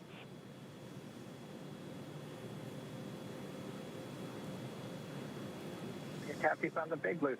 20 seconds after Approach 1, we will command the hold. Good copy. And so real quick, what they're referring to there, in about 2.5 minutes, we'll be at waypoint 1, so about 220 meters out in front of the space station. And then, just like waypoint 0, the vehicle able to bypass waypoint 1 and continue on its approach to the space station. The crew is going to jump in 20 seconds after they hear that Approach 1 has started, command a hold, and then they're going to move into that second manual piloting demonstration on board Dragon. So we should see that all start to happen in just about 2 minutes. And thankfully, as promised, the sun starting to come up on both of our spacecraft. Yeah, they also mentioned the soft capture system. So they'll do an extension of a ring with 3 pedal-like structures on it that are covered in micro switches and sensors. And when we do finally get to waypoint 2 and final approach for docking, those will interface with the international docking adapter and give us a confirmation that we've made what's called soft capture. Now, at that point, the spacecraft may have some relative motion, so that system helps get rid of any of that relative motion before we go in for final closure of the hard capture hooks.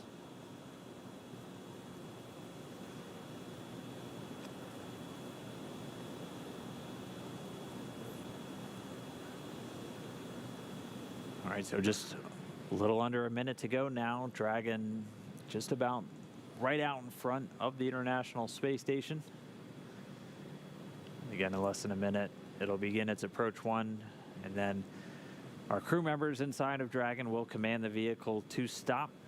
It will hover, and then they will be able to begin that manual piloting demonstration. Just about 240 meters away from the space station. We're pretty much lined up right in front of it along what we've been calling the V-bar, and you may hear that on comms.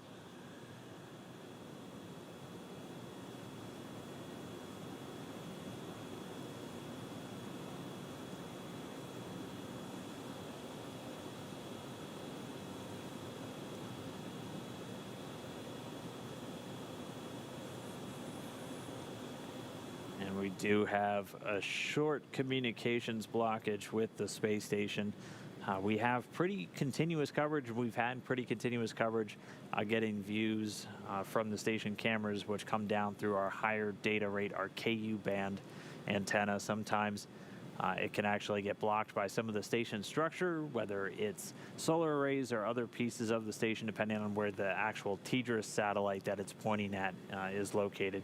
And it looks like we do have that blockage for the next 5 minutes or so. And then once that clears up and we have a clear line of sight for that antenna, we'll get that video back from the International Space Station. So we're expecting that to come about 28 minutes after the hour, so in about 5 minutes from now.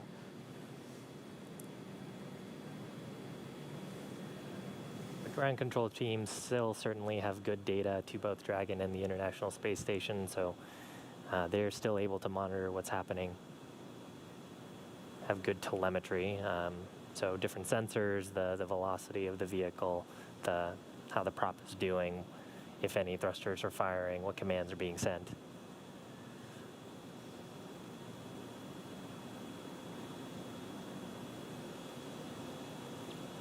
Just had a quick TDRS handover for Dragon, so transitioning between those tracking and data relay satellites and standing by for confirmation of that hold.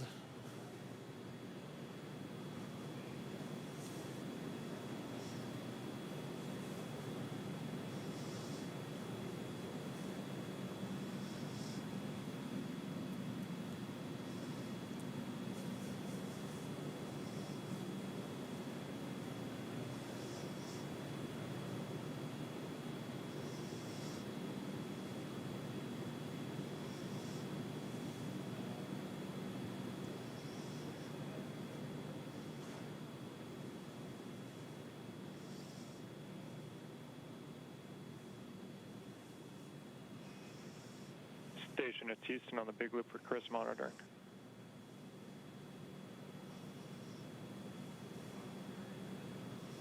Right, easy. Station in preparation for Endeavour's manual piloting demo. You can monitor now per block Charlie in 1.104 Crew Dragon approach and retreat monitoring. I'll be block Charlie.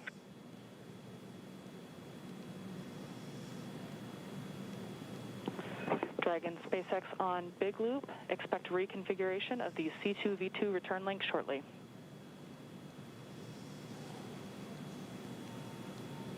Copy.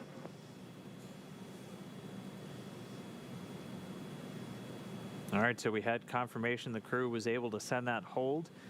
They're at right about 203 meters away from the space station right now, it looks like.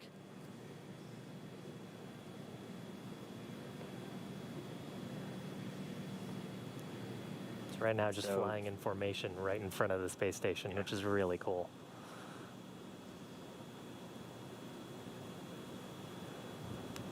Again, we should be getting the video views from the station itself back in just about 2 minutes from now. But yeah, Dragon holding just about 200, a little over 200 meters directly out in front.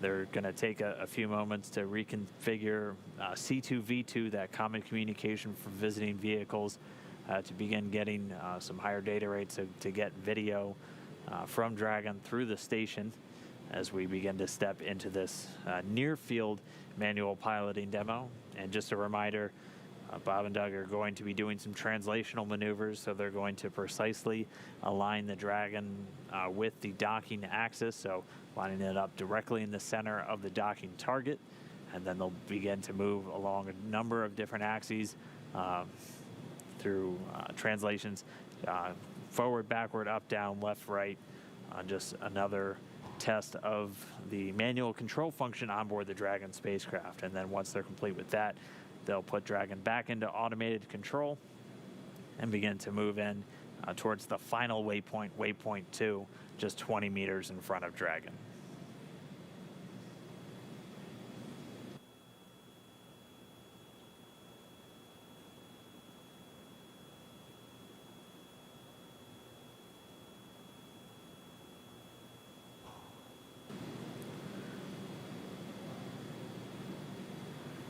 So before we start that, we do need to wait until we get that high data rate communication with the station locked back up.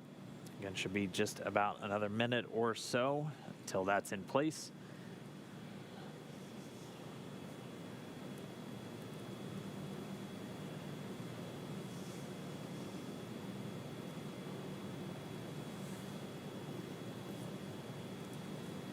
And hopefully when we get that high data rate communication back, we'll also get some views into the cabin behind Bob and Doug.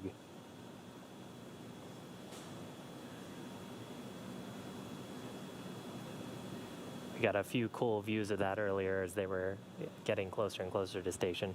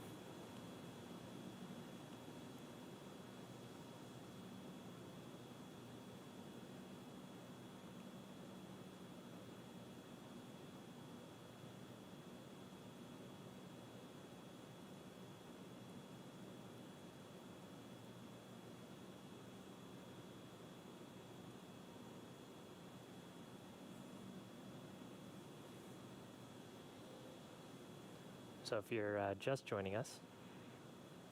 Station Houston on the big loop for Chris. Dragon's now transmitting docking camera video. We want to confirm that video and data is updating in the Dragon 2 docking monitor. Work.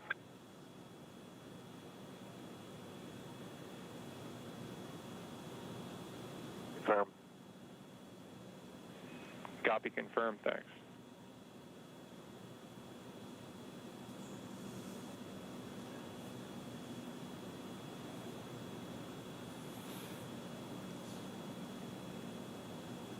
So as I was mentioning earlier, if you're just now joining us, Dragon is now just 220 meters in front of the space station. The astronauts aboard, Bob Behnken and Doug Hurley, have commanded a manual hold. That's to perform a manual piloting test. There is a very nice shot of the Dragon vehicle from cameras aboard the space station. You just saw one of the Draco thrusters there firing, just to keep it in that hold attitude, flying right in front of the station. Yeah, we have two cameras on the very forward port of Node 2, so right where Dragon's going to be headed following the completion of this manual piloting test. Dragon SpaceX on Big Loop. C2V2 link reconfiguration is complete. The soft capture ring extension is also complete. Dragon copies on the Big Loop. Good ring extension and C2V2 reconfig.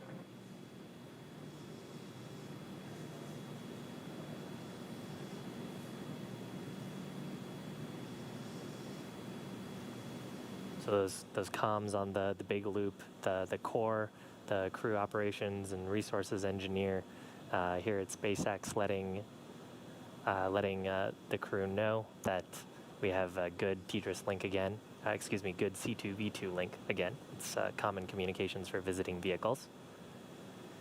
And we actually heard a little bit earlier as well comms to Chris Cassidy to monitor this manual piloting test. Dragon SpaceX on Big Loop, you are go to execute the proximity manual flight test per procedure 4.041, and I have the target fuel levels when you are ready to copy.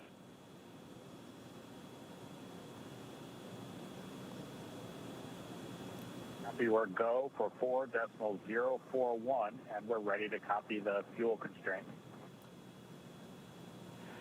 Your 1/3 fuel usage will be 60.9, 2/3 58.9, and terminate 57.9.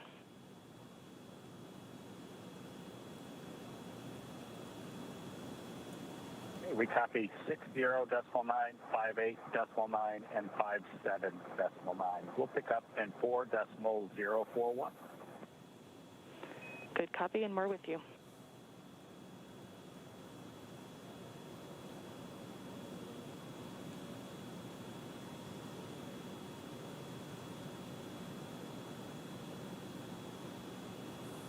All right, so they're going to start maneuvering Dragon again, making some translational maneuvers. We did get some insight that it looks like they're a little bit to the left of the docking axis right now, and so we should expect them to move directly into the center line as one of their first maneuver. That's going to be their very first maneuver, and then they have a strict list of choreographed steps just to test out moving on the other axes.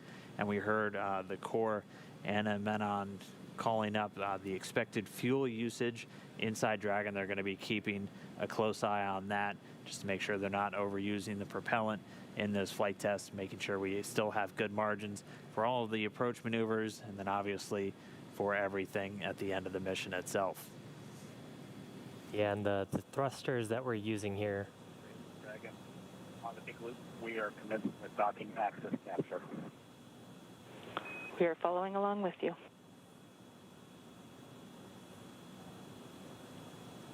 So the thrusters that we expect to see firing here would be on the service section or on the trunk. And you'll see some plumes coming out from the shot on your screen.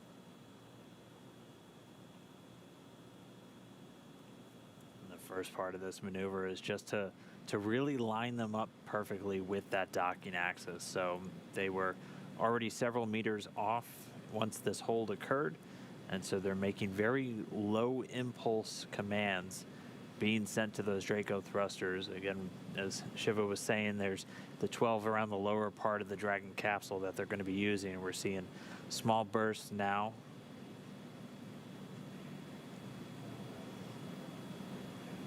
Yeah, and they actually have a couple of precision modes where they can put in sort of coarse and fine inputs into the vehicle.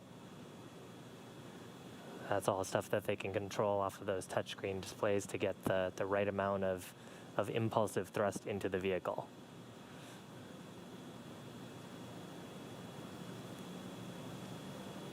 If you're trying to get a little bit oriented to how the vehicle is positioned, that's the nose cone on the top of your screen.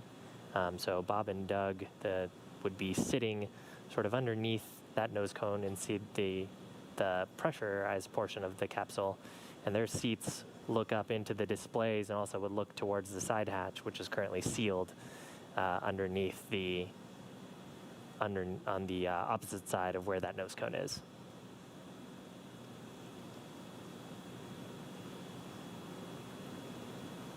Very cool to see those thruster plumes. Yeah, the Kronos emission control Houston actually opened up the iris a little bit on that camera on the space station so we could see these plumes.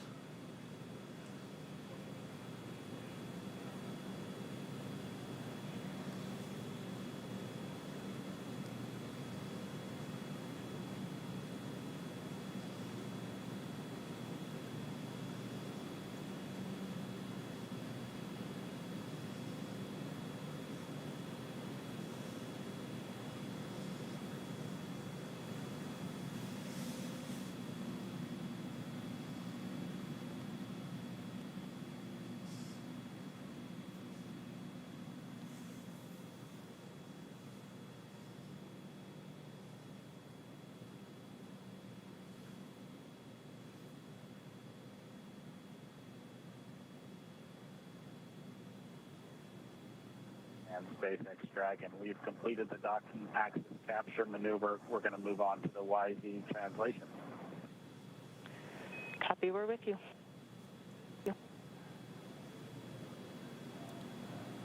All right, sounds like they've got themselves lined up exactly on the docking axis, so directly in front of that international docking adapter on Node 2. Now they're going to begin some lateral and axial maneuvers.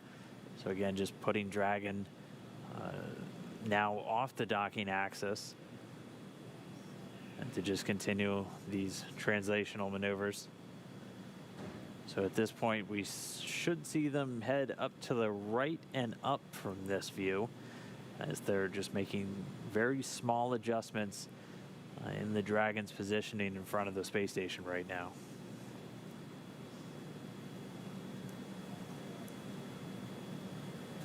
And here comes the translation.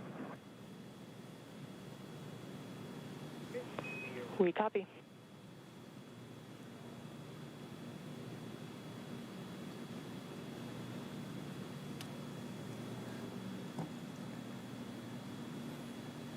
Yeah, in the data, it looks like we're seeing the 6 thrusters essentially on the bottom of the spacecraft right now from this view, lighting up.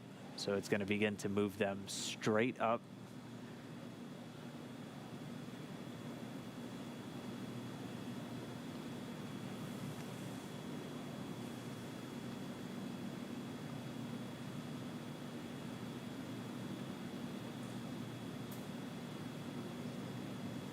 And it's difficult to tell, but there is a very slow drift upward right now.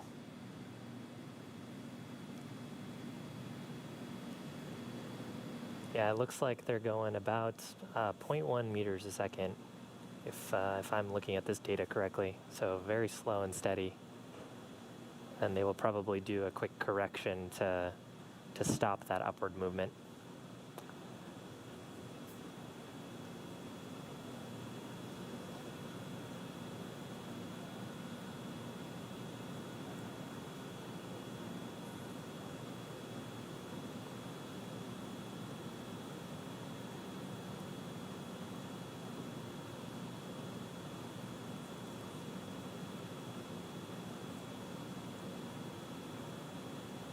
It's a little surreal seeing Dragon so close to the space station.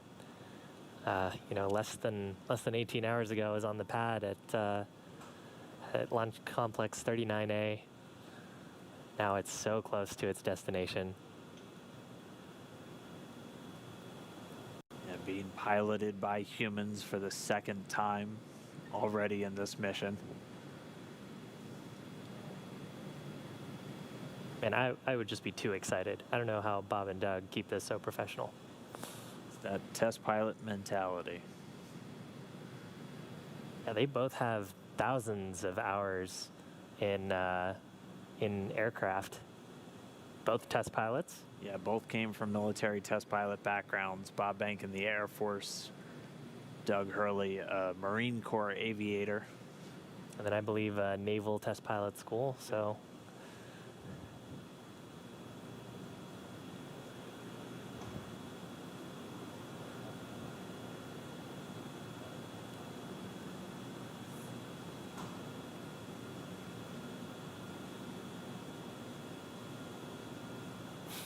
A little bit overexposed there, but you can still see the thrusters firing.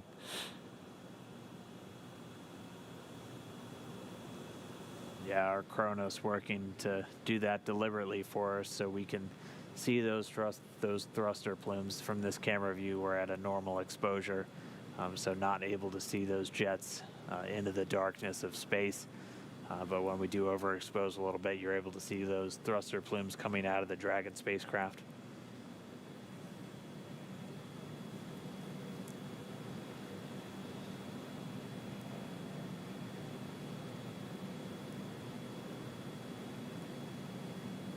Yeah, it's amazing how the plume has to catch the light just the right way for us to even see that it's happening outside of data.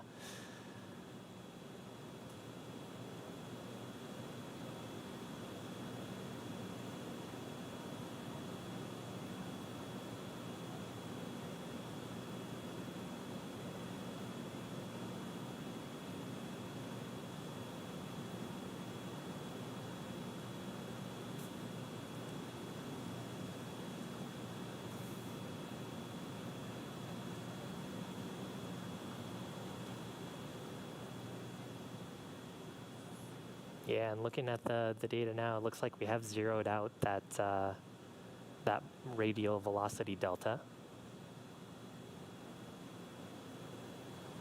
So Bob and Doug cleared out that small translation test that they did. We may get a radio call down here that they've completed the Y direction testing.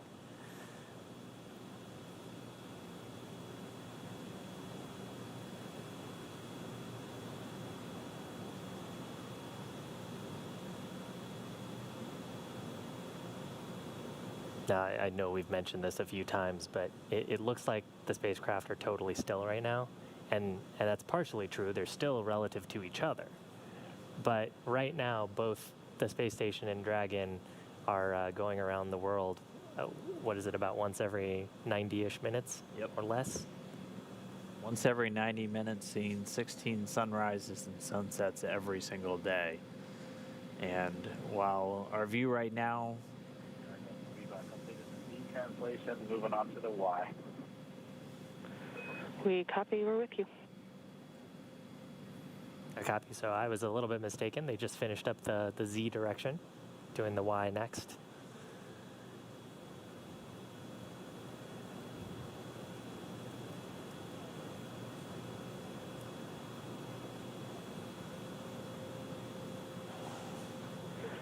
Dragon, SpaceX on Big Loop, you have used approximately 1/3 of your prop test budget.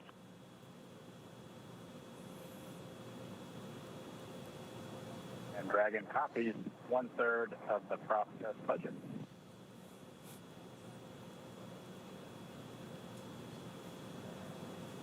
So the Corps letting the crew know how much prop they've worked through. Still have 2/3 of their budget left to do test maneuvers.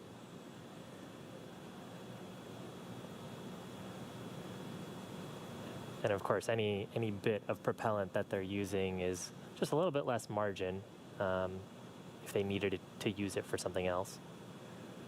But a good way to exercise the system, see that manual piloting works as intended, and I'm sure for them to have a chance to provide some feedback on how manual piloting actually felt in space and how the control felt.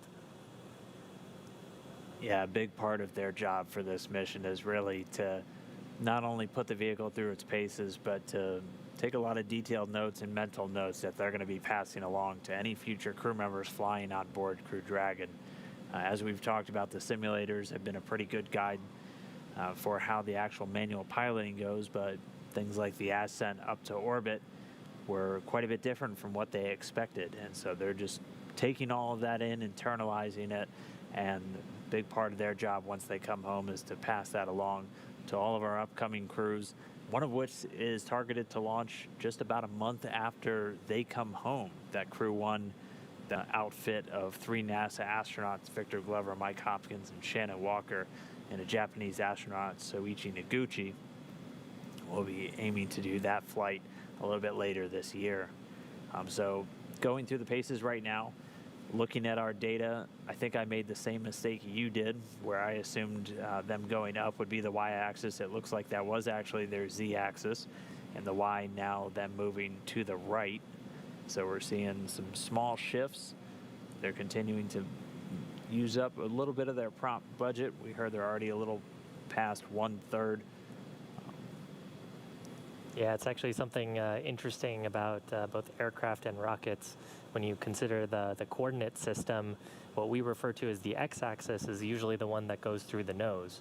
So in the case of Falcon 9 and Dragon sitting on top of each other, the x-axis would have been pointing through the nose cone going up.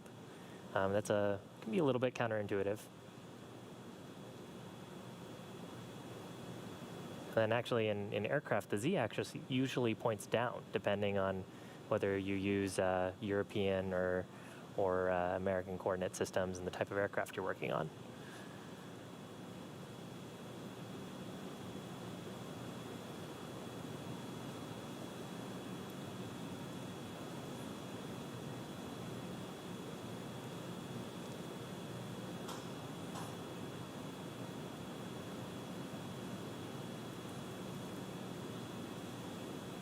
But important for both space station and Dragon to be on the same coordinate system as they do this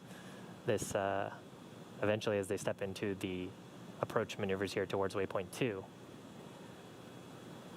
Dragon will be using its relative navigation sensors, again, for relative position to the station, to make sure that it's on the approach, within the bounds of the approach corridor going towards the station when we get to that after this manual piloting test.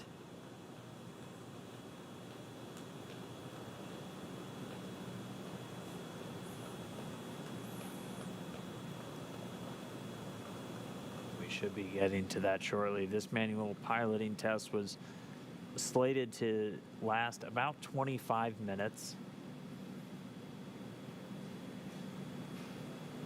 And as we have been running ahead of schedule today, with all of Dragon's maneuvers, we could be looking at a docking only about 25 or 30 minutes from now. So once they're done with this manual flight test, they'll turn control back over to Dragon's flight computers, and they'll resume their approach, which had actually already started automatically before the crew issued a hold command to the vehicle. And then they'll press in to arrive at waypoint number 2, at which point the teams will do a final go, no-go for docking. They'll depart that 20-meter hold point, and it should be just about 5 minutes following that departure until we get contact and captured. Yeah, and the crew right now are seated in Dragon in the pilot and commander's seat. Both of them are suited for what are relatively dynamic maneuvers. And they'll continue to be suited until we have confirmation of good hard capture on the space station.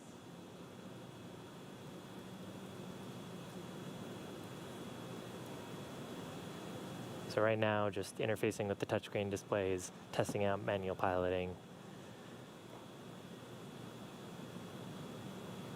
Hopefully secretly a little bit giddy to be piloting a spacecraft. I mean, before they had launched, Bob Behnken had referred to this mission as every astronaut's dream, getting to launch in a new spacecraft, putting it through its paces. he and Doug Hurley with those test pilot backgrounds, testing out a new spacecraft has to be as good as it gets. But they're still stepping through this manual piloting. We should have just a few more minutes until they're done with this Y-axis translation. And then they'll be able to turn command back over to Dragon, which will return itself to the docking axis and then begin that approach into waypoint 2.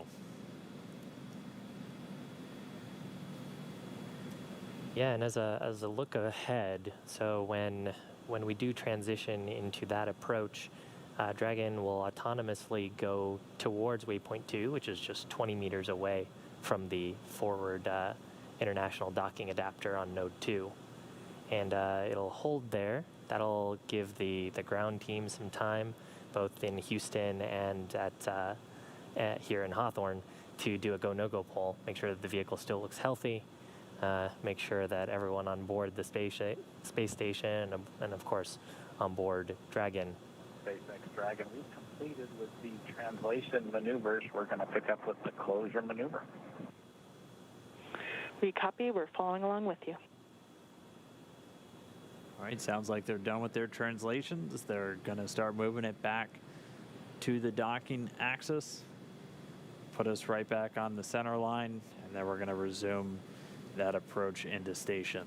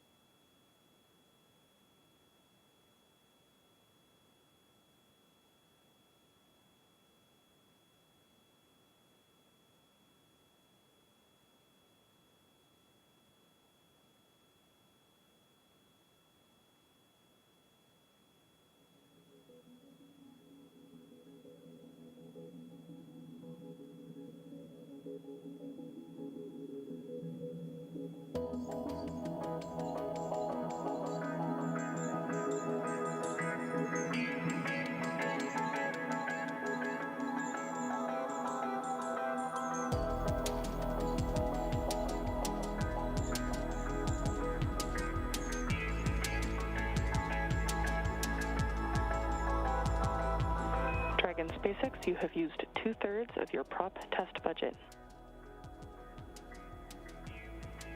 I can copy 2/3 of the budget.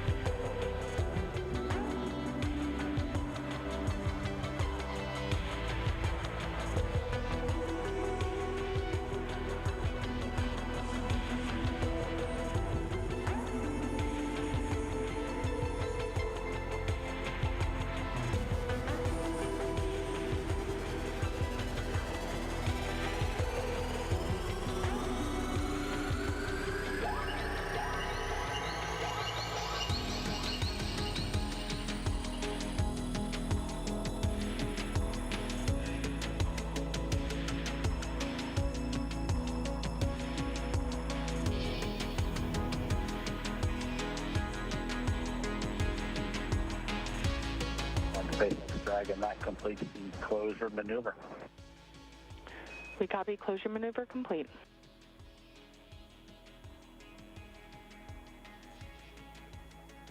That will move on to 4.041, section 4. We copy and concur.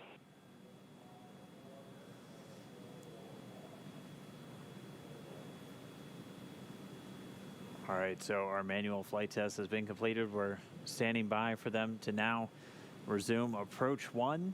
So to move in from that waypoint 1, we're already inside of the keep out sphere at this point. Dragon's holding just 176 meters from the space station, and pretty soon they're going to be approaching. Dragon, that completes the manual piloting demonstration.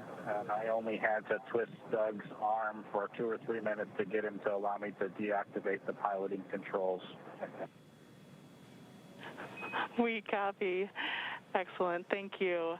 And with that, we ask that you, from the display used for manual piloting, please go to audio settings and adjust a gain setting for seat 1 or 4. And in addition, we would appreciate any handling qualities evaluation of the proximity piloting possible. We've completed the gain setting adjustment for seat 1, and I'll turn it over to Doug for the handling qualities quick look. SpaceX Dragon on the big loop for the handling qualities. It flew just about like the sim, so my congratulations to the folks in Hawthorne. It flew really well, very crisp. It was a little sloppier and wide, just like we saw in the sim, but all the other axes as well as closure and opening were all just as per. Excellent to hear. Thank you.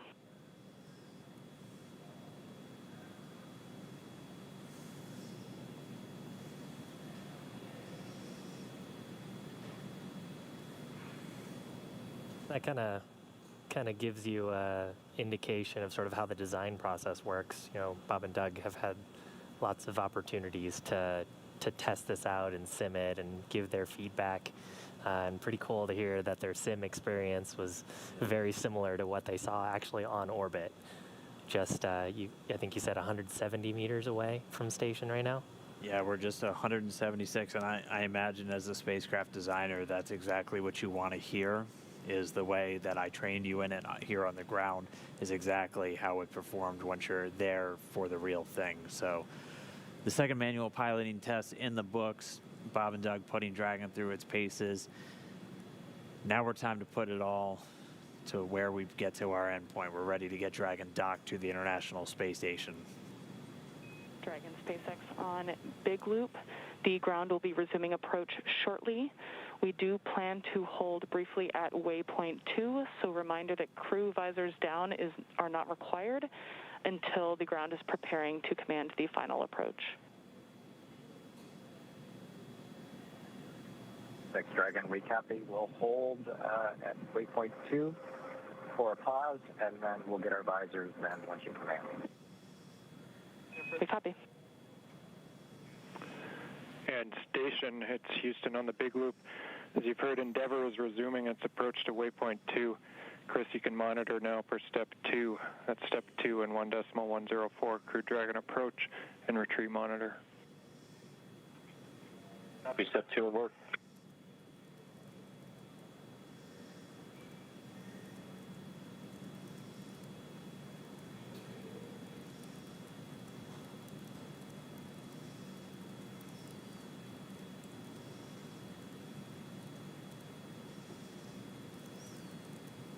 Pretty cool view of the International Space Station from Dragon.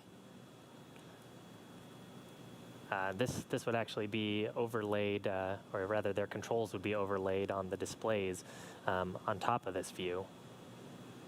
And we got to see some pretty cool views from behind. Actually, there's a view right there. You can see the station on their displays. Visors up, Doug in the left seat, Bob in the right seat.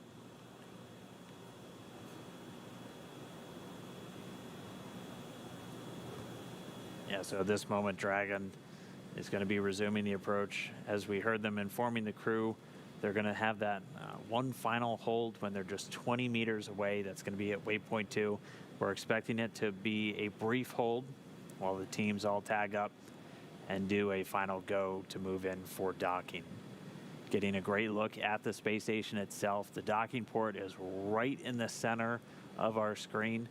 You can see another spacecraft currently docked to the space station, the Japanese HTV spacecraft currently docked to the Earth-facing port.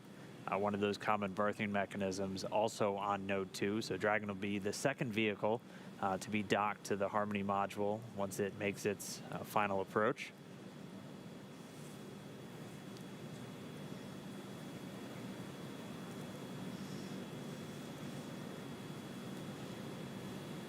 And it's moving in right now. Again, just to give you an idea of how quickly they're moving, they're going at about 0.3 of a meter per second right now. And so if you're having any trouble with that docking simulator online, remember to just slow things down a little bit and your chances will go up exponentially. We just passed 140 meters away. We'll get our live video comm back with the space station momentarily. As soon as we do, we'll bring you back up there. But for now, Bob and Doug continuing to fly in. They're just 135 meters away. Station on the big loop. In step 2, a review of steps 3 and 4 is complete. Crew on the International Space Station is ready for docking. Station Houston on the big loop. We copy the review of 3 and 4 complete. International Space Station ready. Thank you. Expedition 63 Commander Chris Cassidy giving the report. Station is ready for docking. Yeah, and you can see the trajectory of the spacecraft. There are small corrections that are happening. So as we get closer and closer to station, we're trying to stay within those 2 corridors, which are shown coming out of the docking port that we're going towards. That little dot, I think, was the 20-meter hold point. So that's where we expect there to be the spacecraft holding right in front of the International Docking Adapter. There'll be a go, no-go poll. The ground teams have worked hard over the past probably years to come up with a set of what we call flight rules. So those are technical constraints, items that we look for, that if any of those criteria were violated, then we have a rule that we've predetermined, gives us guidance to say whether we could approach or not. So far, our vehicle has been very healthy, but technical ground teams will all do their due diligence to make sure that it's still safe to approach. Right, and at this moment, that approach is continuing, still moving in at about 0.3 of a meter per second. Dragon's coming up on just 100 meters away from the space station. So the very top there is the nose cone on the spacecraft, where we've got a cool view. Left side of your screen is the International Space Station. Right side of your screen is Dragon.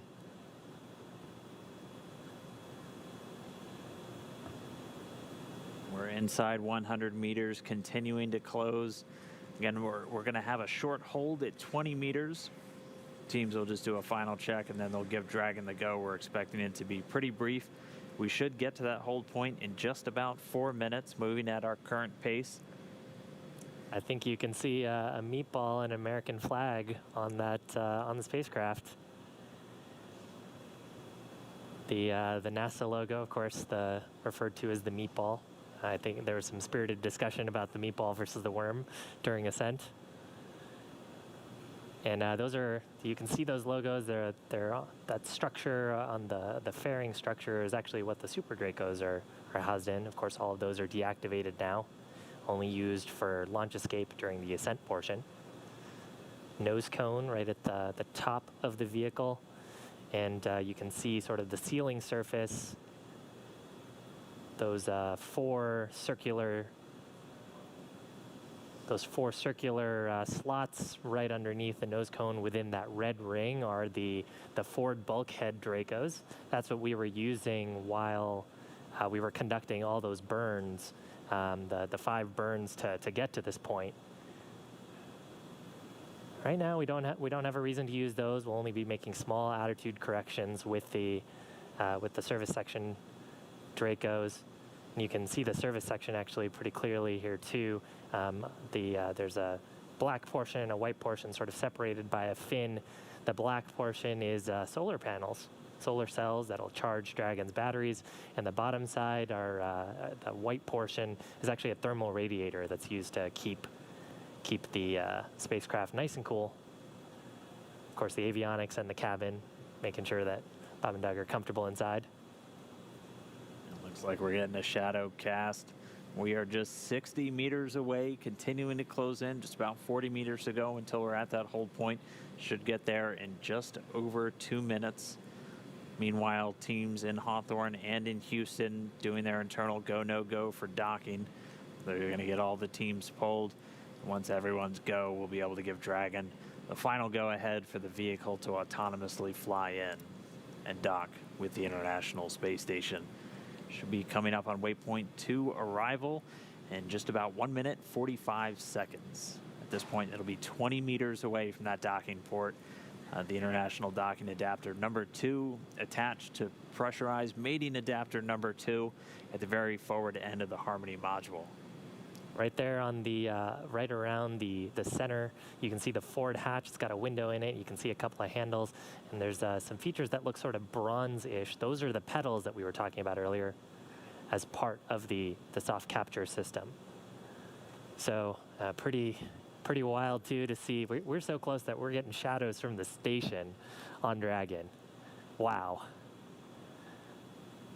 And we're getting these views of Dragon's approach from 2 cameras that are right next to that docking adapter. And the movement's a little jarring at times. These cameras are being commanded by a person at the Cronus console in Mission Control Houston, and they send some very basic function commands to the camera, which it then executes automatically. And so they're continuing to follow Dragon in, so we do thank them for their diligence to give us these views of this historic moment as we are just less than 30 meters away from docking. Right above the NASA meatball logo, you can see 3 of the service section Draco thrusters. That's right, 12 in all. So the 4 of those clusters spread around the vehicle, used for a lot of the attitude control and any small translational maneuvers like we just watched Bob and Doug execute with their second manual flight test. Yeah, and actually oriented in a way, too, where if you were to lose some of those thrusters, you still have redundancy and control in those axes. That's part of the reason why they're sort of at the angles that they are. All right, so we should be getting to waypoint 2 right now.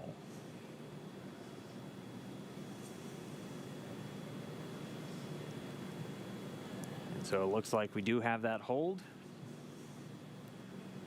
Dragon SpaceX on Big Loop. The ground is go for approach 2. We will be enabling the resume shortly. As a reminder, ensure your visors are closed prior to Dragon's departure from the waypoint. And once Dragon is inside the crew hands-off point, retreat and breakout are not permitted. And for your awareness, we have sunset in a little less than 8.5 minutes.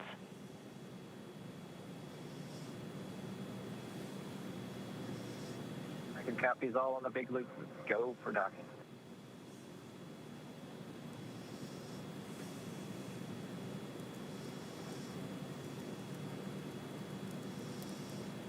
So Doug on the spacecraft confirming their go for docking. They're going to put down their visors. Got some instructions there about the crew hands-off point that we had talked about earlier. That's a point where we don't want the crew issuing any commands to the vehicle. It's about just about 2 meters away from the docking adapter. I believe the number is about 1.7 meters. Station Houston on the Big Loop. Houston and station are now go for docking. Chris, you can monitor per steps 3 and 4. 3 and 4 in 1.104 Crew Dragon approach and retreat monitoring. Copy steps 3 and 4. Next Dragon on the Big Loop. Our visors are down. Copy, visors down.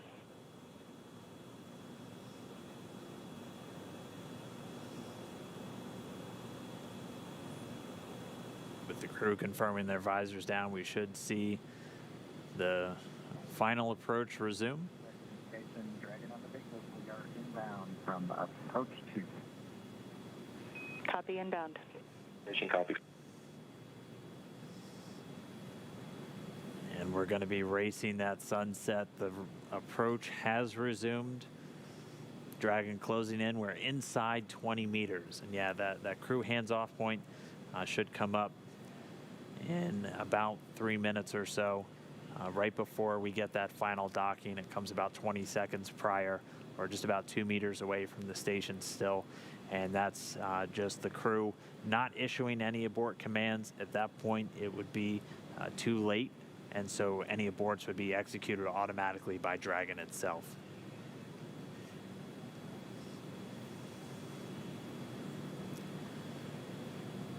So we're closing in at less than 1/10 of a meter per second at this point. You can see the service section Draco is just doing all these very small, minor attitude corrections. Really, the autonomous docking system at work, making sure that the vestibule and the soft capture system is lined up with IDA2.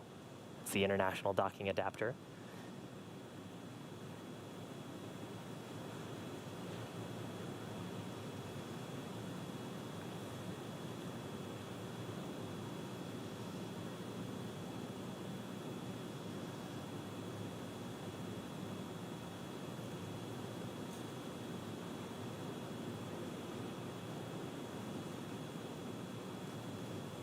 You can see much more clearly there the hinge mechanism for the nose cone.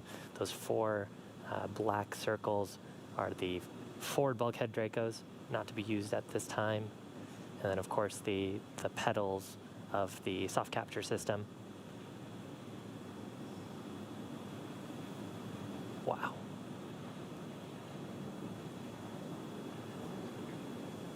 Dragon on the Big Loop, we're inside 10 meters. We cannot make out the docking target, but we do see the outline. We copy and concur, 10 meters. All right, we're less than 10 meters away. Again, we're closing at that rate of less than 1/10 of a meter per second. We should be just about 1 minute 45 seconds away from docking. There's a center line camera right in that middle, so that you can see where the forward hatch is, and right in the middle of that there's a window and there's a center line camera that is aligned with the center of the vehicle and the center of the docking mechanism. So that is what the autonomous docking system is using to line up with sort of a cross hatch, cross target on the docking port.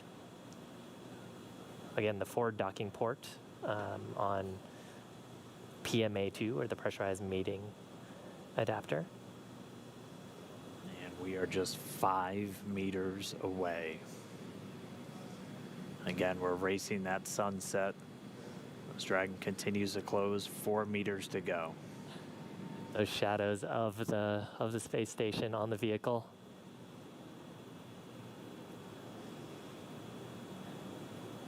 Yeah, you can actually see the centerline camera pretty clearly there, sort of with the contrast of the sun right now. 3 meters to go.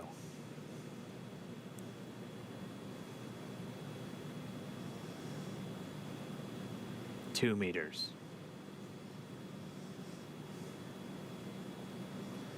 We are inside the hands-off point, the chop, the crew hands-off point. 1 meter to go.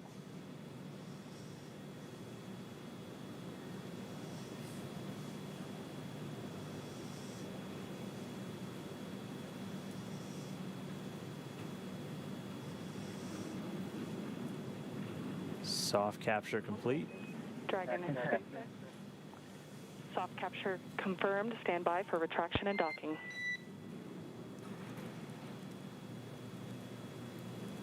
Standing by. And we just heard it, soft capture. We have docking, that coming at 7:16 a.m. Pacific time, with the station and Dragon flying 262 statute miles right over the border between northern China and Mongolia. You saw a little bit of motion there of Dragon. That was that relative motion that the soft capture system is damping out. once that motion is clear, then the soft capture system will be retracted, and Dragon will go for hard capture.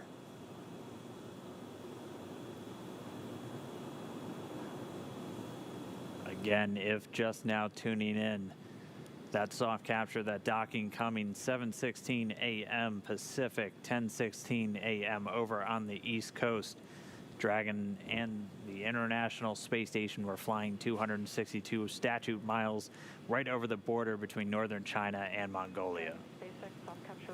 So that soft capture ring now going to retract. It's one more step on the way to docking complete. Copy. Proceed on board. Yeah, and so the next step here is once the soft capture ring is retracted, there are 12 latches that we refer to as hard capture latches. Those are what will really create that pressure-tight seal between the Dragon spacecraft and the International Space Station. So once soft capture is complete, and I believe we'll get that call from our core here, Anna, then we'll get confirmation of hard capture, and the crew, of course, aboard have this information on their displays, so they'll also see indication of hard capture complete. And once those two steps are done, then that's docking complete.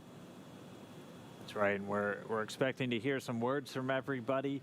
A pretty monumental moment. I mean, for Doug Hurley, he's returning to where he last docked almost 9 years ago on the very last space shuttle mission, now commanding the very first commercial spacecraft to deliver astronauts to the International Space Station. That's got to be cool for them. They've mentioned quite a few times that they're best friends, our favorite dads in space, as we've been calling them. This has got to be really cool for them. It's got to be really cool for their families too, watching this.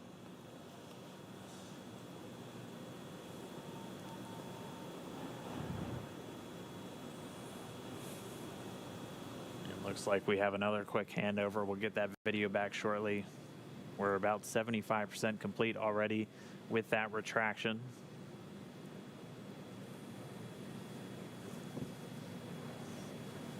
Once that retraction is completed, we'll keep an eye out for the 12 ready to hook indicators. Once those are ready, those 12 hooks will begin to engage, and that'll securely attach Dragon to the International Space Station.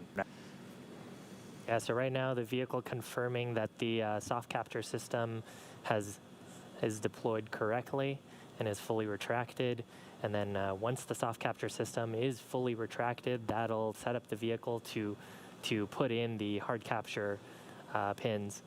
There's 12 of those around the docking ring, and that's what creates that airtight seal between the Dragon spacecraft and the International Space Station. The volume between, which we refer to as the vestibule, is currently not pressurized. Of course, it was just exposed to the vacuum of space until literally minutes ago, about 4 minutes ago. So just waiting for the vehicle to get that. Dragon SpaceX, ring retraction complete. Docking sequence is holding for MCS reconfiguration. All right, so we see those ready to hook indicators are lighting up green. So we should be just about to step into those 12 hooks beginning to engage to get that secure mate between Dragon and the International Docking Adapter on the space station. Wow, right now those two vehicles are flying together. They are attached to each other. It's been just under 19 hours since we lifted off. We're actually at about 18 hours, 58 minutes, and 42 seconds. So we promised about a 19-hour ride up to station, and we made it just a few minutes before that. They were able to dock a few minutes ahead of schedule. We were tracking them to still take about another 10 minutes, but able to step through all of their burns about 16 minutes ahead of schedule and get us to where we are now. If you missed it just a few moments ago, that initial docking coming at 7:16 a.m. Pacific, 10:16 a.m. over on the east coast of the United States, and they were 262 statute miles flying together over the northern border of China and Mongolia. So Really exciting. We're just waiting for this docking complete to be confirmed. We're expecting to hear some words, obviously, from the crew on board and all the excited teams down here. We're just waiting for this moment.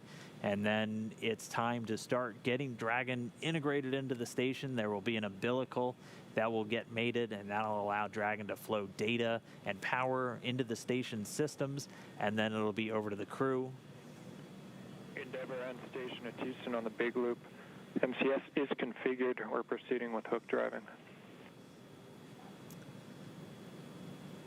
All right, and they did a quick, so the motion control system onboard station now back under those control moment gyros, so handed over from the Russian thrusters, and Dragon now given the go to drive those hooks. We have to do that changeover of attitude control before we drive those hooks, as the Russian thrusters a little bit more dynamic in their control of attitude, and if you had a thruster firing while you were starting to drive those hooks, that could miss a line.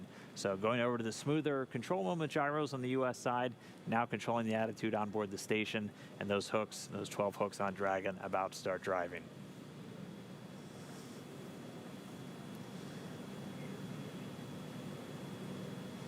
Right now, Dragon and ISS attached, just flying off the east coast of China, just underneath Japan. Attached to each other, we recently passed over to the orbital night, so we're on the currently the dark side of the world. And actually, we're lucky enough to see soft capture happen just as we were crossing over the Terminator line. And if you're wondering what you're looking at, this is one of the cameras on the very outboard part of the Japanese experiment module, looking back in towards the very front part of Node 2, where Dragon is currently docked. We are in an orbital nighttime, that's why everything is so dark, but you're looking at Dragon. It is horizontal to the ground, so the hatch part is right where that green light pretty much is. You can see the nose cone still illuminated above it, and it is currently attached to an international docking adapter on the International Space Station. And inside that capsule are Bob Behnken and Doug Hurley, first astronauts to fly on a privately developed vehicle up to the International Space Station. Both test pilots got to do some fun tests today. Have a few more steps before they can actually get aboard and ingress to the International Space Station. And that's what we heard over the big loop, that transition, which allows us to then proceed with hard capture. And we're seeing the first set of hooks, so the first 6 out of the 12 are now closed, 6 more to go. Again, there are 12 of those along the ring. And that helps us ensure that we have an airtight seal. It is vacuum around them right now, so we want to make sure we're keeping all of that valuable life support in the vehicle. Now the combined ISS Dragon vehicle.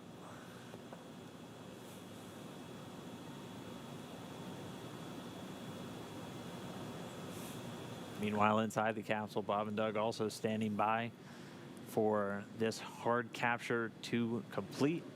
And once we have that docking complete call, they'll be able to start stepping through a number of procedures to get them ready to move into the International Space Station. They'll get the go-ahead to doff or get out of their suits, and then they'll have some activities on the Dragon side to prepare for the hatch opening. Chris Cassidy will mainly be working on the station side to pressurize the vestibule. So as Shiv has talked about, the space between the Dragon capsule and the space station was exposed to vacuum, and even after this tight seal has occurred, we'll still be at vacuum inside. So we'll actually open up a valve to supply air from the station side into that space between the Dragon and station hatchways, and they'll get it up to the same ambient pressure that we'll have inside of Dragon and on the station itself. They'll wait for it to thermally balance out, make sure we don't have any temperature swings as we're bringing it up from vacuum, so probably from a very cold temperature up to about 72 degrees that they have in their cabin temperature on board the station, and then we'll get the hatches open. Dragon SpaceX, hard capture complete. Stand by for docking completion.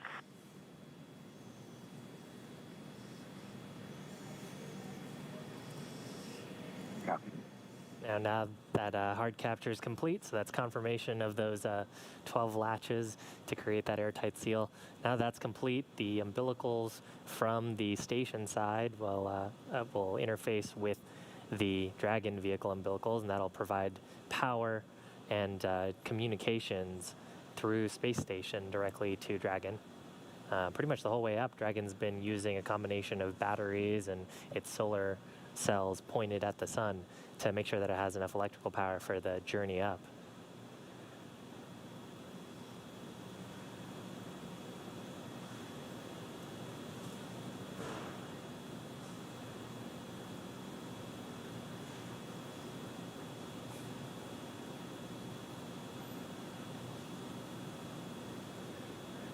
And we're just standing by now for that umbilical to get mated, and that's going to, again, as Shiv was just saying, start the power and data transfer between Dragon and the space station. They've been transmitting data through RF radio frequency on the way uphill, and during the final approach, this will give a hard mate, basically a wired LAN connection between the Dragon spacecraft and the International Space Station itself, and then also being able to draw power from the station systems using those great big solar arrays that are used to generate all of the electricity for systems on board the station.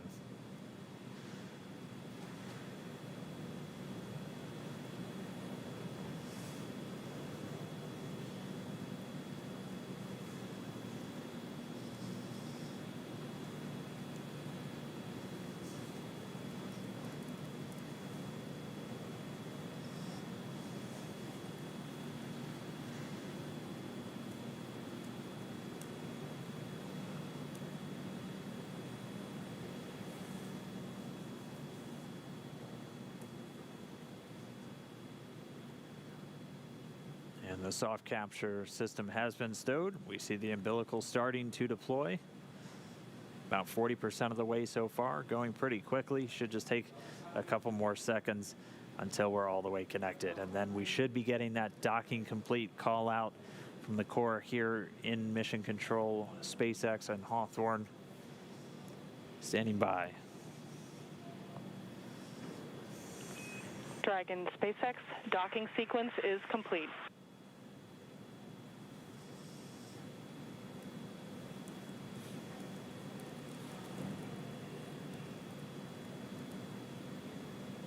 Dragon, we copy docking complete.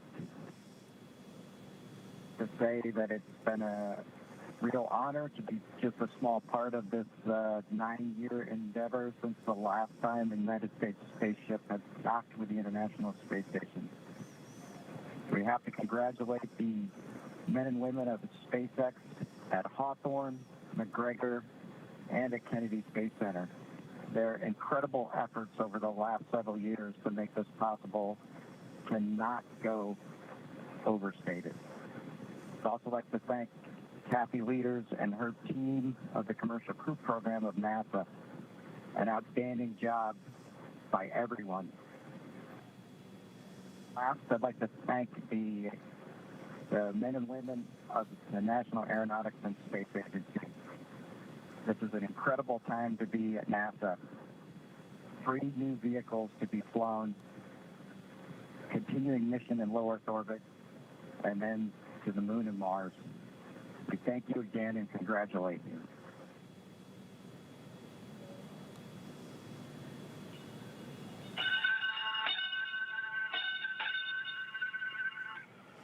Dragon arriving. Crew of Expedition 63 is honored to welcome Dragon and the Commercial Crew Program to welcome aboard the International Space Station. Bob and Doug, glad to have you as part of the crew. Well done. Bravo Zulu. Okay, happy. Thank you, Chris. Thank you, Chris. Endeavour, this is Houston. Bob and Doug, welcome to the International Space Station. after your spectacular rendezvous and docking of the first Crew Dragon vehicle. For the first time since the retirement of the space shuttle, you have completed a historic ride to the ISS and have opened up a new chapter in human space exploration. On behalf of the flight control teams here in Houston and in Hawthorne, California, and to our SpaceX colleagues, bravo on a magnificent moment in spaceflight history and on the start of a new journey that has changed the face of space travel in this new era of space transportation. Bob and Doug, good luck, and we look forward to working with you on board.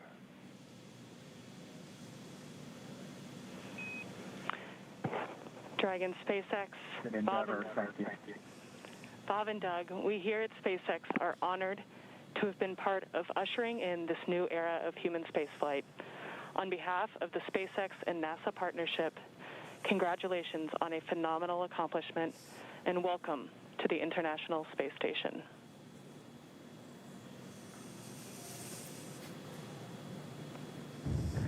Well, thank you, Anna. We appreciate all the good words and everyone thanking us, but it truly was a magnificent effort by the entire team, the SpaceX team, the NASA team, and a team across America who was able to pull this off and bring human spaceflight again to our nation. Thanks for everything. Happy to be aboard.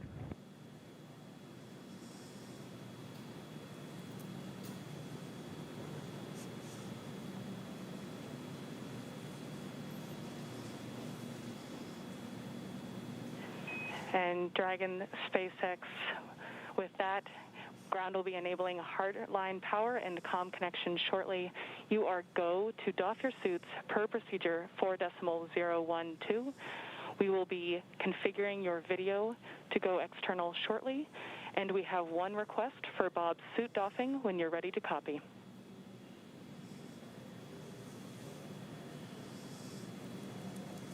We copy all. Go ahead for Bob's suit. During your approach suit leak check, we noticed Bob's suit pass with a lower PSID than his previous vehicle and O&C checks. We still had plenty of margin to support you in a depress, but in order to rule out potential hardware issues, when Bob is doffing, after he opens his structural zipper, check all 3 bladder zipper heads to see if any are partially closed. It is possible that if the head is backed off slightly, that the white tooth is partially visible or a small gap can be seen between the end of the zipper head and the gasket end. Please report observations.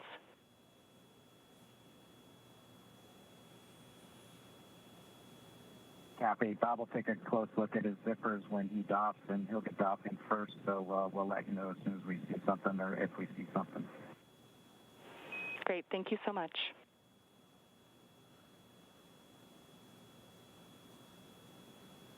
Wow. So now Dragon has completed its docking sequence. There's a number of checks.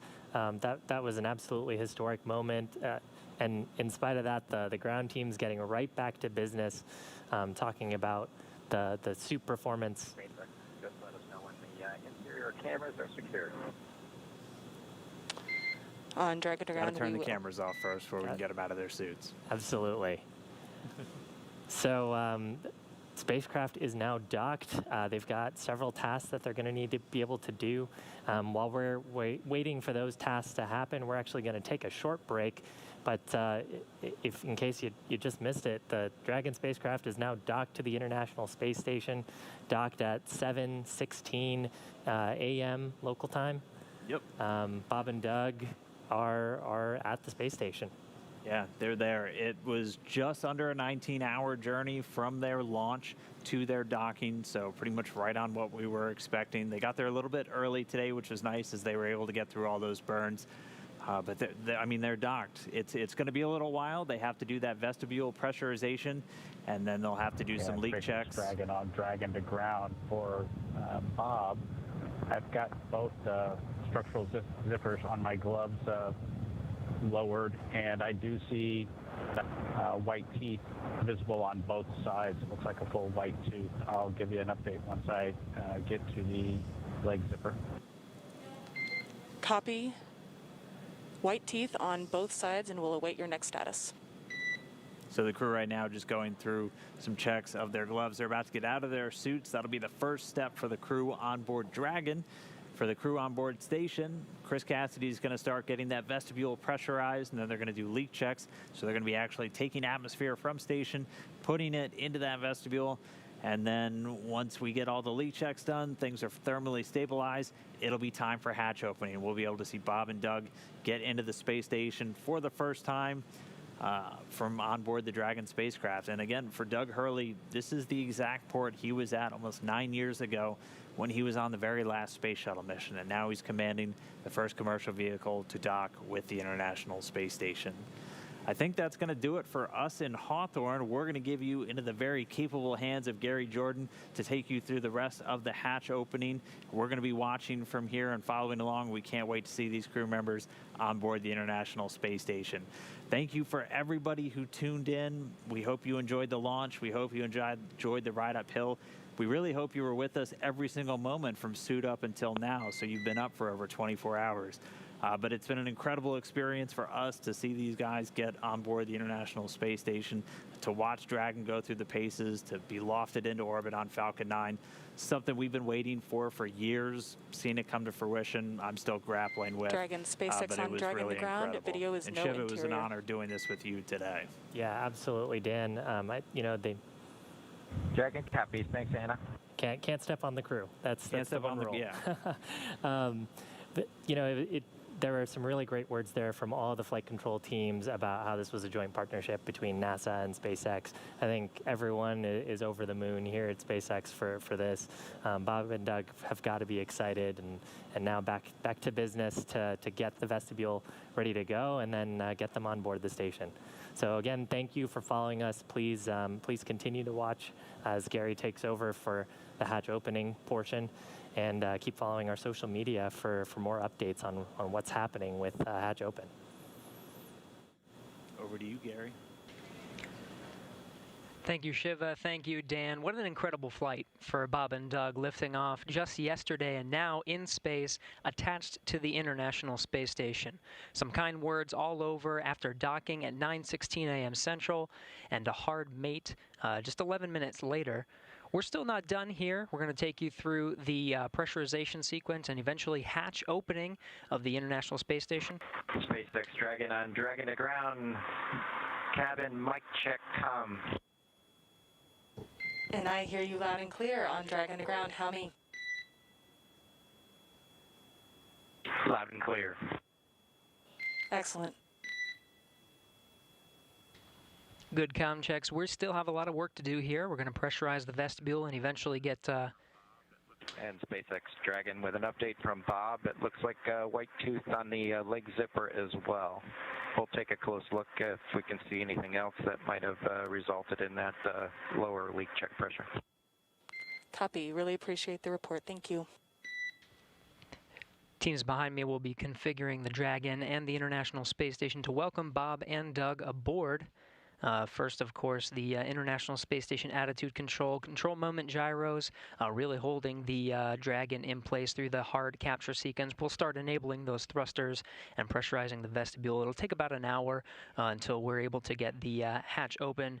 The teams here in Mission Control Houston, Orbit 2, led by Flight Director Zeb Scoville, will be taking us through that process.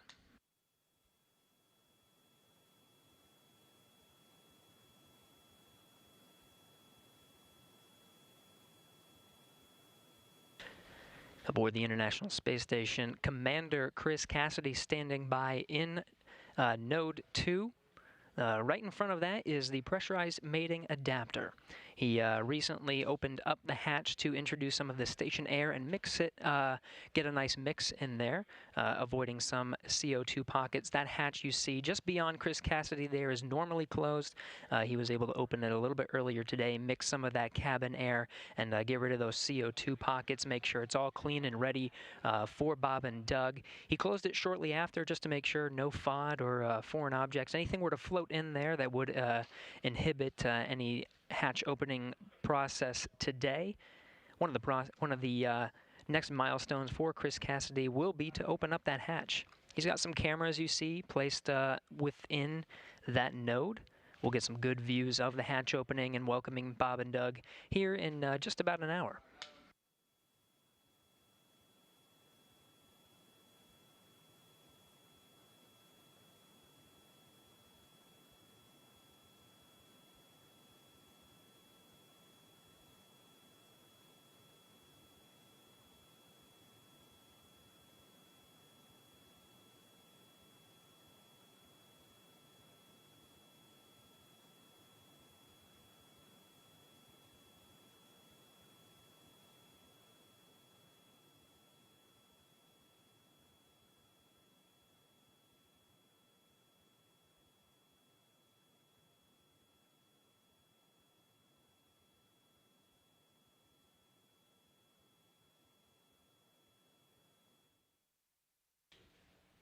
A big moment in history today, May 31st, 2020.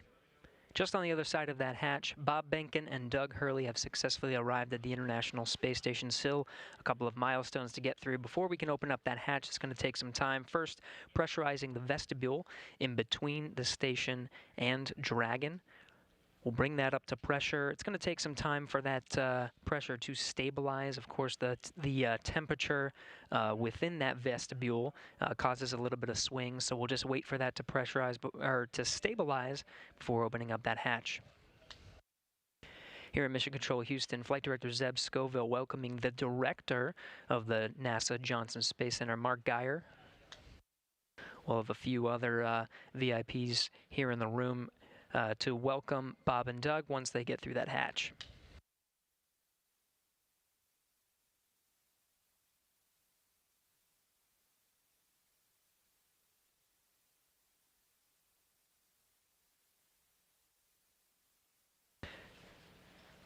Now again, this repressurization and hatch opening process is going to take some time. You see now we're going to have some intermittent losses with the communication from the International Space Station. You're seeing now the International Space Station Flight Control Room led by Flight Director Zeb Scoville. Just a handover of some of those audio and visual communications. We'll be regaining those shortly. Might lose them intermittently throughout the repressurization process, but the teams here will be monitoring all of the procedures. Again, pressurizing that vestibule and eventually getting to that hatch opening.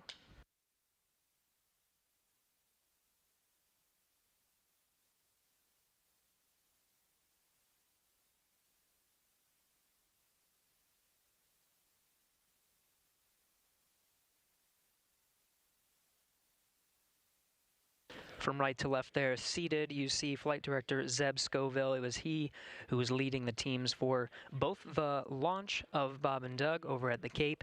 He was leading the teams here in Mission Control Houston. You just saw the Johnson Space Center Director Mark Geyer walk off to the side. Seated next to Zeb Scoville, Joshua Kutrick. He is one of the members of the most recent class of astronauts, the class of 2017. Canadian Space Agency astronaut, went through candidate training and officially became an astronaut just recently.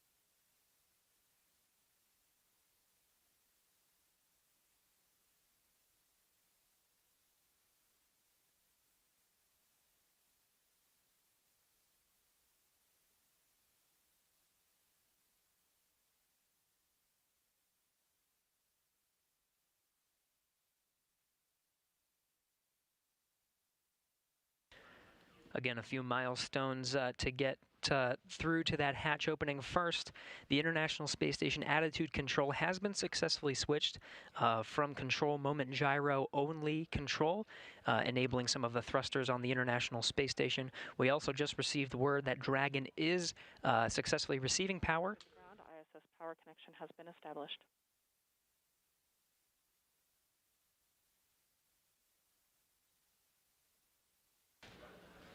And there you have it. Dragon is successfully receiving power from the International Space Station.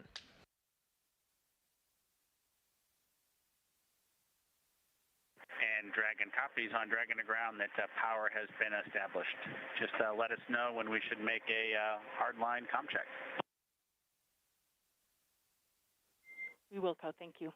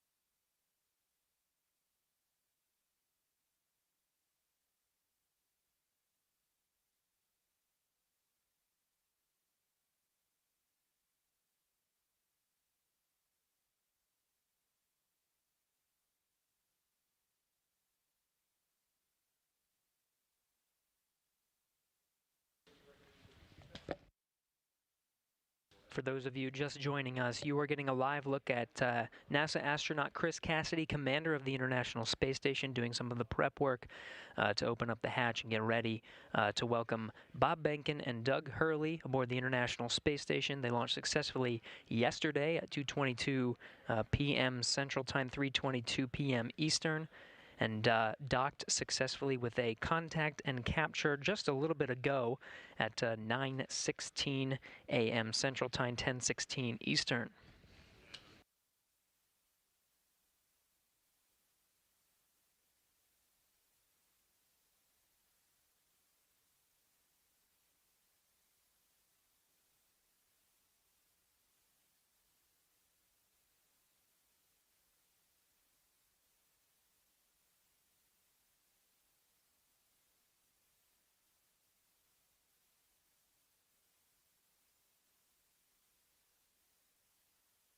Now, some of the milestones to get that hatch open have already taken place. First, attitude control.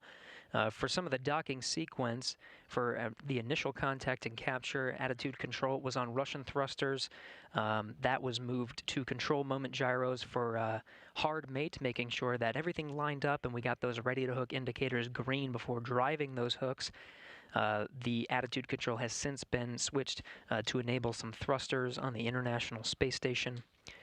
We did get confirmation of good power being delivered from ISS to the Dragon. Next will be to test some hard line communication between Dragon and the International Space Station.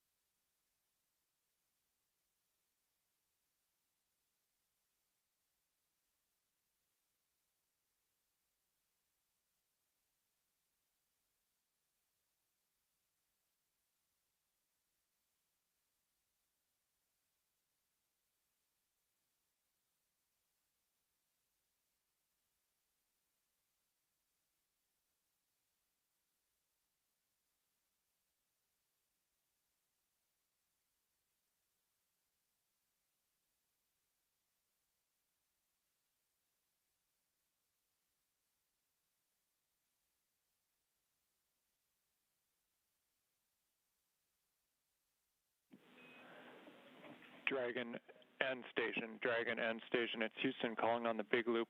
We're prepared and getting ready to transition the comm system to hardline, at which time we're going to do a couple comm checks. We just want to make sure everybody's on board with that and aware. So Dragon, first, maybe let me know if you hear this and if you're go with that plan.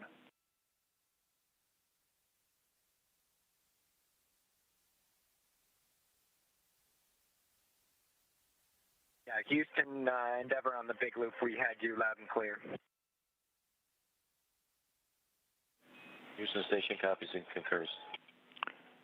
Okay, Endeavor and Station, we have you loud and clear on RF right now. We are putting it in work now, so transitioning comm system to hardline, and we'll call you back for voice checks momentarily. Endeavor copies.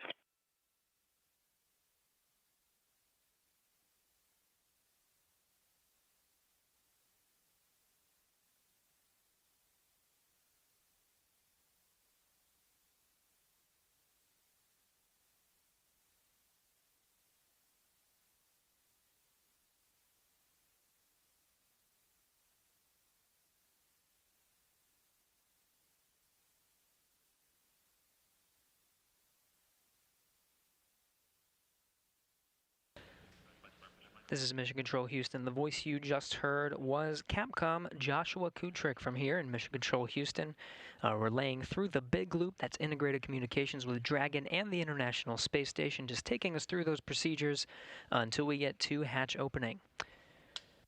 Now there's an umbilical connection with Dragon, connecting Dragon to the International Space Station. We did get good confirmation that power is flowing from the International Space Station to Dragon.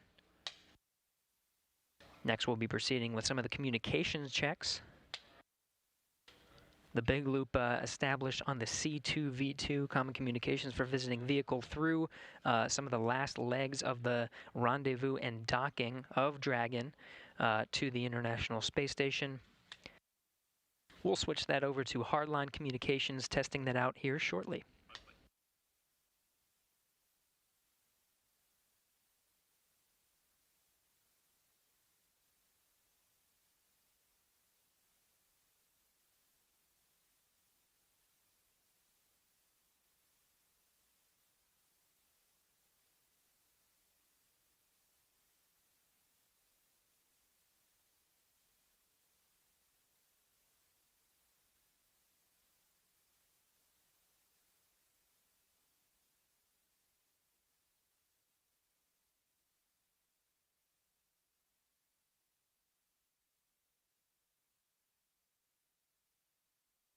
We're going to get some good views of station today. You see Chris Cassidy working inside Node 2. Just on the other side is the hatch.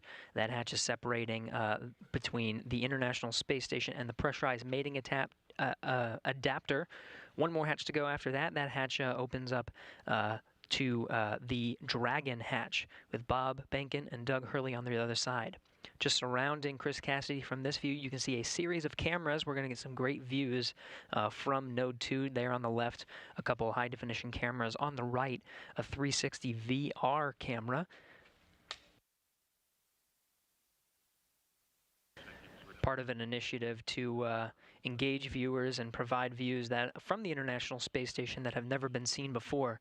We'll get to see some of those 360-degree views later after they're configured and stitched on the ground, now being recorded during this historic moment today, May 31st, 2020.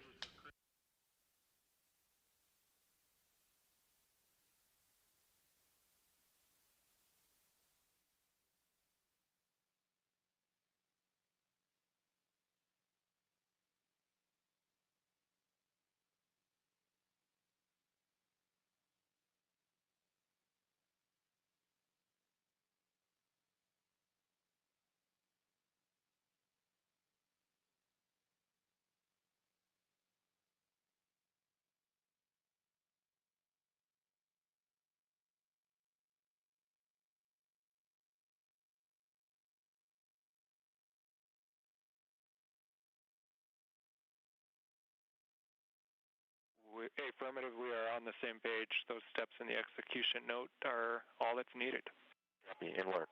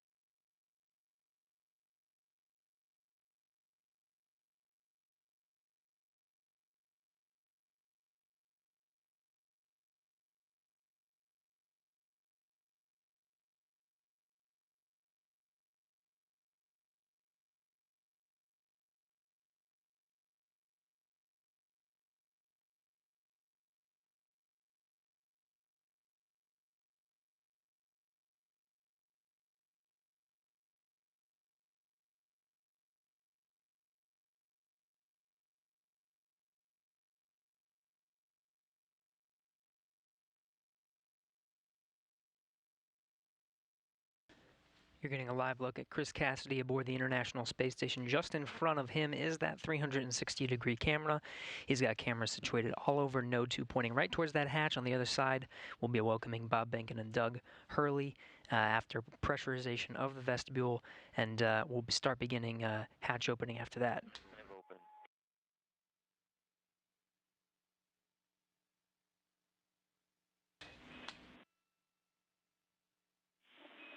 Yeah, we copy MPEV open, Chris.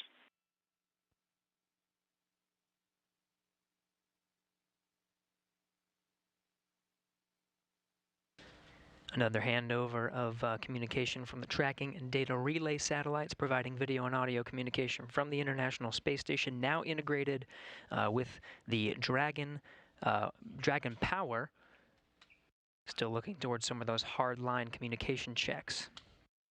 Again, we'll lose communication intermittently as the International Space Station flies 269 statute miles. Station Houston on 2 for Chris. We're go for open on the Node 2 forward hatch.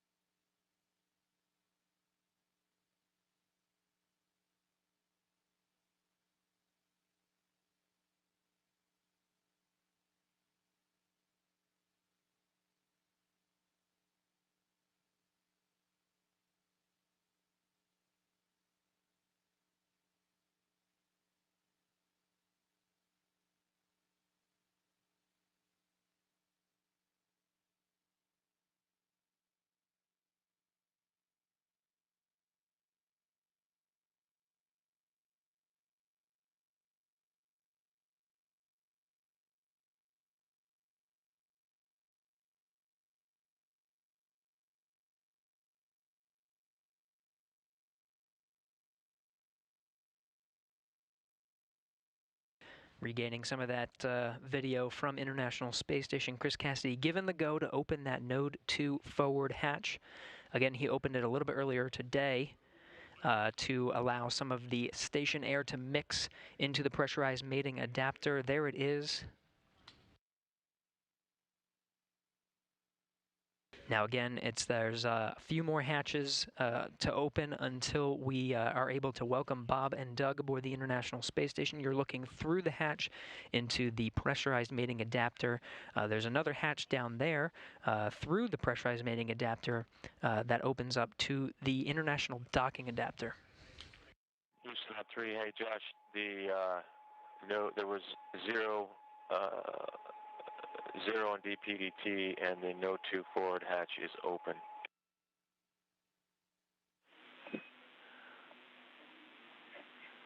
And Chris, we copy Node 2 forward hatch open. We concur your go for the next yellow activity. That's your 1515 activity.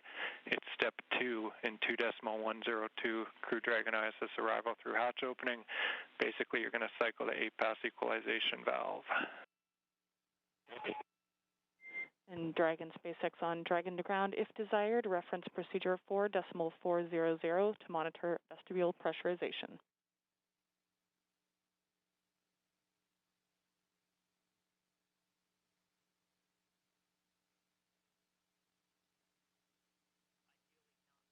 Copies. Small.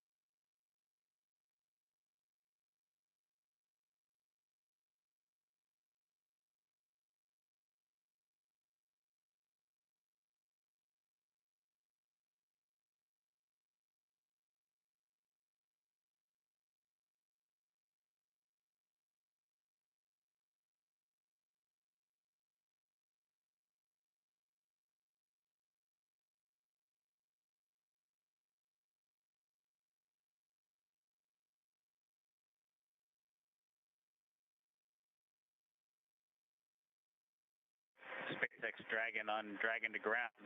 For 4.012, we've completed up to Section 5, and we've got a timer started for 1 hour. Copy, completed through Section 5, and your suits are drying, and you have started a timer for 1 hour. With that, do we have your permission to come back on board?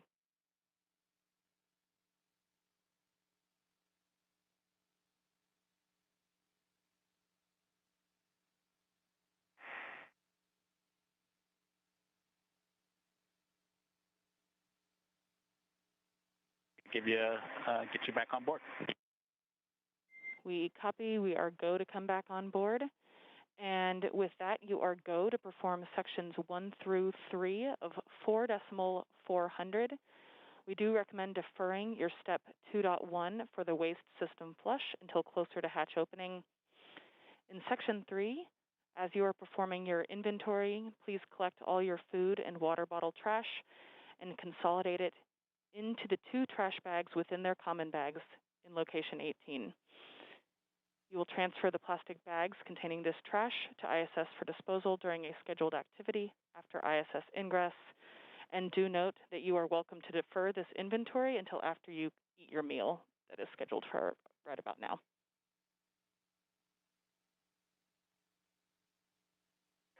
Okay, Anna, if you could give us 5 minutes before you guys come back on board, we do have some clothing config to complete. Understand we've got to go for sections 1, 2, and 3 of 4.400, and we will consolidate our trash into the bags provided in location 18. And we'll defer the docked waste configuration, section 2 of 4.400, until it gets closer to hatch opening. Station, we copy 1507. We copy, and we will wait 5 minutes before coming on board, and we'll check with you before we do so if we don't hear from you first. Copy, ready.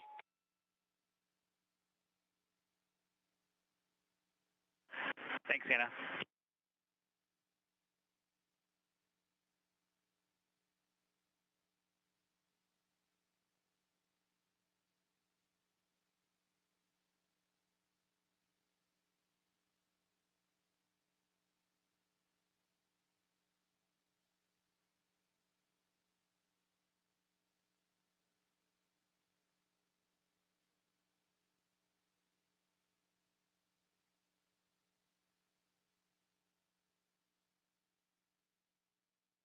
This is Mission Control Houston. You're listening to crews on board the International Space Station and Dragon prepare for opening the hatch. You're seeing Chris Cassidy aboard the International Space Station already opened the hatch to the pressurized mating adapter just below that hatchway you see at the center of the screen here. On the other side of the hatch is the hatchway to the International docking adapter. On the other side of that, the recently docked Crew Dragon. Vestibule pressurization is underway. This will equalize the pressure between Dragon and the International Space Station. Once it does come up to pressurization, it will take some time to equalize that pressure because of the temperature difference in the vestibule. Just take some time to stabilize. Dragon, Endeavor, it's Houston. Calling you on hardline now for a voice check. How do you read?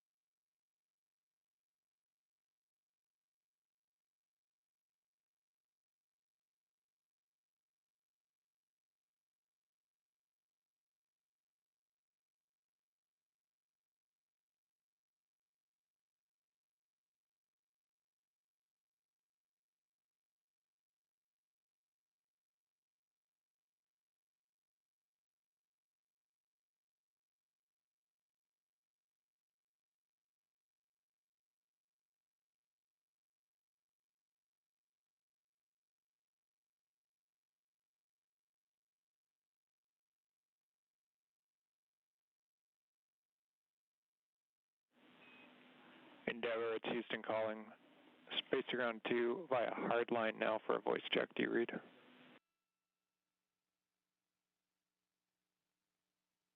Houston Cleveland. Dragon FM voice check. How do lead us? Counting 121, 122, 123, 124, 125.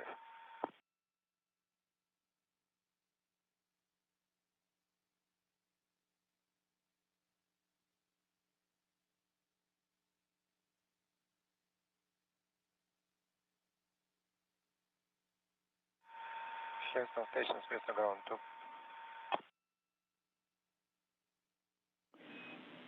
And Station Houston on 2, Anatoly, we hear you loud and clear. We're going to swap a couple minor things here and try Dragon again. We're still trying to get calm with Dragon. Stand by 1. Dragon again. Dragon FM voice check. How do lead us? Counting 121, 122, 123, 124, 125.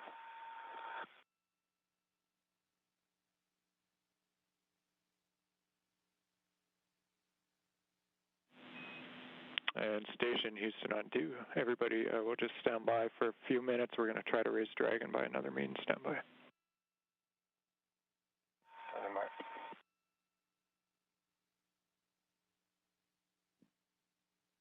And Endeavour, it's Houston calling on Dragon to ground 1. We're trying to reach you via hardline. Just not sure if you're receiving it or not. Let us know at your convenience.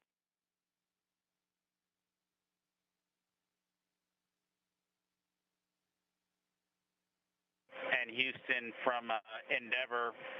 We're hearing quite a bit of echo on the other loop that appears to be connected. It's unintelligible, but we do have you loud and clear on the Dragon to ground. And Endeavour, Houston on Dragon to ground. Thanks for that. Very helpful. We'll take a look, and we have you loud and clear on Dragon to ground as well. So we're gonna continue to work it and try to give you a call back in the next few minutes on hardline.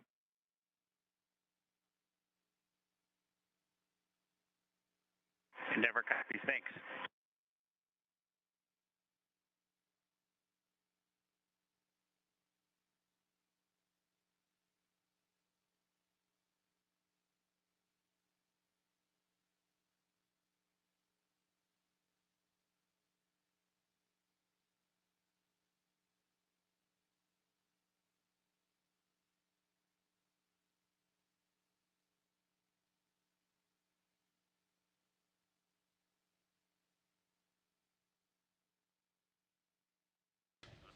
This is Mission Control Houston working through the steps to pressurize the vestibule. We did have confirmation that vestibule pressurization was underway.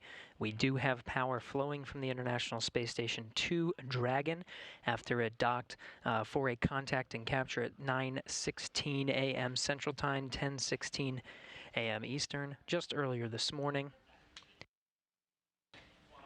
A few other milestones to reach. We need good audio communication hard-lined through the umbilical where Dragon is currently docked on the other side of that hatch, providing now power, just making sure those hard-line communications are intact.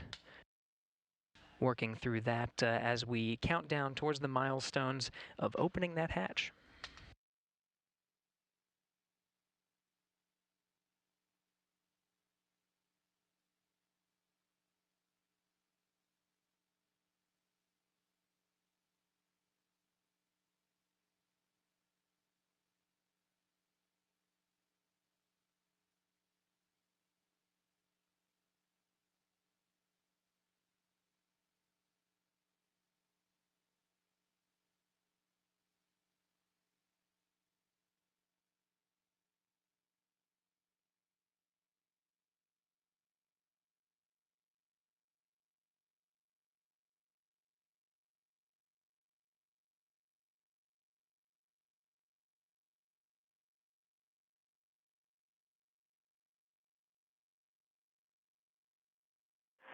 SpaceX Dragon on Dragon to ground. Go ahead. Yeah, and in section 1 of 4.400, the tablet state of charge are 66 for Doug's, and 32 for mine. Copy. 6-6 for Doug, 3-2 for Bob. And do we have your permission to come back on board with video now?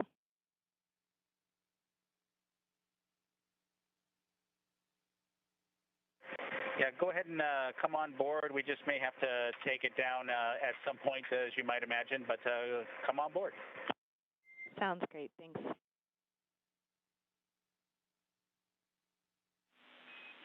Station Houston on 3 for Chris. Your convenience, but just an update on the comm status.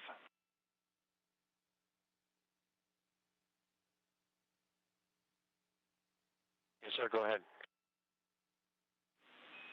Chris, you've probably been able to tell we've run into some minor issues trying to get hardline established, so we're working that here, and we're going to be reattempting the comm checks as soon as we think we're go. I'll give you a heads up on that. And then regarding stuff, just get-aheads, I was going to pass along to do the teardown from steps 3 and 4 in the approach monitoring, but I just saw it go gray, so have you done that already?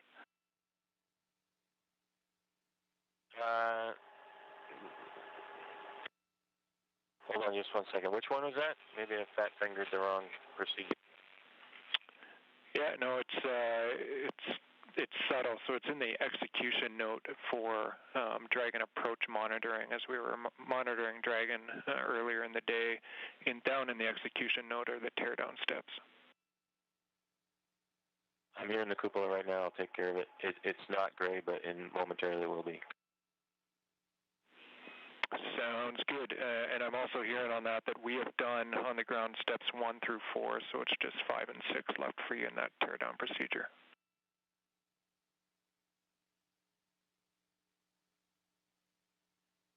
Copy that.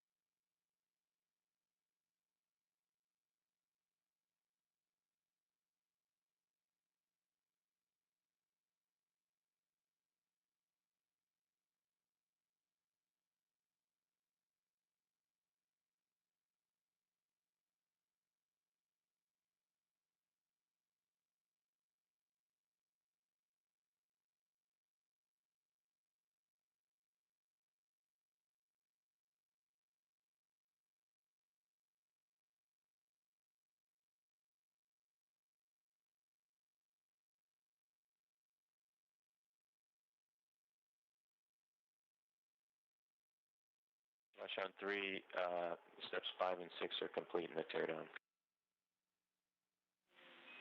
Copy, Chris. Thanks for that. And just about to hit the button and reattempt the hardline checks with Dragon. Okay, copy. Endeavor, it's Houston calling via hardline voice check. How do you read?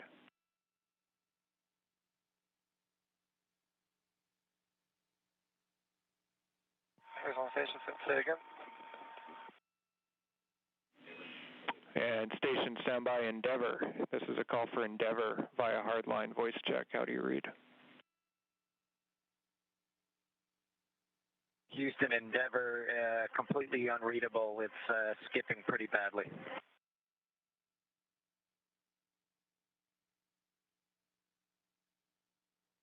And Endeavor, it's Houston on Dragon to ground. We heard your reply loud and clear. Understand we're still broken. We're working it. Thanks for the patience.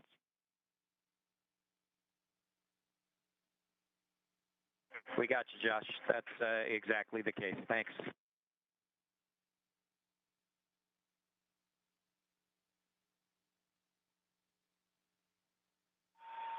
Dragon FM voice check. How do you read me? counts in 121, 122, 123, 124, 125.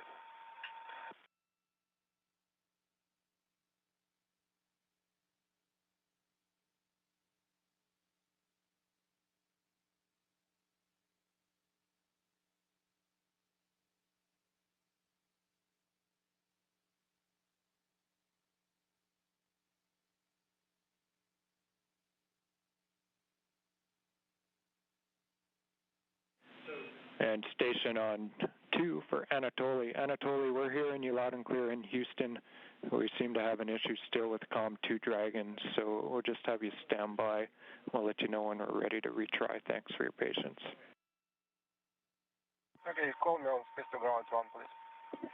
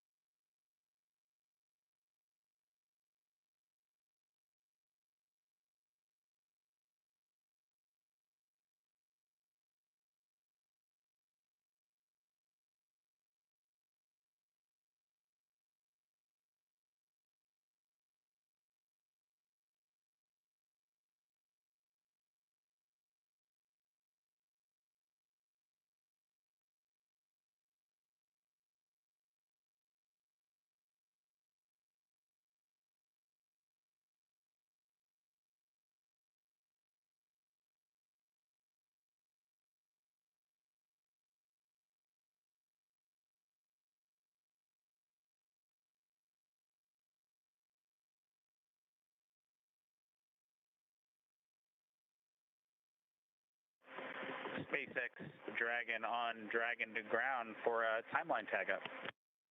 Go ahead.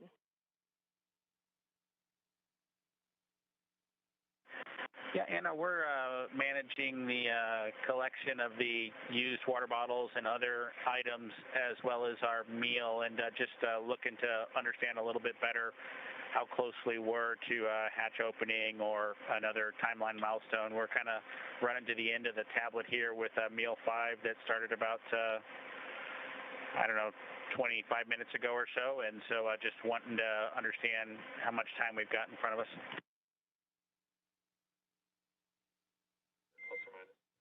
In Dragon SpaceX, we estimate we are about an hour to Dragon hatch opening.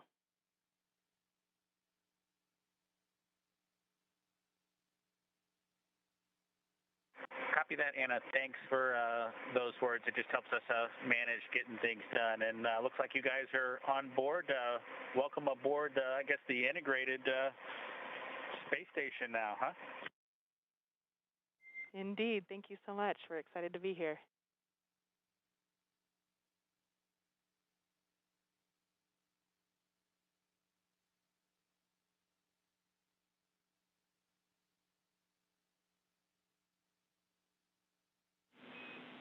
Endeavor, Houston calling over hardline for a voice check. How do you read us now? Copy that.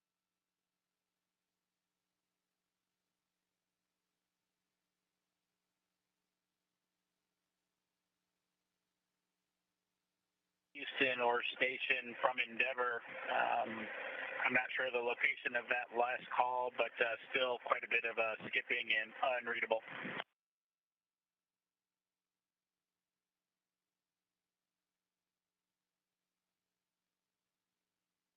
And Endeavor, it's Houston, loud and clear on Dragon to ground. We heard your response, so we're in the same situation. We're hearing you, you're not hearing us. We have one more troubleshooting item that we're going to put in work now, so we'll give that a try and then maybe call it for the day. We'll let you know.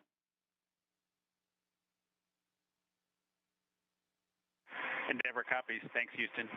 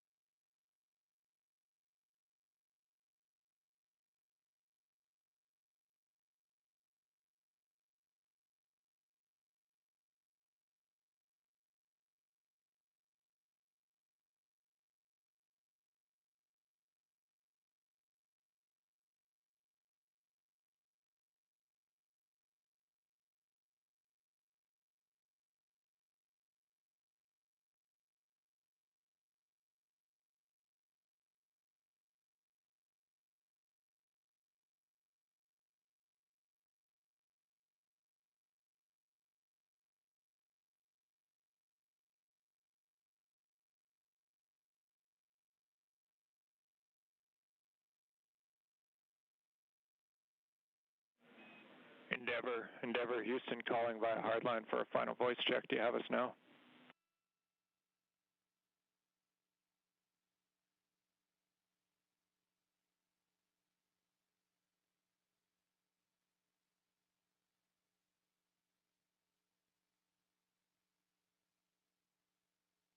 Houston, Dragon on the big loop, that was an improvement, but it's still completely unreadable.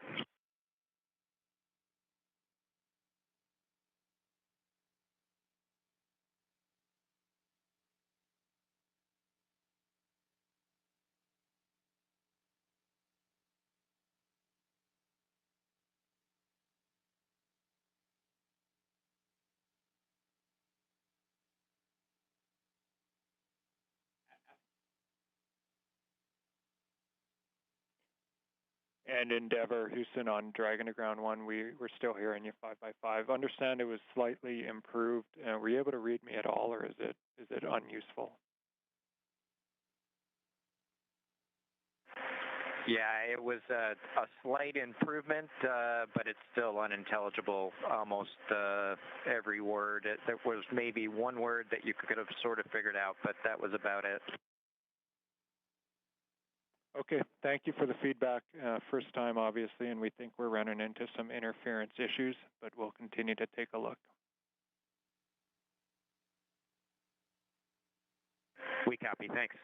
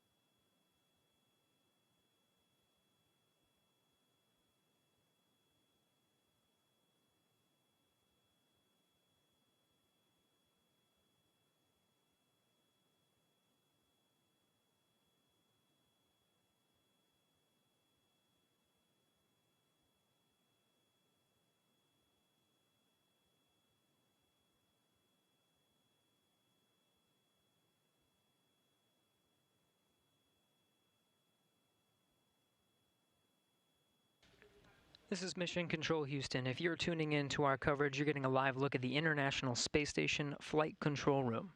You're hearing a lot of communications from the International Space Station, both from the space station side over space to ground. NASA astronaut Chris Cassidy, International Space Station Commander, setting up for the hatch opening. You can see a series of cameras scattered around, ready to capture the best views of Bob and Doug coming through that hatch. We did get confirmation just shortly that we did have good pressurization of the vestibule. It'll be about 10 minutes to perform a series of leak checks. Again, that pressure needs to stabilize. The thermal conditions make it swing just a little bit, so just waiting for that to stabilize before those leak checks are finalized.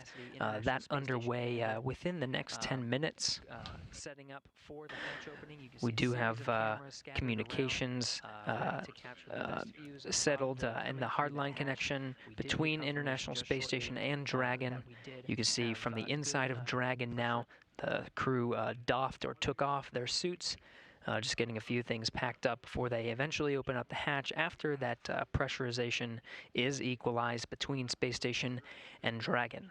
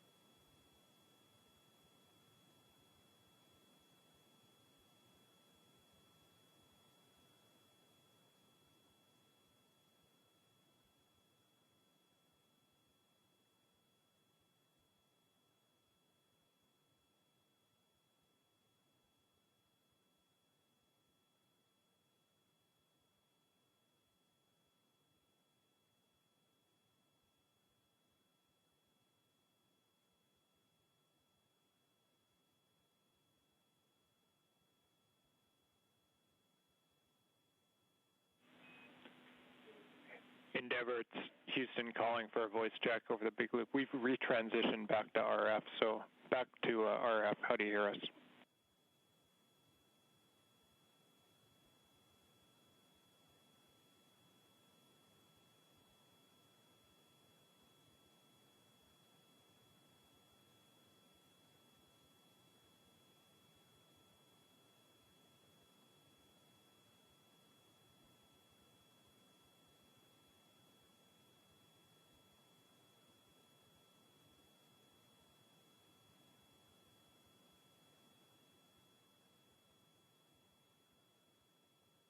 Houston Dragon on the big loop. Was that comm check for us?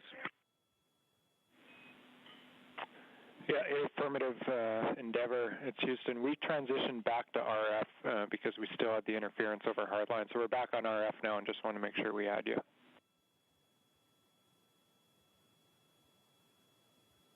We've got you loud and clear on RF. Loud and clear as well. We're just going to leave it here for now. Thank you.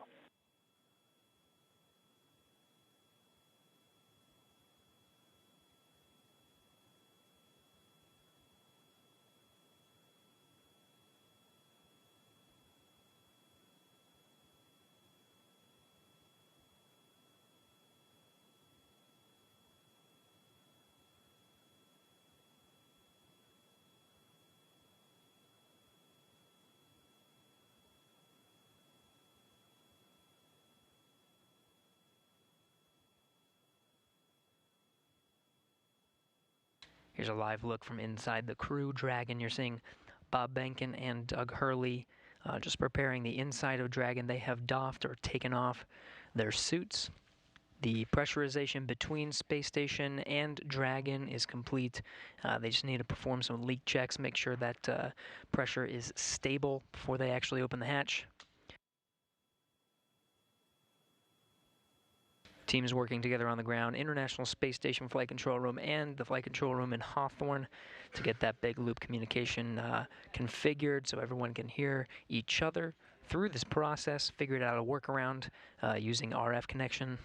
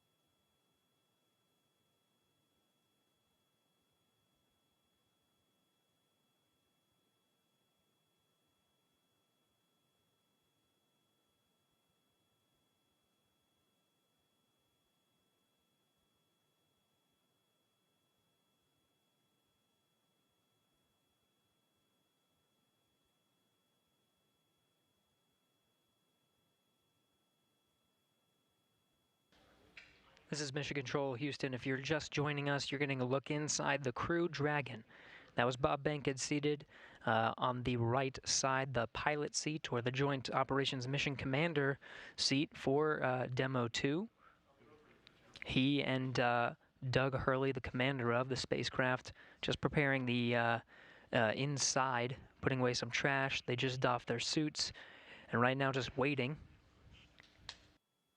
for the pressure to equalize between the International Space Station and Bob and Doug. Just two hatches, really, separating them from the inside of the orbiting complex.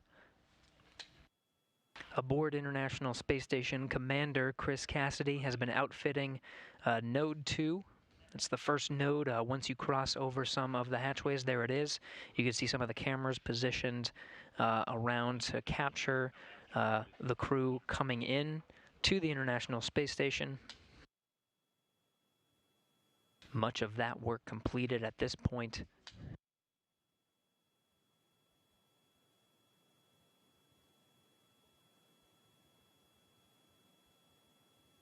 Really, at this point, just waiting for good leak checks between Station and Dragon.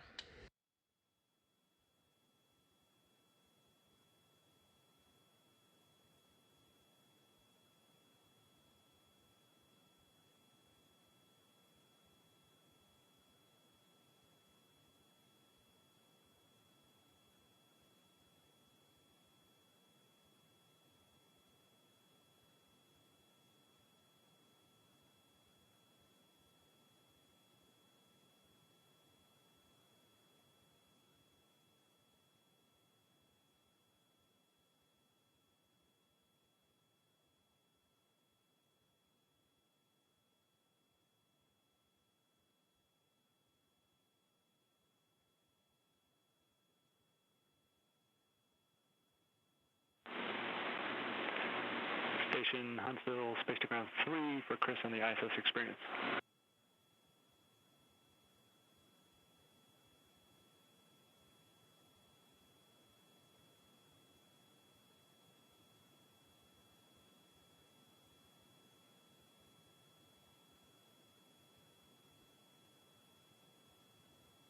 Right on 3.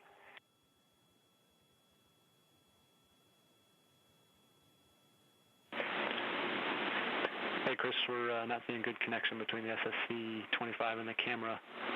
We're coming up on a handover, but they're looking for a reboot of SSC-25.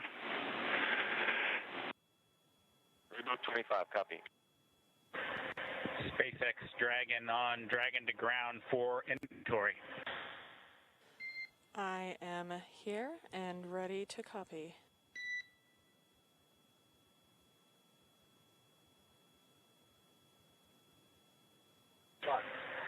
Okay, Anna, we'll start with location 9 from bag 203. Remove 3 water bottles. Copy. 3 bottles removed from bag 203. Good readback. From location 10, we removed bottles from each of bag 207, 208, so 6 water bottles in total.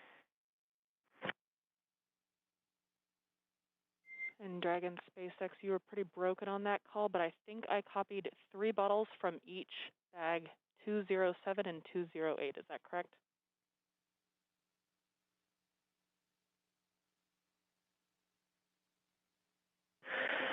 That is a good readback, Anna. I copy.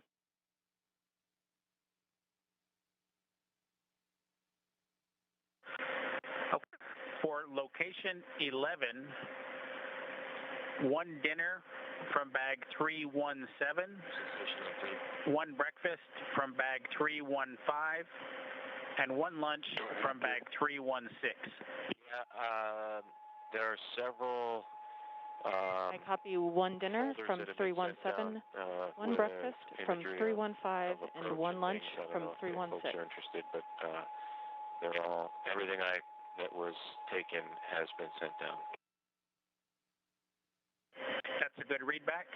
And location 12, 1 dinner from bag 321, 1 breakfast from bag 319, and 1 lunch from bag 320. I copy 1 dinner from 321, 1 breakfast from 319, 1 lunch from 310. And am I correct to conclude all of this includes your consumption from the lunch that you just completed?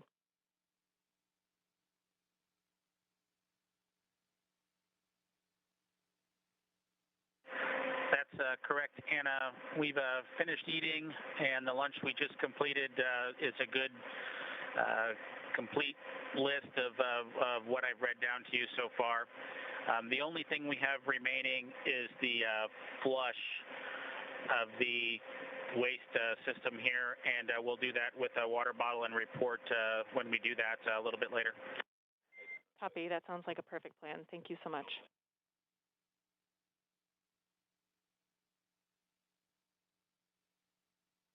Okay, with that, that's the extent of our inventory. All else is per the packing plan.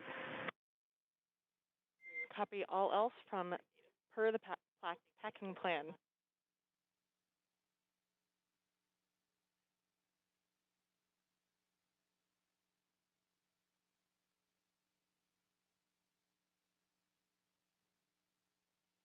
This is Mission Control Houston. You've seen Chris Cassidy, International Space Station Commander, do much of the setup, but he does have 2 crew members on board, both Russian cosmonauts. Next to him right now is Ivan Wagner,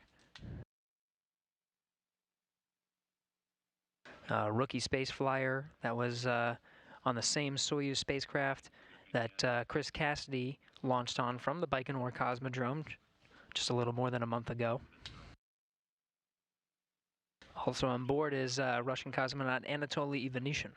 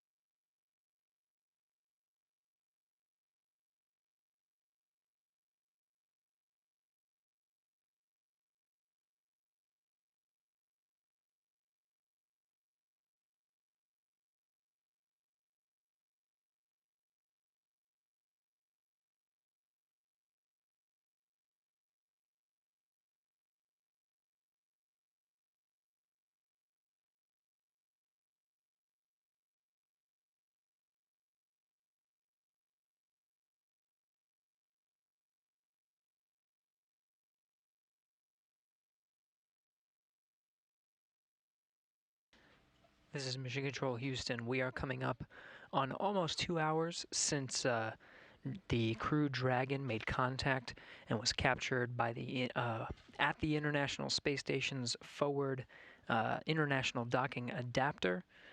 That happened at 9:16 a.m. Central, 10:16 a.m. Eastern.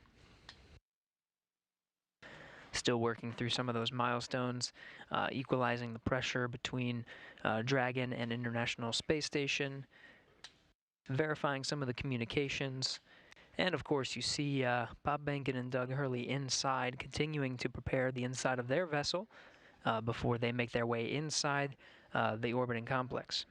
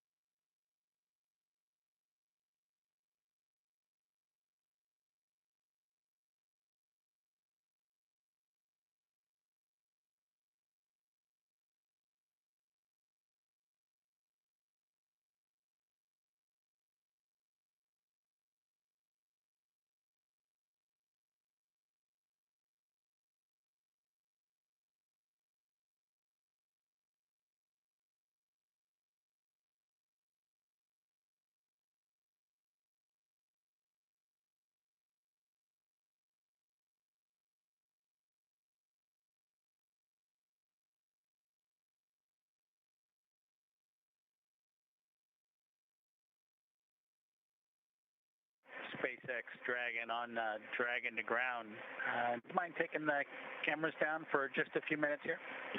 We will put that in work and let you know when it's done.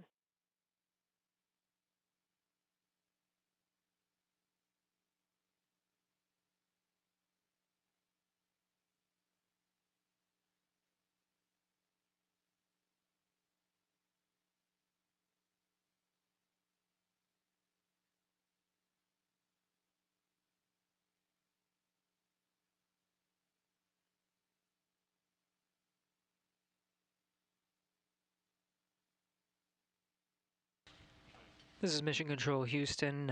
You heard the call from Bob Behnken, Joint Operations Mission Commander of the Demo 2 mission, taking down some of those video feeds. We're still waiting for some of those milestones to pass before actually opening the hatch. The Dragon crew continuing to get themselves ready before opening the hatch. Chris Cassidy on the other side, just preparing some of the camera views, making sure everything's set there, done even a little bit ahead of time. We do have confirmation that there is a good data connection path between Dragon and the International Space Station. Some of those checks underway next.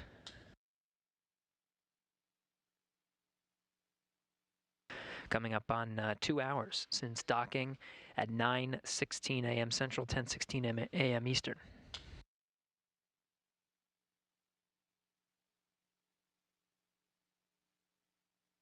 Space Station on 3, the SSC's been rebooted. Any success?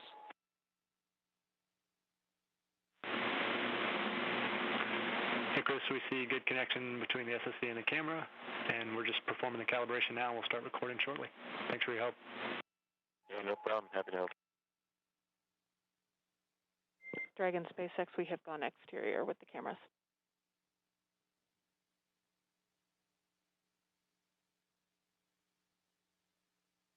Dragon copy, thanks.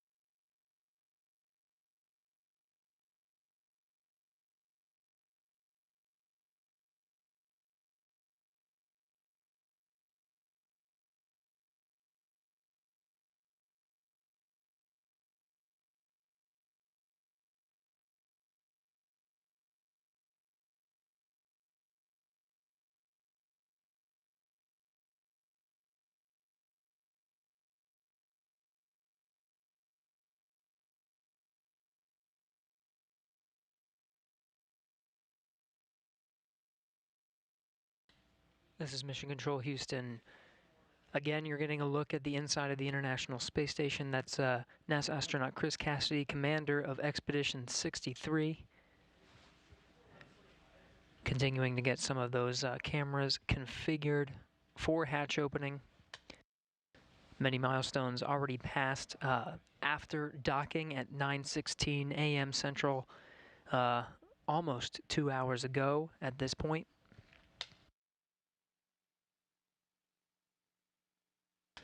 At the time of docking, the International Space Station was on Russian thrusters.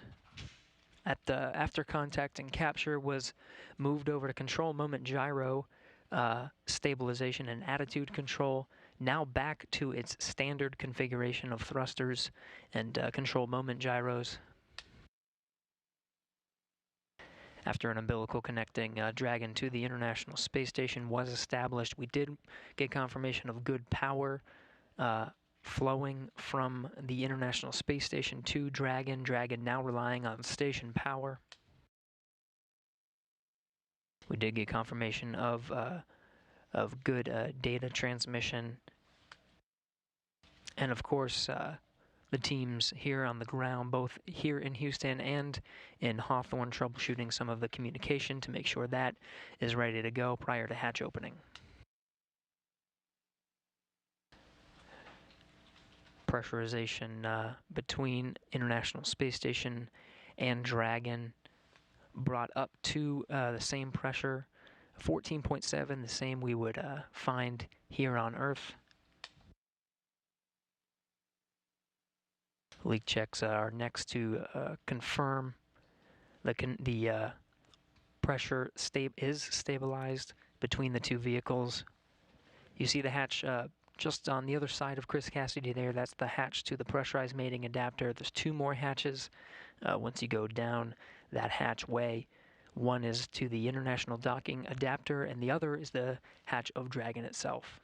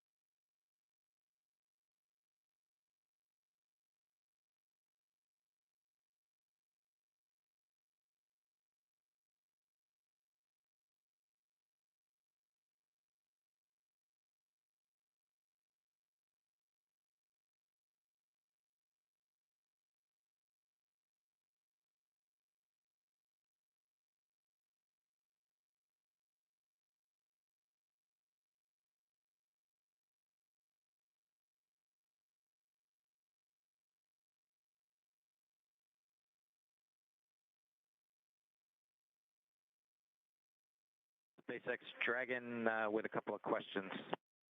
I am here and ready to copy. Hey, Anna. We show about an hour and 11 minutes since we started drying the suits, just to let you know that. And then the other thing is we can put 4.400 section 2 in work if you think we have some time before we get the hatch open. We copy. You are go to stop drying your suits and turn off that suit fan at this time. Let me get you words on that waste system flush. Copy. We'll shut the suit fan off now.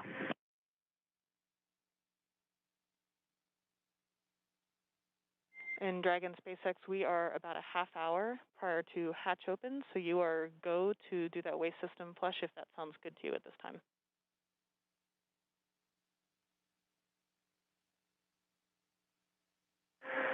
Okay, we may give it a few minutes. If it's going to be 30 minutes until hatch opening, we may want to use it just one more time. So yeah, we may hold off for another 10 minutes or so, but let us know if anything changes. Otherwise, we'll do it then. Totally reasonable. Sounds like a good plan. Thanks. And Dragon, Houston on Dragon 2 ground. We're still working comm issues. We're going to take down the big loop now. We'll maintain you on Dragon to ground. We'll call you when we have hardline back in place. Stand by 1 second. Chris. Dragon copies, Houston. Thanks. Go ahead, Chris. Sorry, I was talking to Dragon. Yeah, no problem. Hey, I'm just looking ahead at the PAO event, and I know it says video through the node 2 and space to ground 2 up and down. It would only take me about 1 minute to change back over to the encoder and go do comm the normal way that we do PAO events, if that's something that's preferred. It really is super fast, and I can get you that way in that config real quick if you need it. Later. Copy, Chris. Yeah, copy. Thanks for that. We'll offer it up, and I'll let you know if we want to go that way. Copy. Obviously not urgent or important, just throwing it out there.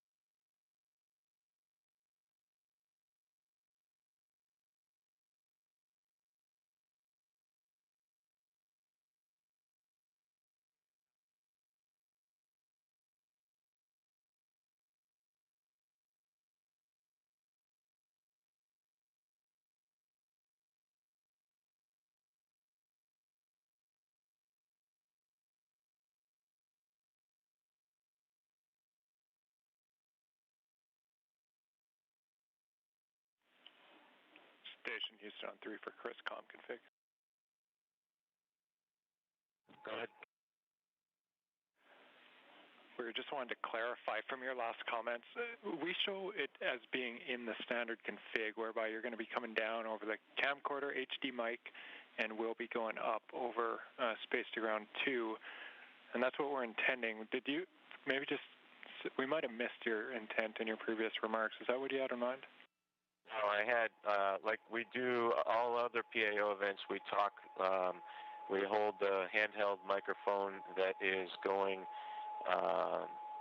through the clip-on mic transmitter to the clip-on, through the camera, and then the audio comes down through the encoder. That's how we typically do PAO events. So I could go back to that config if you need, super fast, or if you want to do it this way where we're talking on space to ground 2, that's fine too. I don't care. Just throwing it out there because it's different than we normally do PAO events.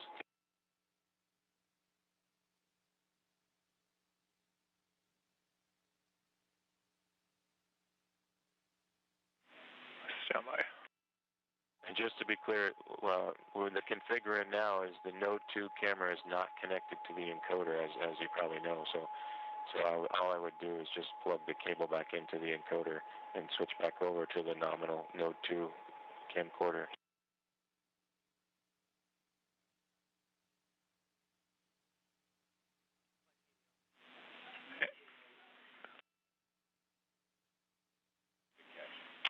And Chris, that is clear. The camera needs to be plugged into the encoder. So what you're saying is what we need. We don't know where it got swapped up, but the camera should definitely be plugged into the encoder, and audio is coming down via that encoder.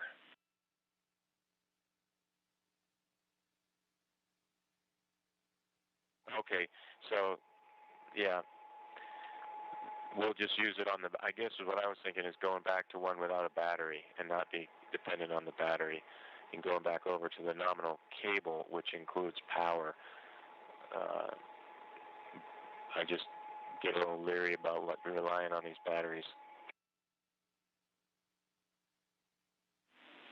Copy. We have Photo TV online, so we're talking to them on the phone right now. Stand by one.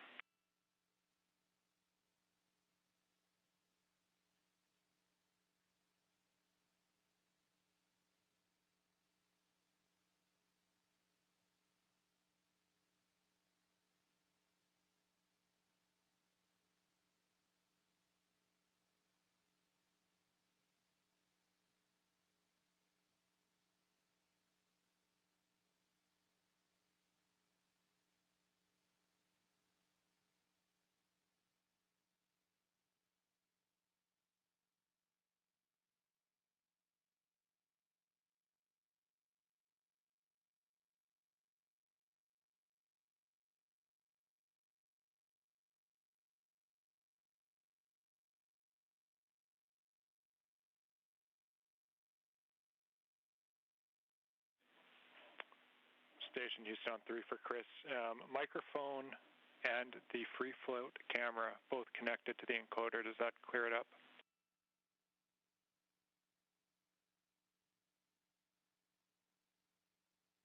Okay, copy all. You want the free float camera, and we'll use the handheld microphone through the ATU.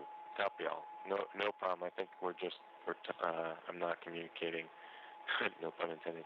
But I think we're in a good config now, and I won't swap over to the nominal Node 2 camera.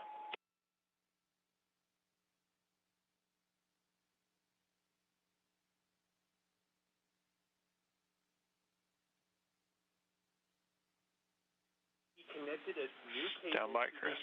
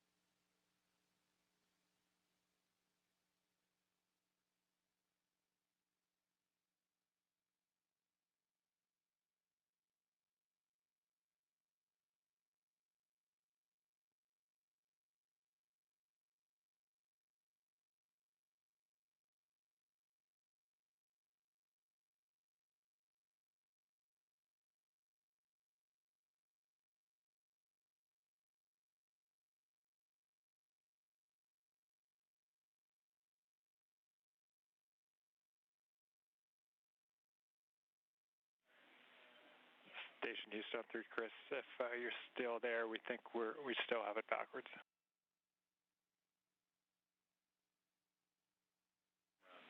So I see you look. Yeah, I see in the video now. So we still have PAO on the line. Sorry for the confusion, but I think this much is clear. This morning, we moved cameras, we swapped the cameras that were connected to the encoder. What we want now, we're getting video from the free float camera through the encoder, so that's good. We're seeing it right now. What we need, just relaying here, is your lapel mic. That has to go through that new free float camera, so that your mic connects to the free float camera, and then that audio comes down through the encoder. Does that make sense? That's the config it's in right now, and that's all perfect. The only benefit, I guess, I didn't initially make it clear is if I switch back to the normal cable and the normal camera, we're not dependent on a battery power on the camera. I just am worried that throughout this whole event, we're gonna that all of a sudden the battery's gonna go out. I go back to the nominal. SpaceX Dragon on Dragon to ground. Now report complete with 4.012. The benefit to this free flow camera is complete with I can take 4.012. and make it all the way into the Dragon, which I don't think we could do with the other cable. So my thought was, after we do all of the ingress stuff and we switch gears to the PAO ceremony when we're standing right in front of the hatch, we could have actual power to the camera. But it's really no big deal. What I'll do is I have got a couple batteries on standby, and I'll just make sure there's a fresh battery right before we start that PAO event. Okay, Chris, sorry it took so long, but I'm 100% with you and copy 100% on the battery concern. The word we're getting here is we would like to run it in the config that it's in right now. We copy all on the battery config. Great idea to have a few spares nearby, but we think it's going to last throughout the whole event. Okay, copy all.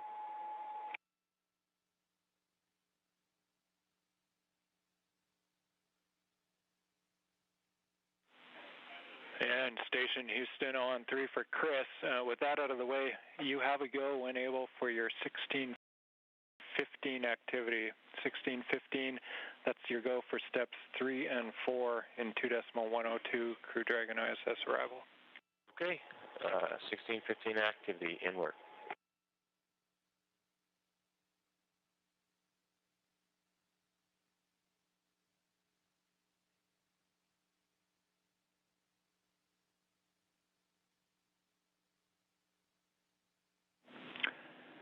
Endeavor, Houston calling on hardline for a voice check.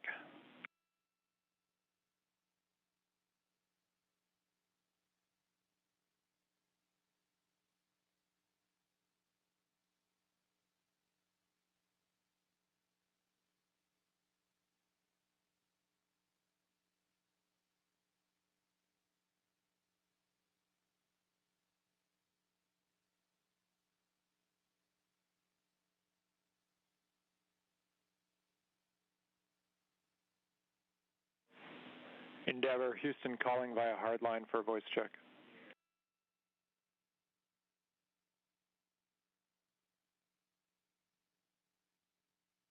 Loud and clear, how was? Hey, Endeavor, Houston, we have you loud and clear on hardline. Great news. Well, congrats. Sounds like we got it at least somewhat sorted out. Affirmative, concur. We think we might have found interference between C2V2 and the hardline system, but we're going to keep it here for now and proceed down the timeline. Never copies.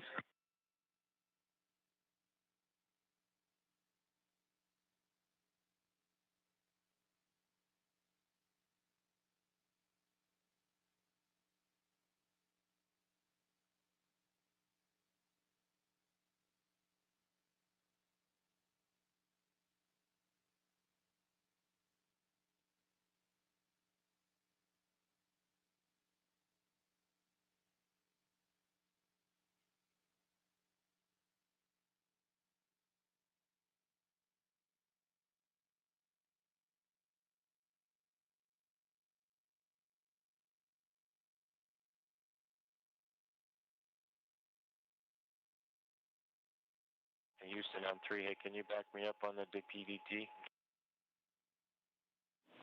Will do, we're checking.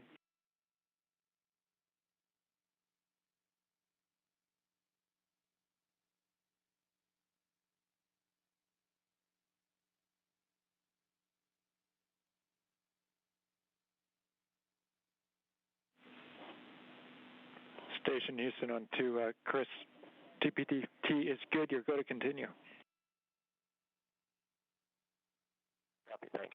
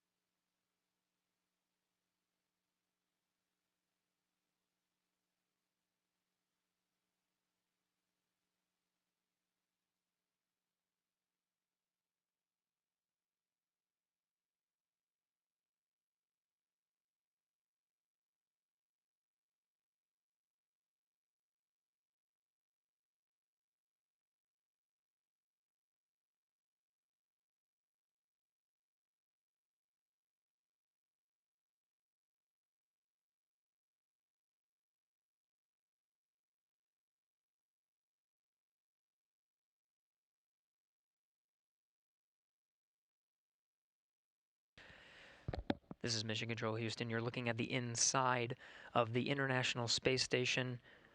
What you were hearing before were just some of the audio and video checks, just making sure that everything's synced up so that we get the best views and the best audio possible for when Bob Behnken and Doug Hurley come through that hatch. We're working towards a hatch opening now. You can see Chris Cassidy down the pressurized mating adapter. That hatch will open up to the international docking adapter. On the other side is the Dragon hatch. Cassidy working through those procedures after pressure equalization was complete. Now expecting around the order of 10 to 15 minutes maybe until we finally get that hatch open. So we'll stand by, keep those views coming from the inside of the International Space Station to welcome Bob and Doug aboard.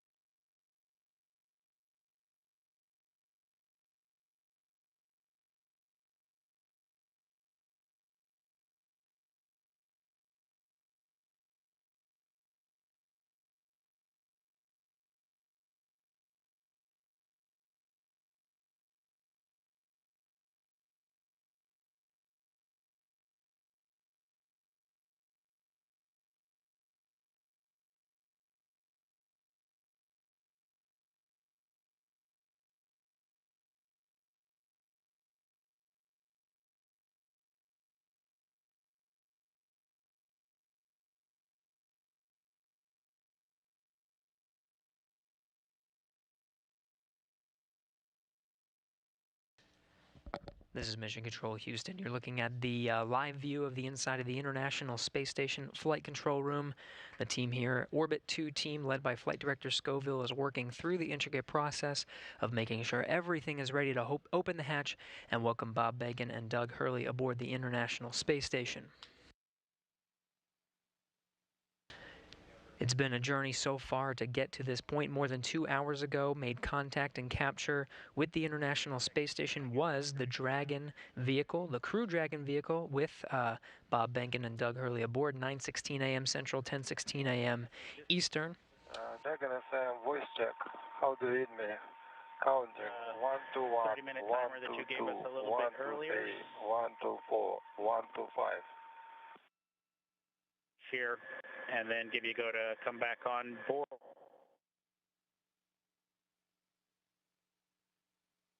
In Dragon SpaceX, you were pretty broken in that previous call. Here's some stations with the ground too. I don't hear Dragon. I think you're being summoned by the Russian crew.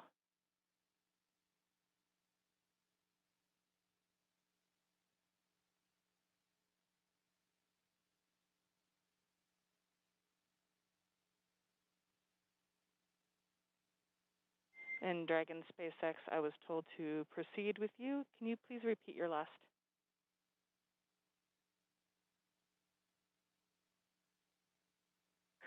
Yeah, Anna, just wanted to double check with you to make sure you had copied our last and that we were still good on that estimated timer that you gave us for 30 minutes. It looks like we've got about 10 minutes left.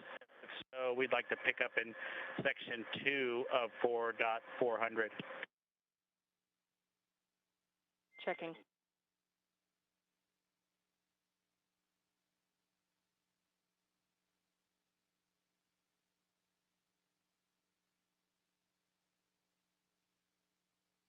This is Mission Control Houston. Chris Cassidy opens the hatch to the International Docking Adapter, 11:37 a.m. Central Time. Station and Dragon flying together, 267 statute miles over the South Pacific. There's a view from the camera at the forward end of Dragon. 20 minutes until Dragon hatch open, and the APAS hatch was just opened.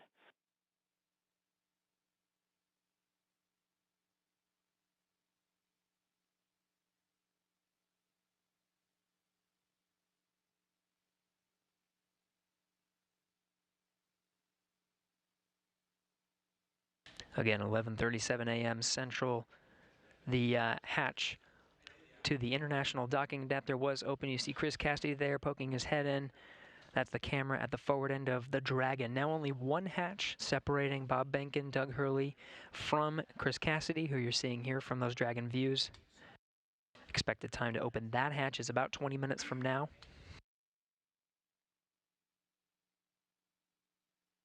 We'll report that time to you and expect to do a welcome ceremony at 12:15 a.m. Central Time, 1:15 p.m. Eastern. That'll welcome Bob Behnken and Doug Hurley aboard the International Space Station as part of the Expedition 63 crew.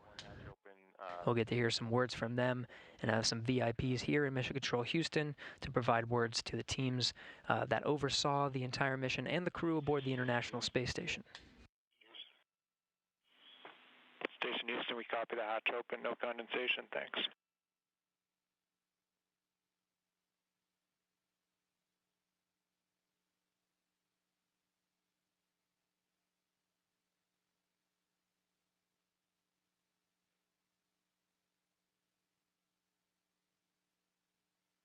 Dragon SpaceX on Dragon to ground, comm check.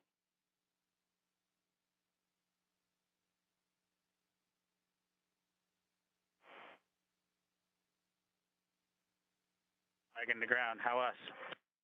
A little choppy, how me?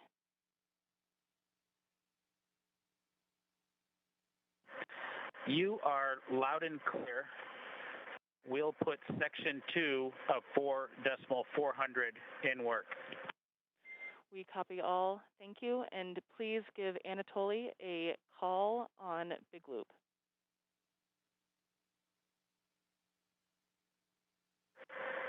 Okay, we'll call Anatoly on the Big Loop, and I'd also like to report 2 bottles of water consumed from location 9, bag 204.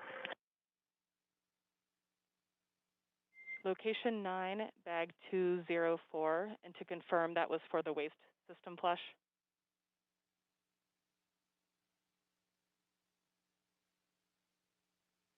1 for the waste system.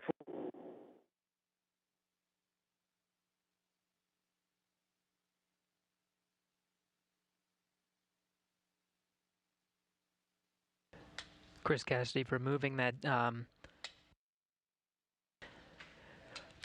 target from the A-pass hatch docking interface. Dragon, com check on the big loop for Anatoly from Endeavour.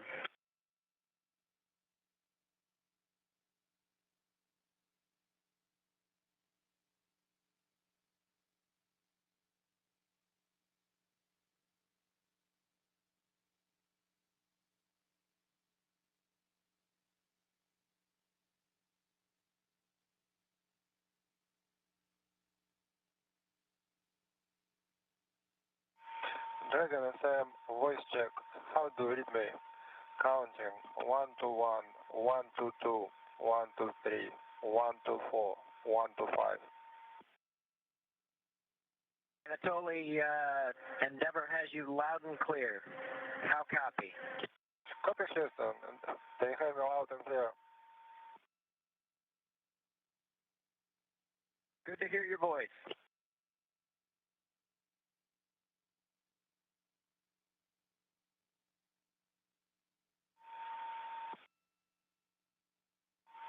Dragon SM, how to read me? Loud and clear. Yeah, okay.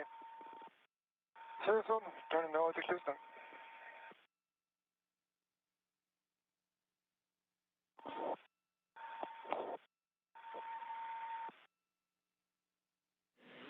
And all players from Houston, that completes the comm checks. Thank you. Copy. Okay.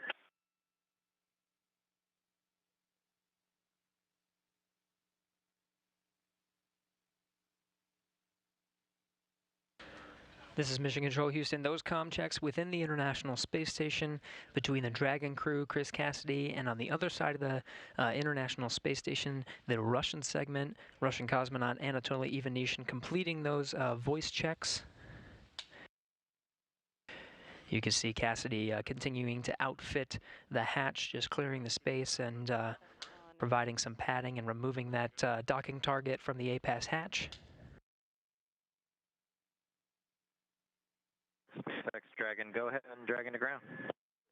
So I copy that the waste system flush is in work and 2 more bags were consumed from location 9, bag 204, and that includes the water used for the waste system flush. Is that all correct?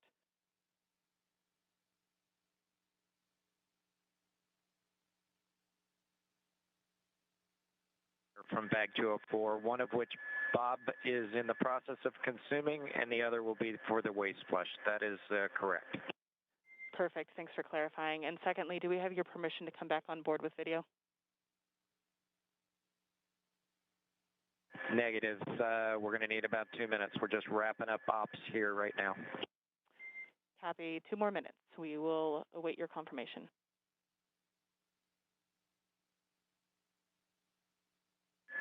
Thank you.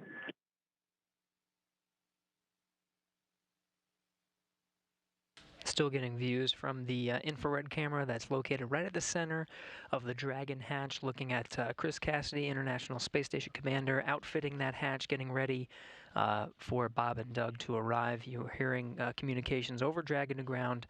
That was Bob Behnken and Doug Hurley on the other side of that hatch, inside the crew Dragon vehicle, finishing up their operations on the inside for that hatch opening, expected in about 10 to 15 minutes.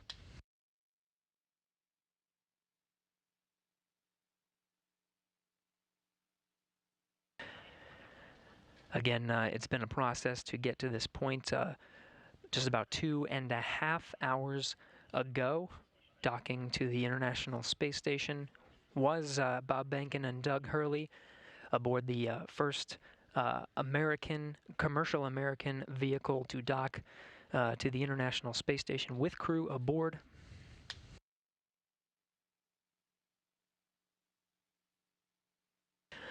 Again, we're expecting about 10 to 15 minutes to open up that hatch. One more hatch separating Bob Behnken and Doug Hurley from the inside of the International Space Station still looking at Cassidy doing some of the prep work for that hatch. We'll get some great views that Cassidy set up over the past few hours to capture this historic moment today. Be sure to stay tuned in at 12:15 p.m. Central Time, 1:15 p.m. Eastern. We'll start a welcome ceremony officially welcoming Bob Behnken and Doug Hurley aboard the International Space Station to join the Expedition 63 crew.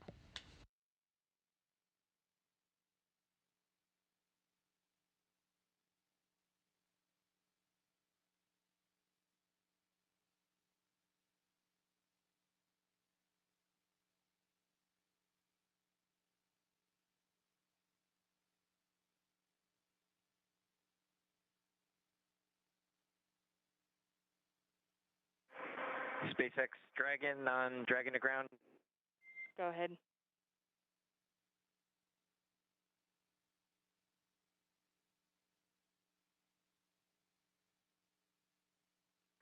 Anna, you're clear to come on board.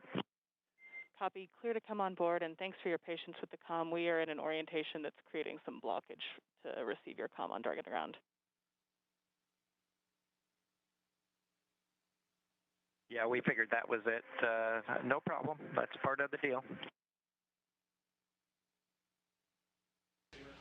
Chris Cassidy giving a wave, eagerly awaiting Bob and Doug to come aboard. Just behind him, you see Anatoly Ivanishin and Ivan Wagner, Russian cosmonauts of Expedition 63 standing by.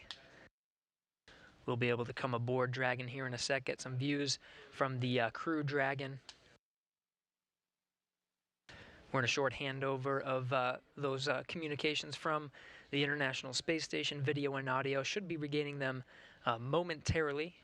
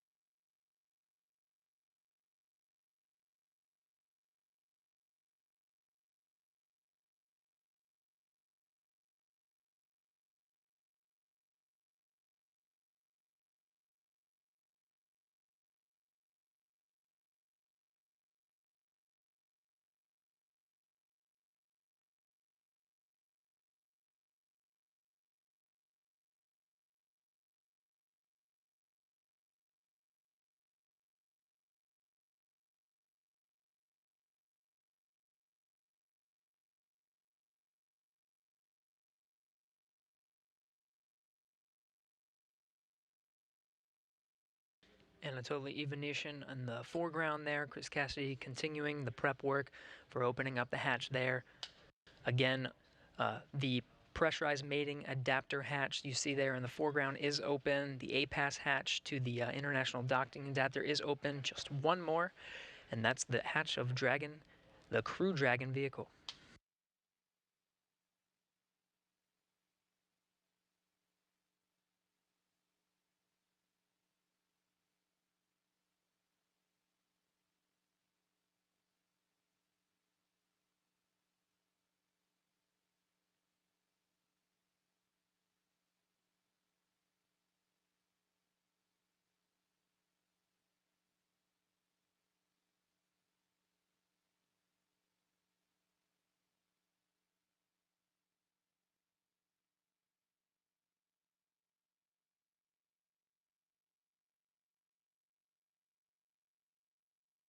Houston Station, space to ground 2.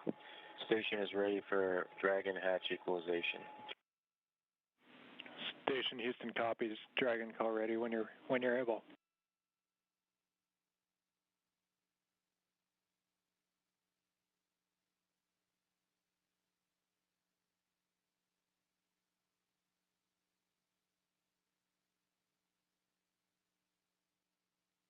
Houston Dragon, go ahead. And Dragon Houston, just looking to confirm that you're ready for hatch equalization.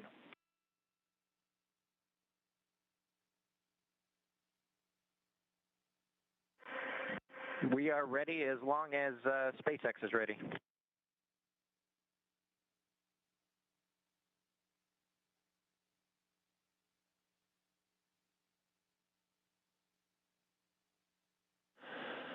Okay, Station and Endeavour, stand by for equalization. We're putting it in work. Expected equalization time, 4 minutes.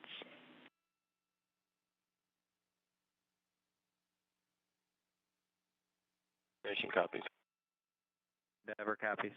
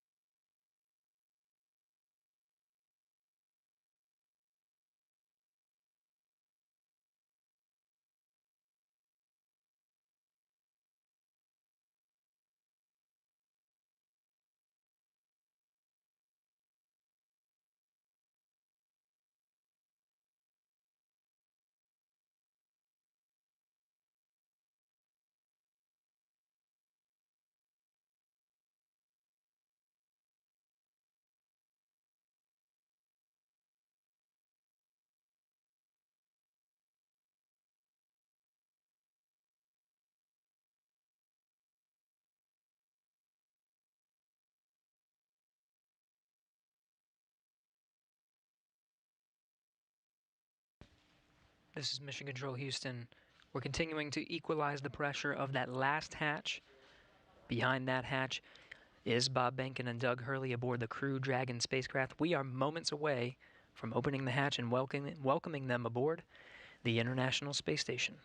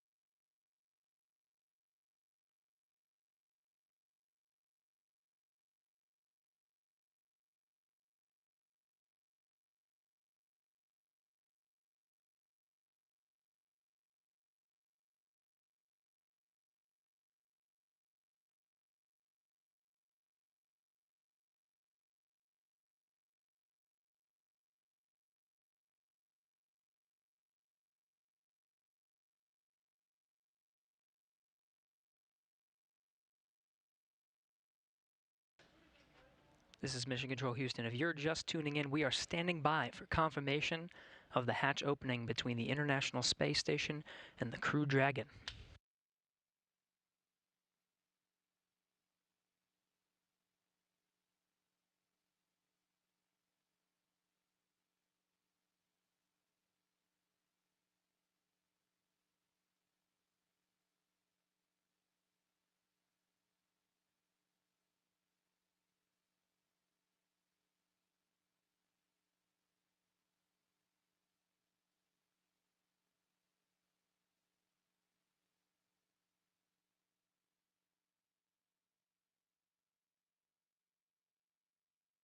There's the hatch to the Crew Dragon.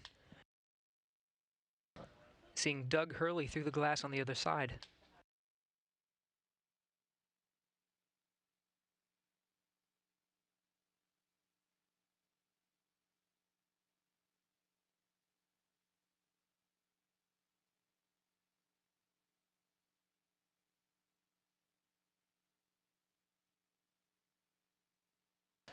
And there's Bob Benkin.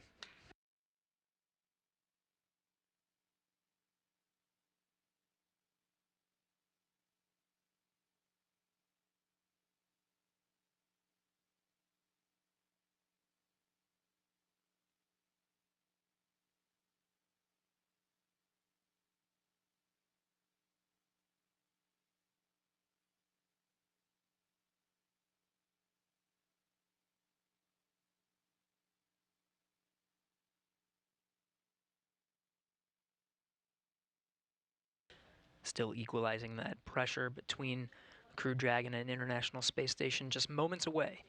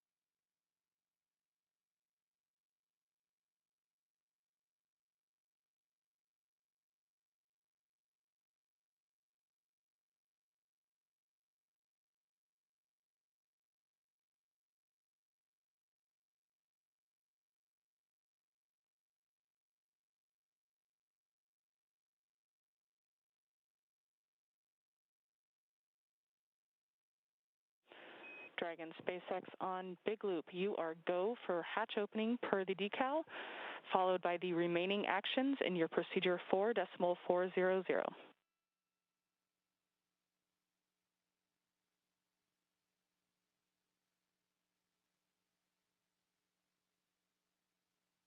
Dragon copies, go for hatch opening and remaining steps in 4.400.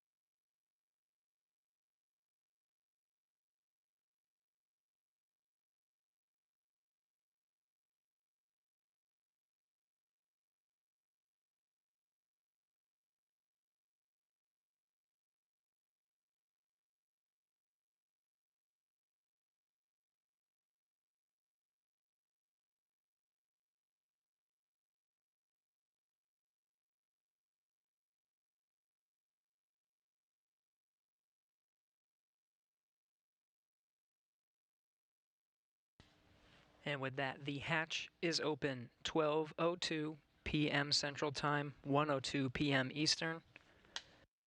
Bob Behnken and Doug Hurley opened the hatch to the International Space Station after launching from American soil on a U.S. vehicle for the first time in 9 years, the first time ever for a commercially built spacecraft.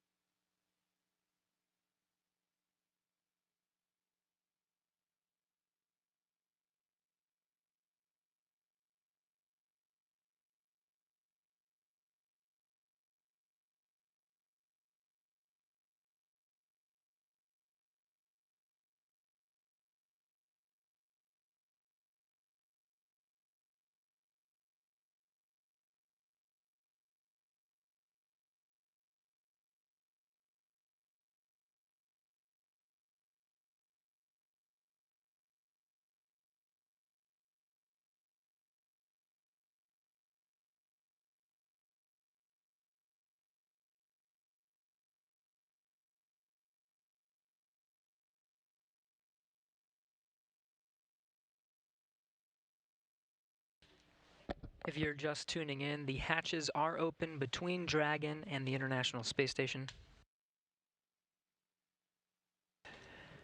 International Space Station Commander Chris Cassidy now talking with Doug Hurley and Bob Behnken aboard the Crew Dragon spacecraft.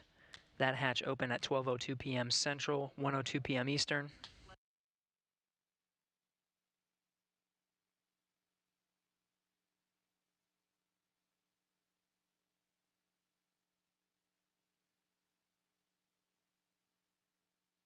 SpaceX Dragon on the big loop. The hatch is open in 5.54.400. How copy? I copy. Hatch is open. Great to hear. Thanks.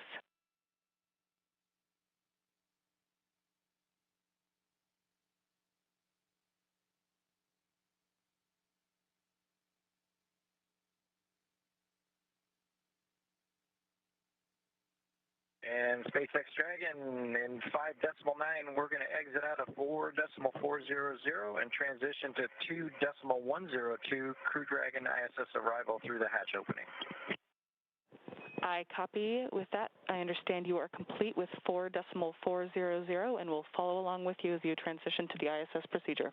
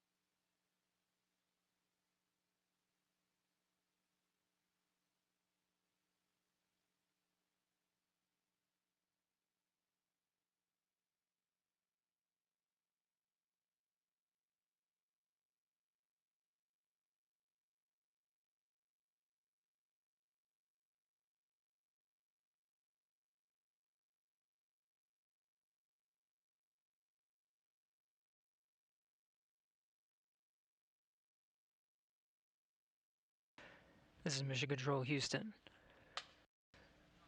The crew of Demo 2 just performing a few closeout duties. The hatches are open. They were open 12:02 p.m. Central Time. We're moments away from the board Demo 2 to enter the International Space Station.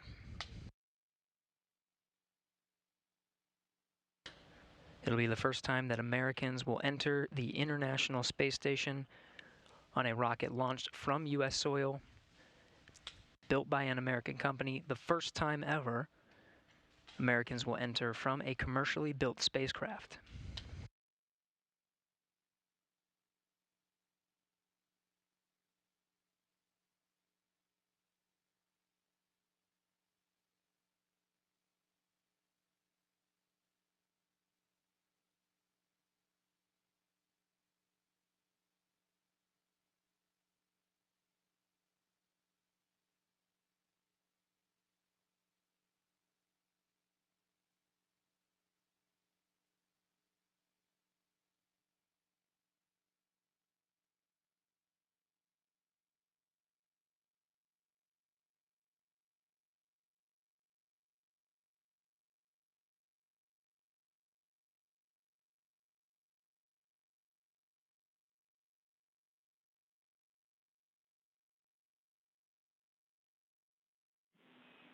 Station Houston on Space Ground 2 for Chris.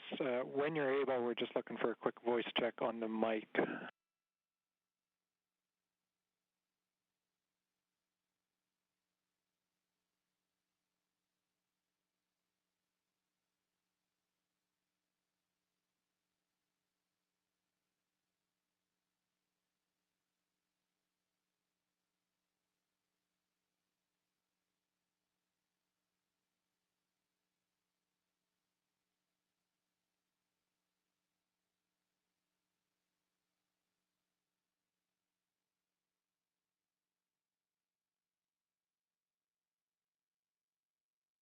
Station Space Ground 2, go ahead. Chris, we were hoping we could voice check the mic just before starting the PAO event.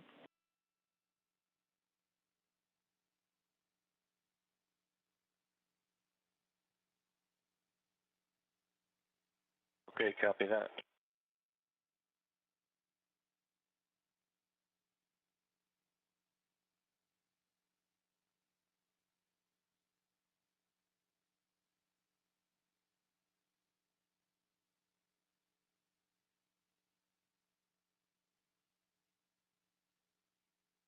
Houston Dragon on the big loop, and step 6.1 of 2.102 IMV duct installation is complete. Go for IMV fan activation. Houston copies, go for IMV fan activation, that's in work.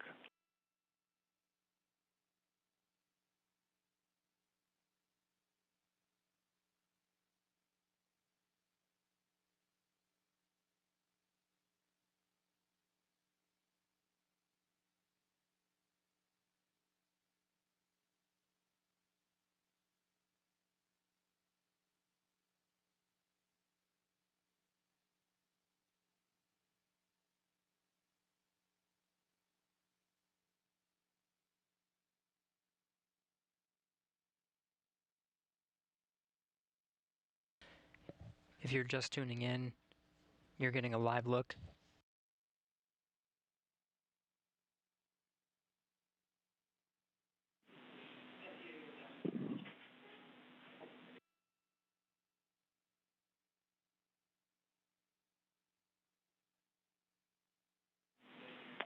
Station Houston on two things. Chris, we did hear you over the PAO side of things. That was a good voice check. We might ask you for one more.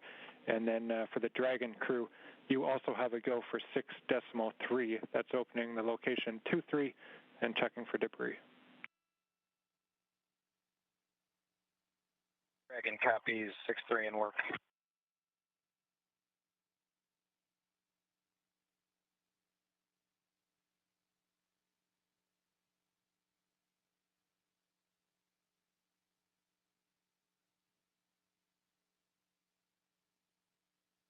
If you're just tuning in, you're getting a live look. On the left of your screen is a look inside the Crew Dragon on the Demo 2 mission. On the right, the International Space Station. Houston, Bob Benkin. Dragon on the big loop. We are ready for 6.4 and section 4 of the LIO instructions.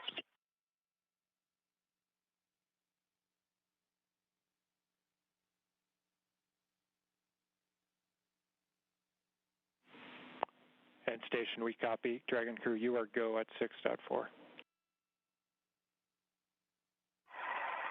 In work.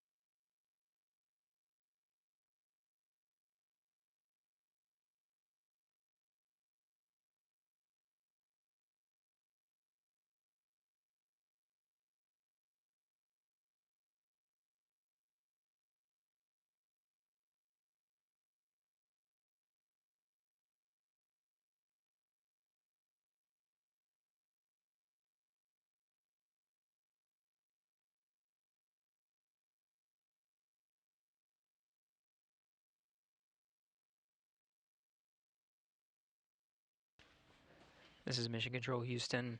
You're getting a live look at the inside of the International Space Station, losing video communication from the International Space Station. It will only be momentary. We'll have those views back to see Bob Behnken and Doug Hurley enter the International Space Station.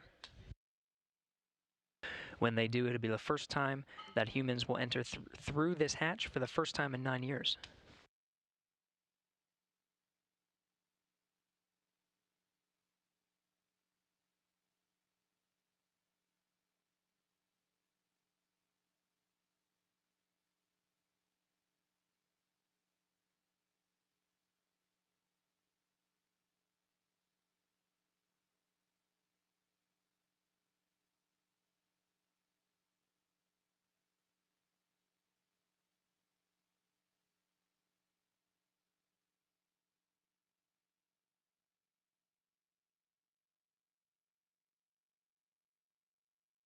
Dragon, so we had to get, I had to load the procedure from my iPad and hand it in to them, so that's what took a little longer.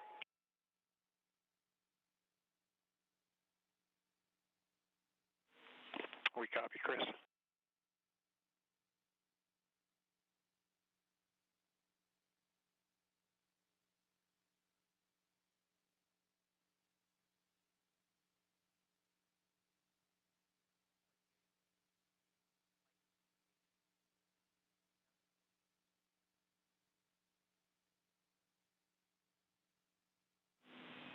Station Houston on 2 for Chris. When convenient, PAO requests an additional voice check through the mic.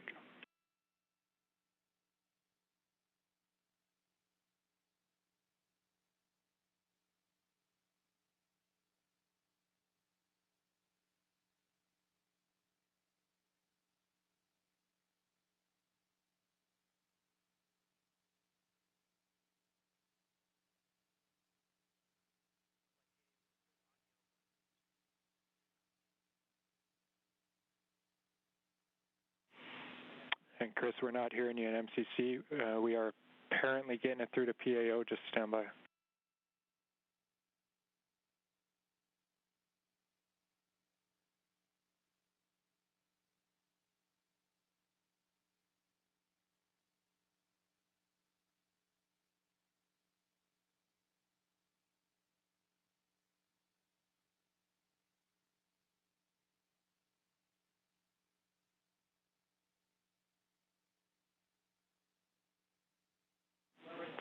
Chris, PAO is working comm reconfig. I'll call you if we're ready for another check.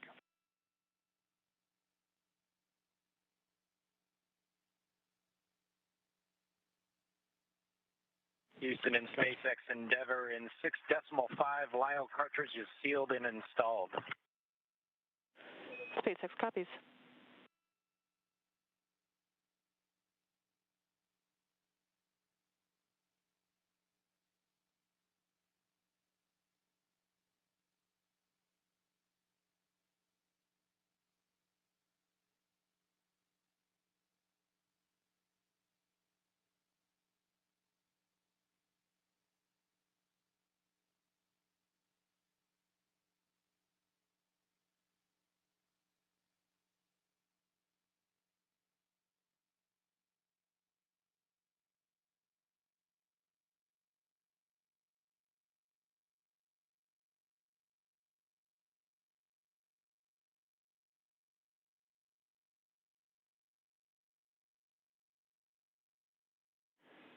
Station Houston on 2 for Chris. We wanted you to confirm that the mic is in channel 1. It needs to be in channel 1. A thought here is that it could have been bumped over to 2.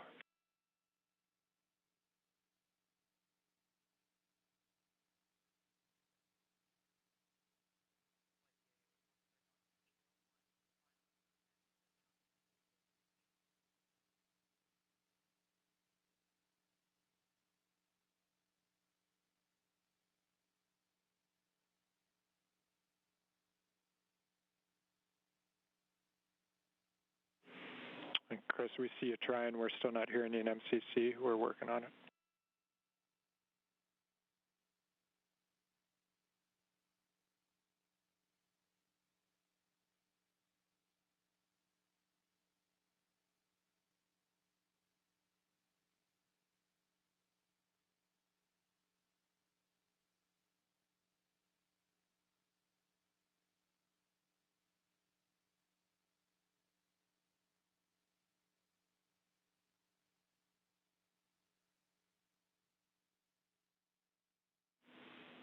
And Chris, nothing in MCC. We see you trying. The word here is that as long as that is in channel 1, any problems past that point are on our end, so we're looking into it. We'll be right back to you.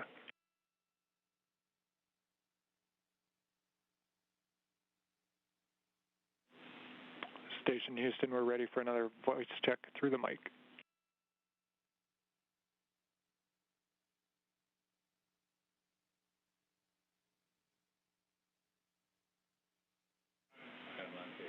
Station Houston, we have you loud and clear through the mic. Thank you.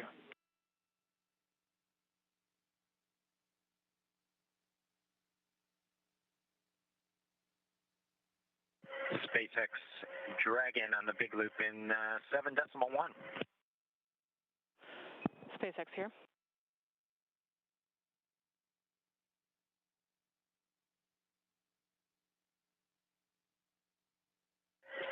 Okay, Anna, in 7.1, it appears that the ABV inner Bravo is open, as well as the PPRV ISO valve.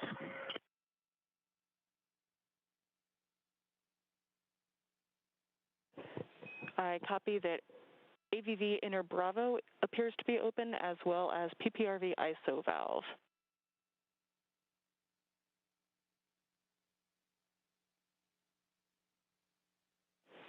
Go ahead and cycle them to close if you're good with that call. Yes, we are good with that call and appreciate the status. Thank you.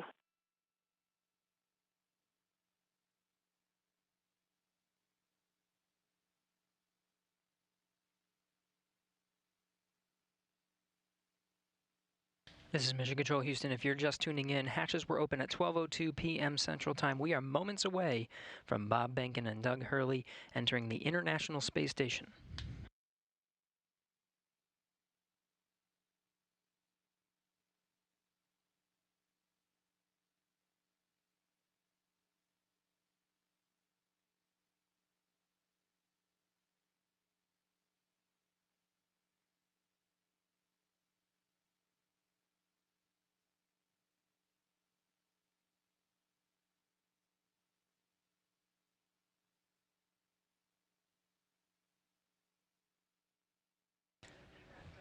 Again, this is Mission Control Houston, moments away from Bob and Doug entering the International Space Station.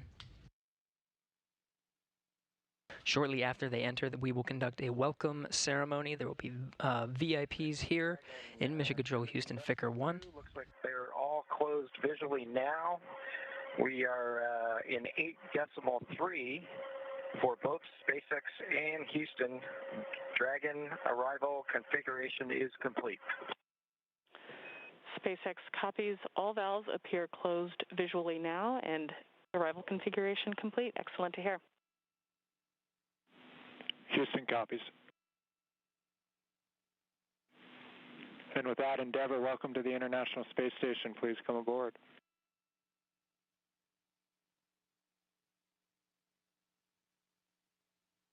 Endeavour copies with pleasure. We'll be there in a second.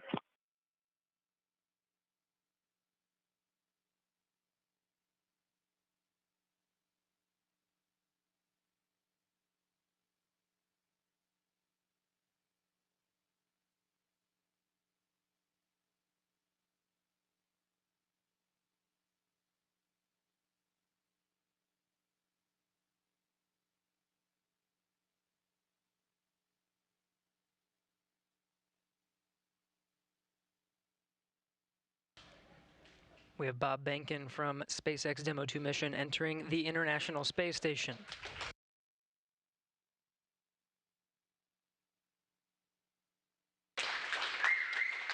Followed by Doug Hurley.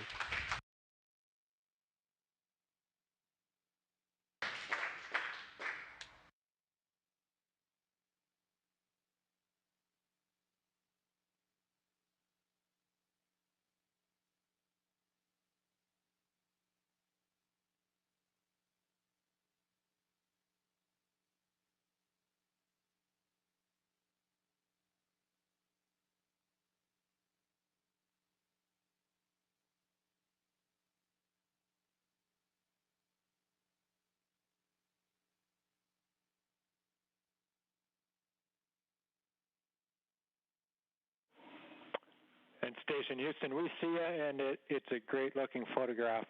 So thanks for that. Stand by one. We'll call you when we're ready for the event in the next few seconds.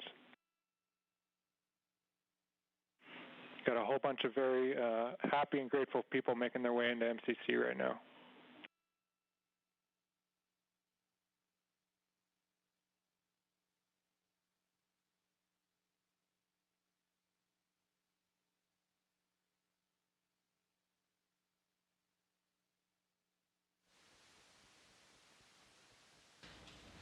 Demo 2 crew now aboard the International Space Station. They entered at 12:22 p.m. Central Time.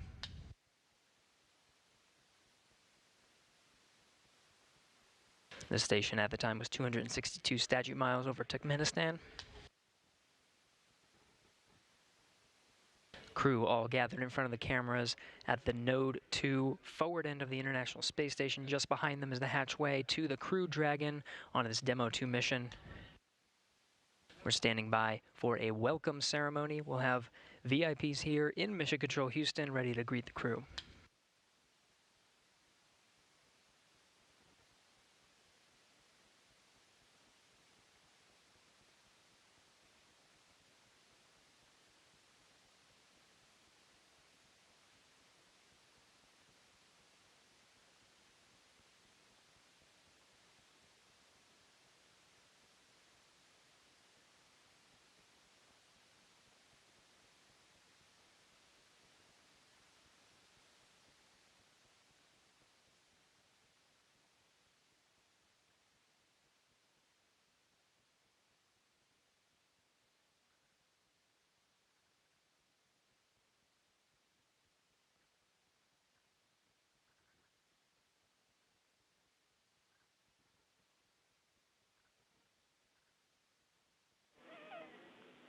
And Station, we're just about ready. Stand by.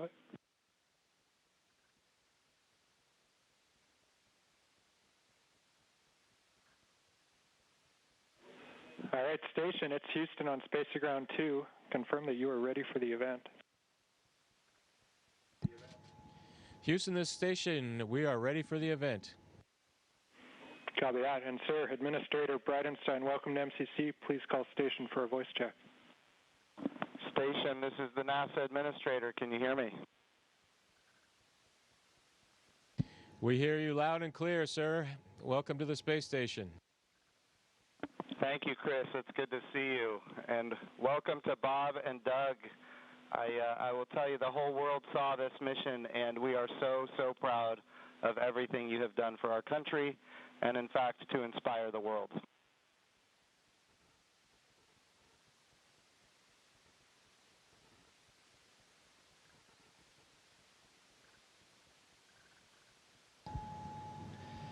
We sure appreciate that, sir. It's obviously been our honor to be just a small part of this. We have to give credit to SpaceX, the Commercial Crew Program, and, of course, NASA. It's great to get the United States back in the crewed launch business, and we're just really glad to be on board this magnificent complex.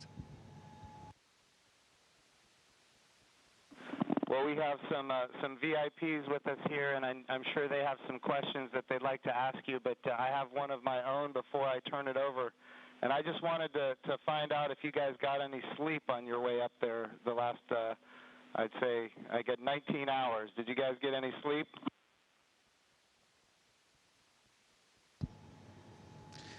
Yeah, I think a lot of folks in Hawthorne were asking the same question, sir, but we did get probably a good 7 hours or so opportunity for sleep, and I did succeed at sleep, and Doug did as well. So the first night is always a little bit of a challenge, but the Dragon was a slick vehicle, and we had good airflow, and so we had an excellent evening, and just excited to be back in low Earth orbit again.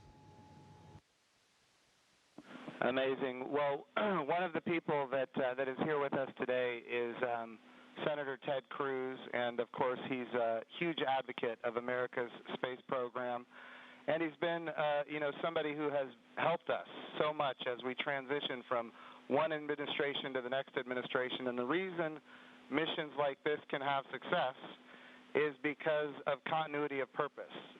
And Senator Ted Cruz was a leader on a bill called the NASA Transition Authorization Act. And because of that, we have had a lot of political support, and we're very grateful for his leadership. Senator Cruz, would you like to say a few words? Well, congratulations, gentlemen. The eyes of the world are upon you, and everyone is proud of you. All of America is watching you, and today and yesterday represent big, big days. We're looking at a decade since we've had American astronauts launched on an American ship from American soil. And I can tell you, I sat with my wife and kids in our living room watching on TV yesterday, and I suspect we did what just about everyone watching did, including both of you, which is held our breath as it took off. And we're glad to see you've landed safely. We're glad to see you've docked.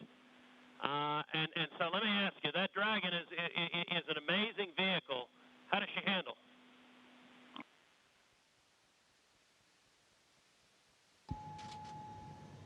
It flew just like it was supposed to. It was we had a couple opportunities to take it out for a spin, so to speak, once after we got into orbit last night, and again today about 20 minutes before we docked. And my compliments to the folks back at Hawthorne and SpaceX for how well it flew. It is exactly like the simulator, and we couldn't be happier about the performance of the vehicle. What do you guys hope to accomplish in your time on the International Space Station?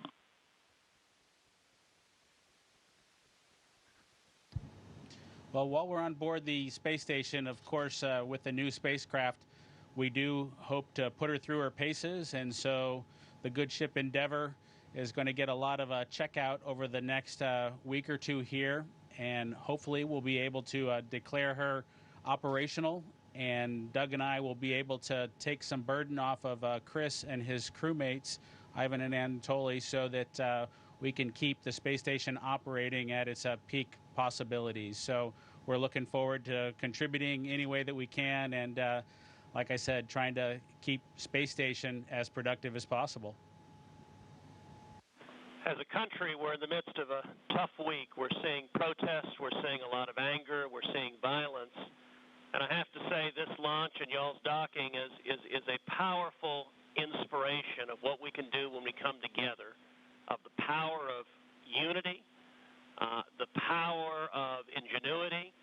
And so I guess the last question I would ask you is since you have the opportunity to address, in particular, all the young people in America, what would you tell them in terms of what we can do when we can come together?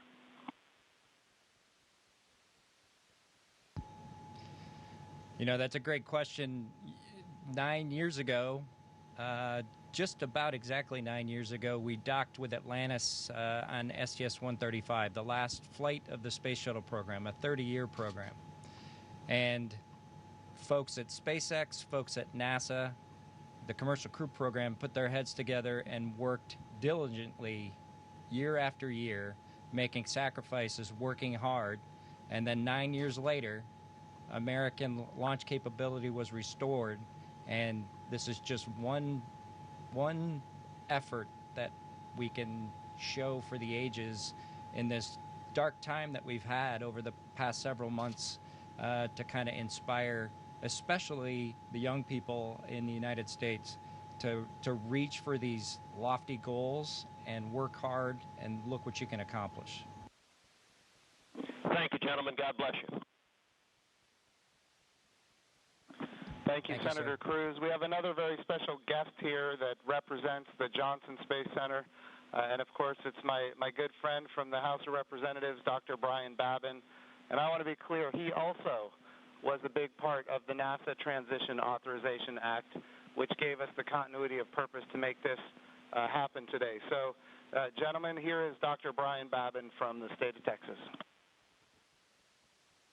Thank you. It's great to be with you guys. I was at the launch yesterday. I just want to say a huge congratulations. And, you know, there was a thunderstorm that blew in about 30 minutes or 45 minutes or so before liftoff. And it was in doubt there for a minute, but it was just an enormous achievement. I just want to say thank you for you guys. Really appreciate what you're doing for America. And the crew that's already been up there, Chris, and your two fellow Russians, to give you a great big thank you as well. I have a son who is a Navy SEAL, and I want to thank you for your service there too, Chris. And also, I would like to just see what I know you said that the craft, the Dragon, handled very well, but I want to see how it compares with the space shuttle. If one of you would address that, I would appreciate it.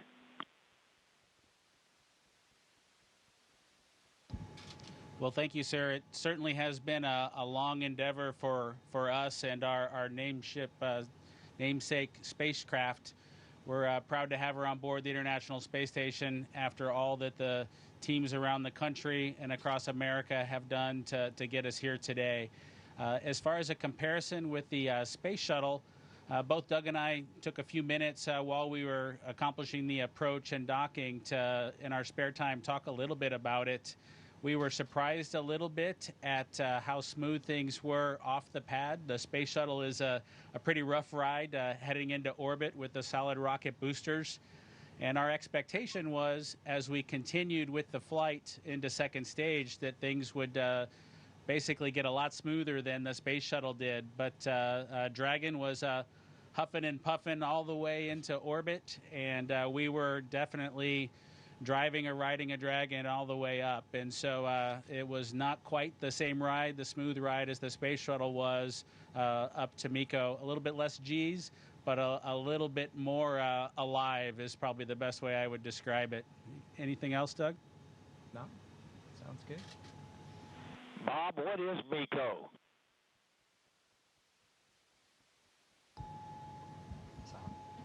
Sorry, I have to apologize for actually using the term MECO. It's a little bit confusing between the space shuttle and the Dragon vehicle. So it's a main engine cutoff is what MECO stands for. Those happened at different times in flight for the two vehicles. For the space shuttle, that was when you were all the way in orbit. For Dragon, that was just a little bit after 2 minutes.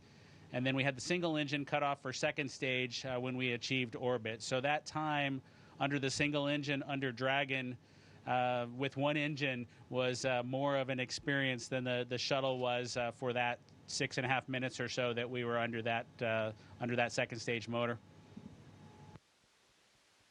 Well, I would just like to say, in fact, Doug, did you have something you wanted to add there?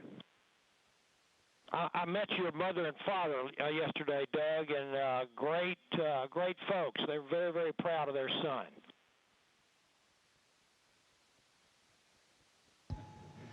Yeah, that's pretty cool.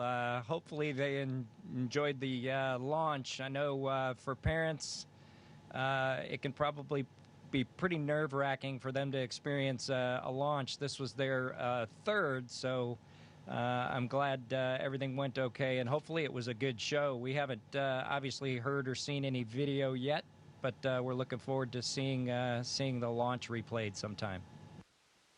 I can assure you that it was a great show.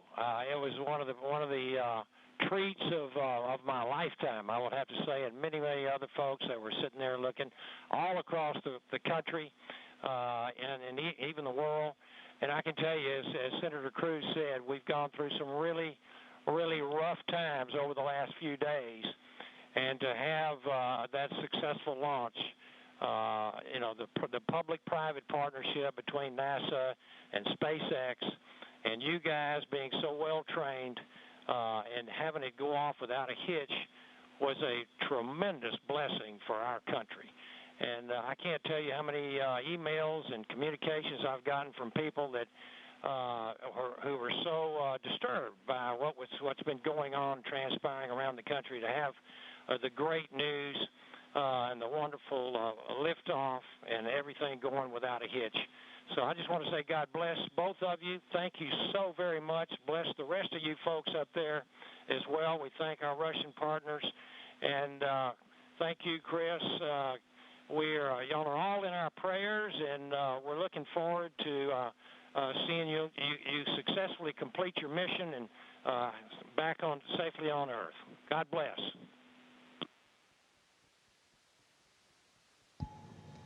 Thank you very much. Yeah, and just so you guys are aware, the show was in fact spectacular. The ratings on NASA TV beat everyone else. Not just some of them, it beat all of them, and that includes, yeah, just so everybody is aware, the whole world saw this. It trended #1 on Twitter. It was the #1 thing talked about on social media in general. This was an amazing moment, and it represents a transition in how we do space flight from the United States of America.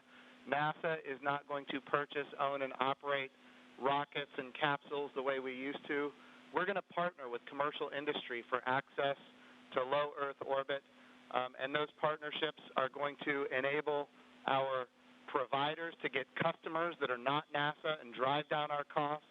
And we're going to have numerous providers that are competing on cost and innovation and safety. And we're going to have more access to low Earth orbit than ever before. And this business model, now that it's been proven on commercial resupply of the International Space Station, now commercial crew to the International Space Station, this model is going to apply, and I know Senator Cruz has this near and dear to him, when we go to the moon. And of course, when we go to the moon, it's going to be done because of the great people here at the Johnson Space Center and so many other centers across the United States of America. But when we go to the moon, we're going to land on the surface of the moon with commercial landers.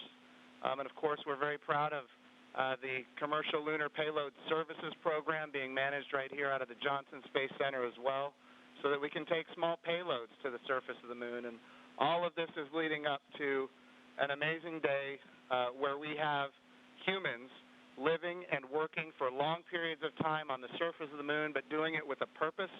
And that purpose, of course, is to go to Mars. Humanity is going to explore more and be able to go further than ever before because of the public-private partnerships. We all know that if the government is creating the demand and the government is creating the supply, we will always be limited. But when we have partners that are interested in exploring commercially and doing the things that are necessary, to get capital investment, then we're all going to end up better. So I want to just say the whole world saw this.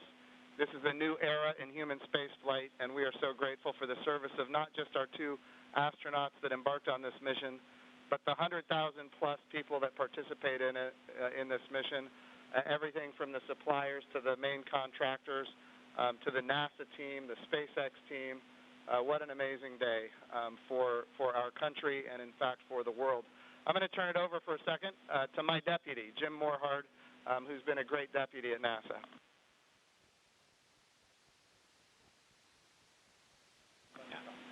Gentlemen, congratulations. You know, Jim's mentioned going to the moon. And yesterday and today, you've inspired the Artemis generation, which is our next generation. And that's what this is about. It's really bringing the children that we've got and our grandchildren forward so they'll be the ones that are going into deep space. This is the dawn of a new era, and we just thank you for being at the beginning of it. Thank you so much.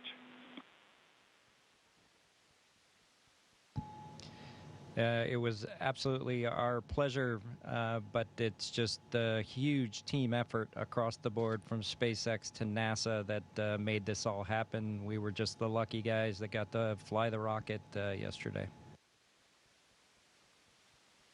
I have a question for Chris Cassidy. You know, our crew here decided to be about 3 days late. You got to work them overtime, I presume, now to get them caught up on all the activities that they missed out on. Any plans for them? Cleaning, probably. Only easy Well, the day they missed out on was a good one for them to skip. It was Saturday house cleaning, but I took care of it for them. We'll catch up next weekend. But in all seriousness, we've got a few things to take care of tonight. Make sure we're all safe and we know the plan in case something bad happens. And then we're looking forward to some operational stuff later in the month. Maybe we'll get outside and do some spacewalks. And our efforts in these coming weeks will be in that effort. So we're all super excited to have 2 more crewmates to the Expedition 63 team. Awesome. And of course, here in Houston, this is the home of the astronaut office, and the Johnson Space Center is led by Mark Geyer, and I'm going to turn it over to Mark for a few comments. Thank you, Jim. Hey, it's great to see all of you there. Good to see you, Bob and Doug. I know we talked a few days ago. You look a little taller than I remember you. And but I also want to thank Anatoly and Iman and of course Chris for what you guys have been doing since you all arrived. And I know there's been a ton to do, and you've been really busy, and I appreciate that. So I also like this visual of our international partnership. We have had a tremendous partnership with Roscosmos, and we will continue to do so. But it is nice to see crew arrive from this side of the space station. So that was pretty cool after 9 years. I did have one question for Chris, though. What might you do to ensure that Bob and Doug stay longer? Do you have any strategy there?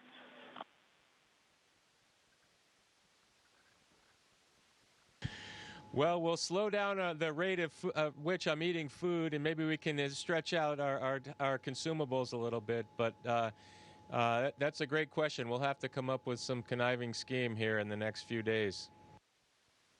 All right, thank you. Thanks, guys. Look forward to greeting the 3 of you eventually back in Ellington after your work is complete. Thank you.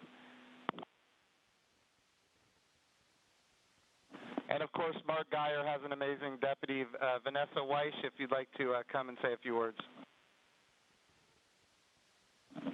Thank you, Jim. Hi, guys.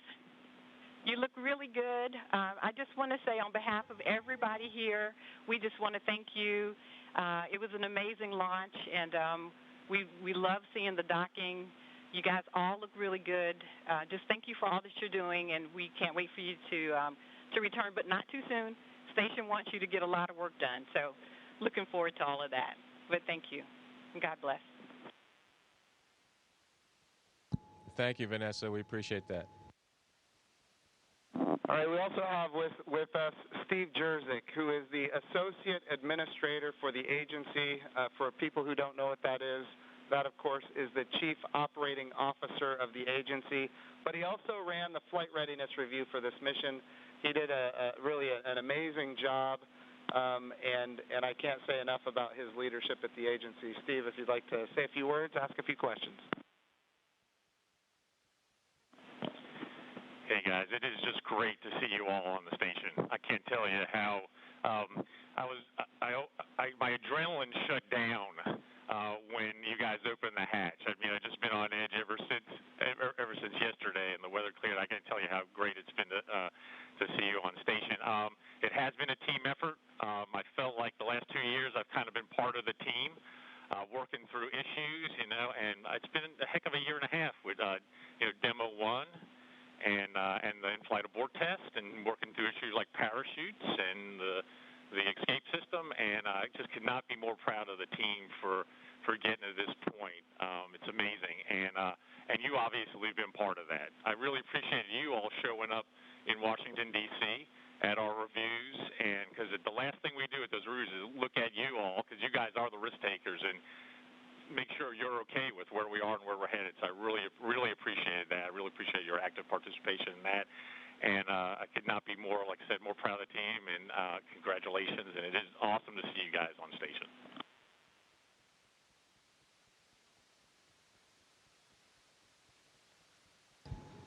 Well, thank you, sir. We're just proud to be a part of the team that got to bring space flight back to the Florida coast. I appreciated the comment earlier that it was nice to see a vehicle come to the forward portion of the space station, but I'll tell you what, that's the only way Doug and I know how to do it.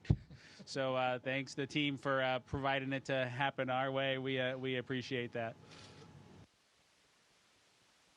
Well, Bob and Doug, just so you're aware, I'm being given the wrap signal. Doug, did you have something to say before we wrap it up here? Oh, no, sir. We're just happy to be here, and Chris is going to put us to work, and hopefully we will fit in and not mess too many things up. I have no doubt that you guys are going to do amazing work. I just want you to know the president came to the launch and the vice president came to the launch. About half the cabinet was at the launch. We had members of Congress and members of the Senate from both sides of the aisle. And this was an amazing moment of unity for the nation. It was an amazing moment for the whole world to look up. In the midst of the coronavirus pandemic and some other challenges, we were able to have this very, very special moment where we could all look at the future and say that things are going to be brighter tomorrow than they are today. And you and the NASA team and the SpaceX team gave us that opportunity, and for that we are so, so grateful. I would also be remiss as the NASA administrator if I didn't promote what comes next. And of course, this is the beginning. We are now launching to low Earth orbit again, but we will soon be going to the moon. We will be going to the moon sustainably with commercial partners and international partners. We're going to use the resources of the moon to learn how to live and work for long periods of time. Ultimately, we're going to take all of that knowledge and we're going to go to Mars. And of course, this time when we go to the moon, we go with a very diverse, highly qualified astronaut corps that includes women, which is why we call the program Artemis, named after the twin sister of Apollo, and she, in Greek mythology, was the goddess of the moon. This is the beginning. There is so much more to come, and I'm glad that our representatives of the Johnson Space Center are here because we're going to be asking them to fund this project. And what an amazing day that you guys have given us. So thank you from not just me and the people here, but from the United States of America and people all around the world. I'm more popular on Twitter than I've ever been, and it's because of you guys. Thank you.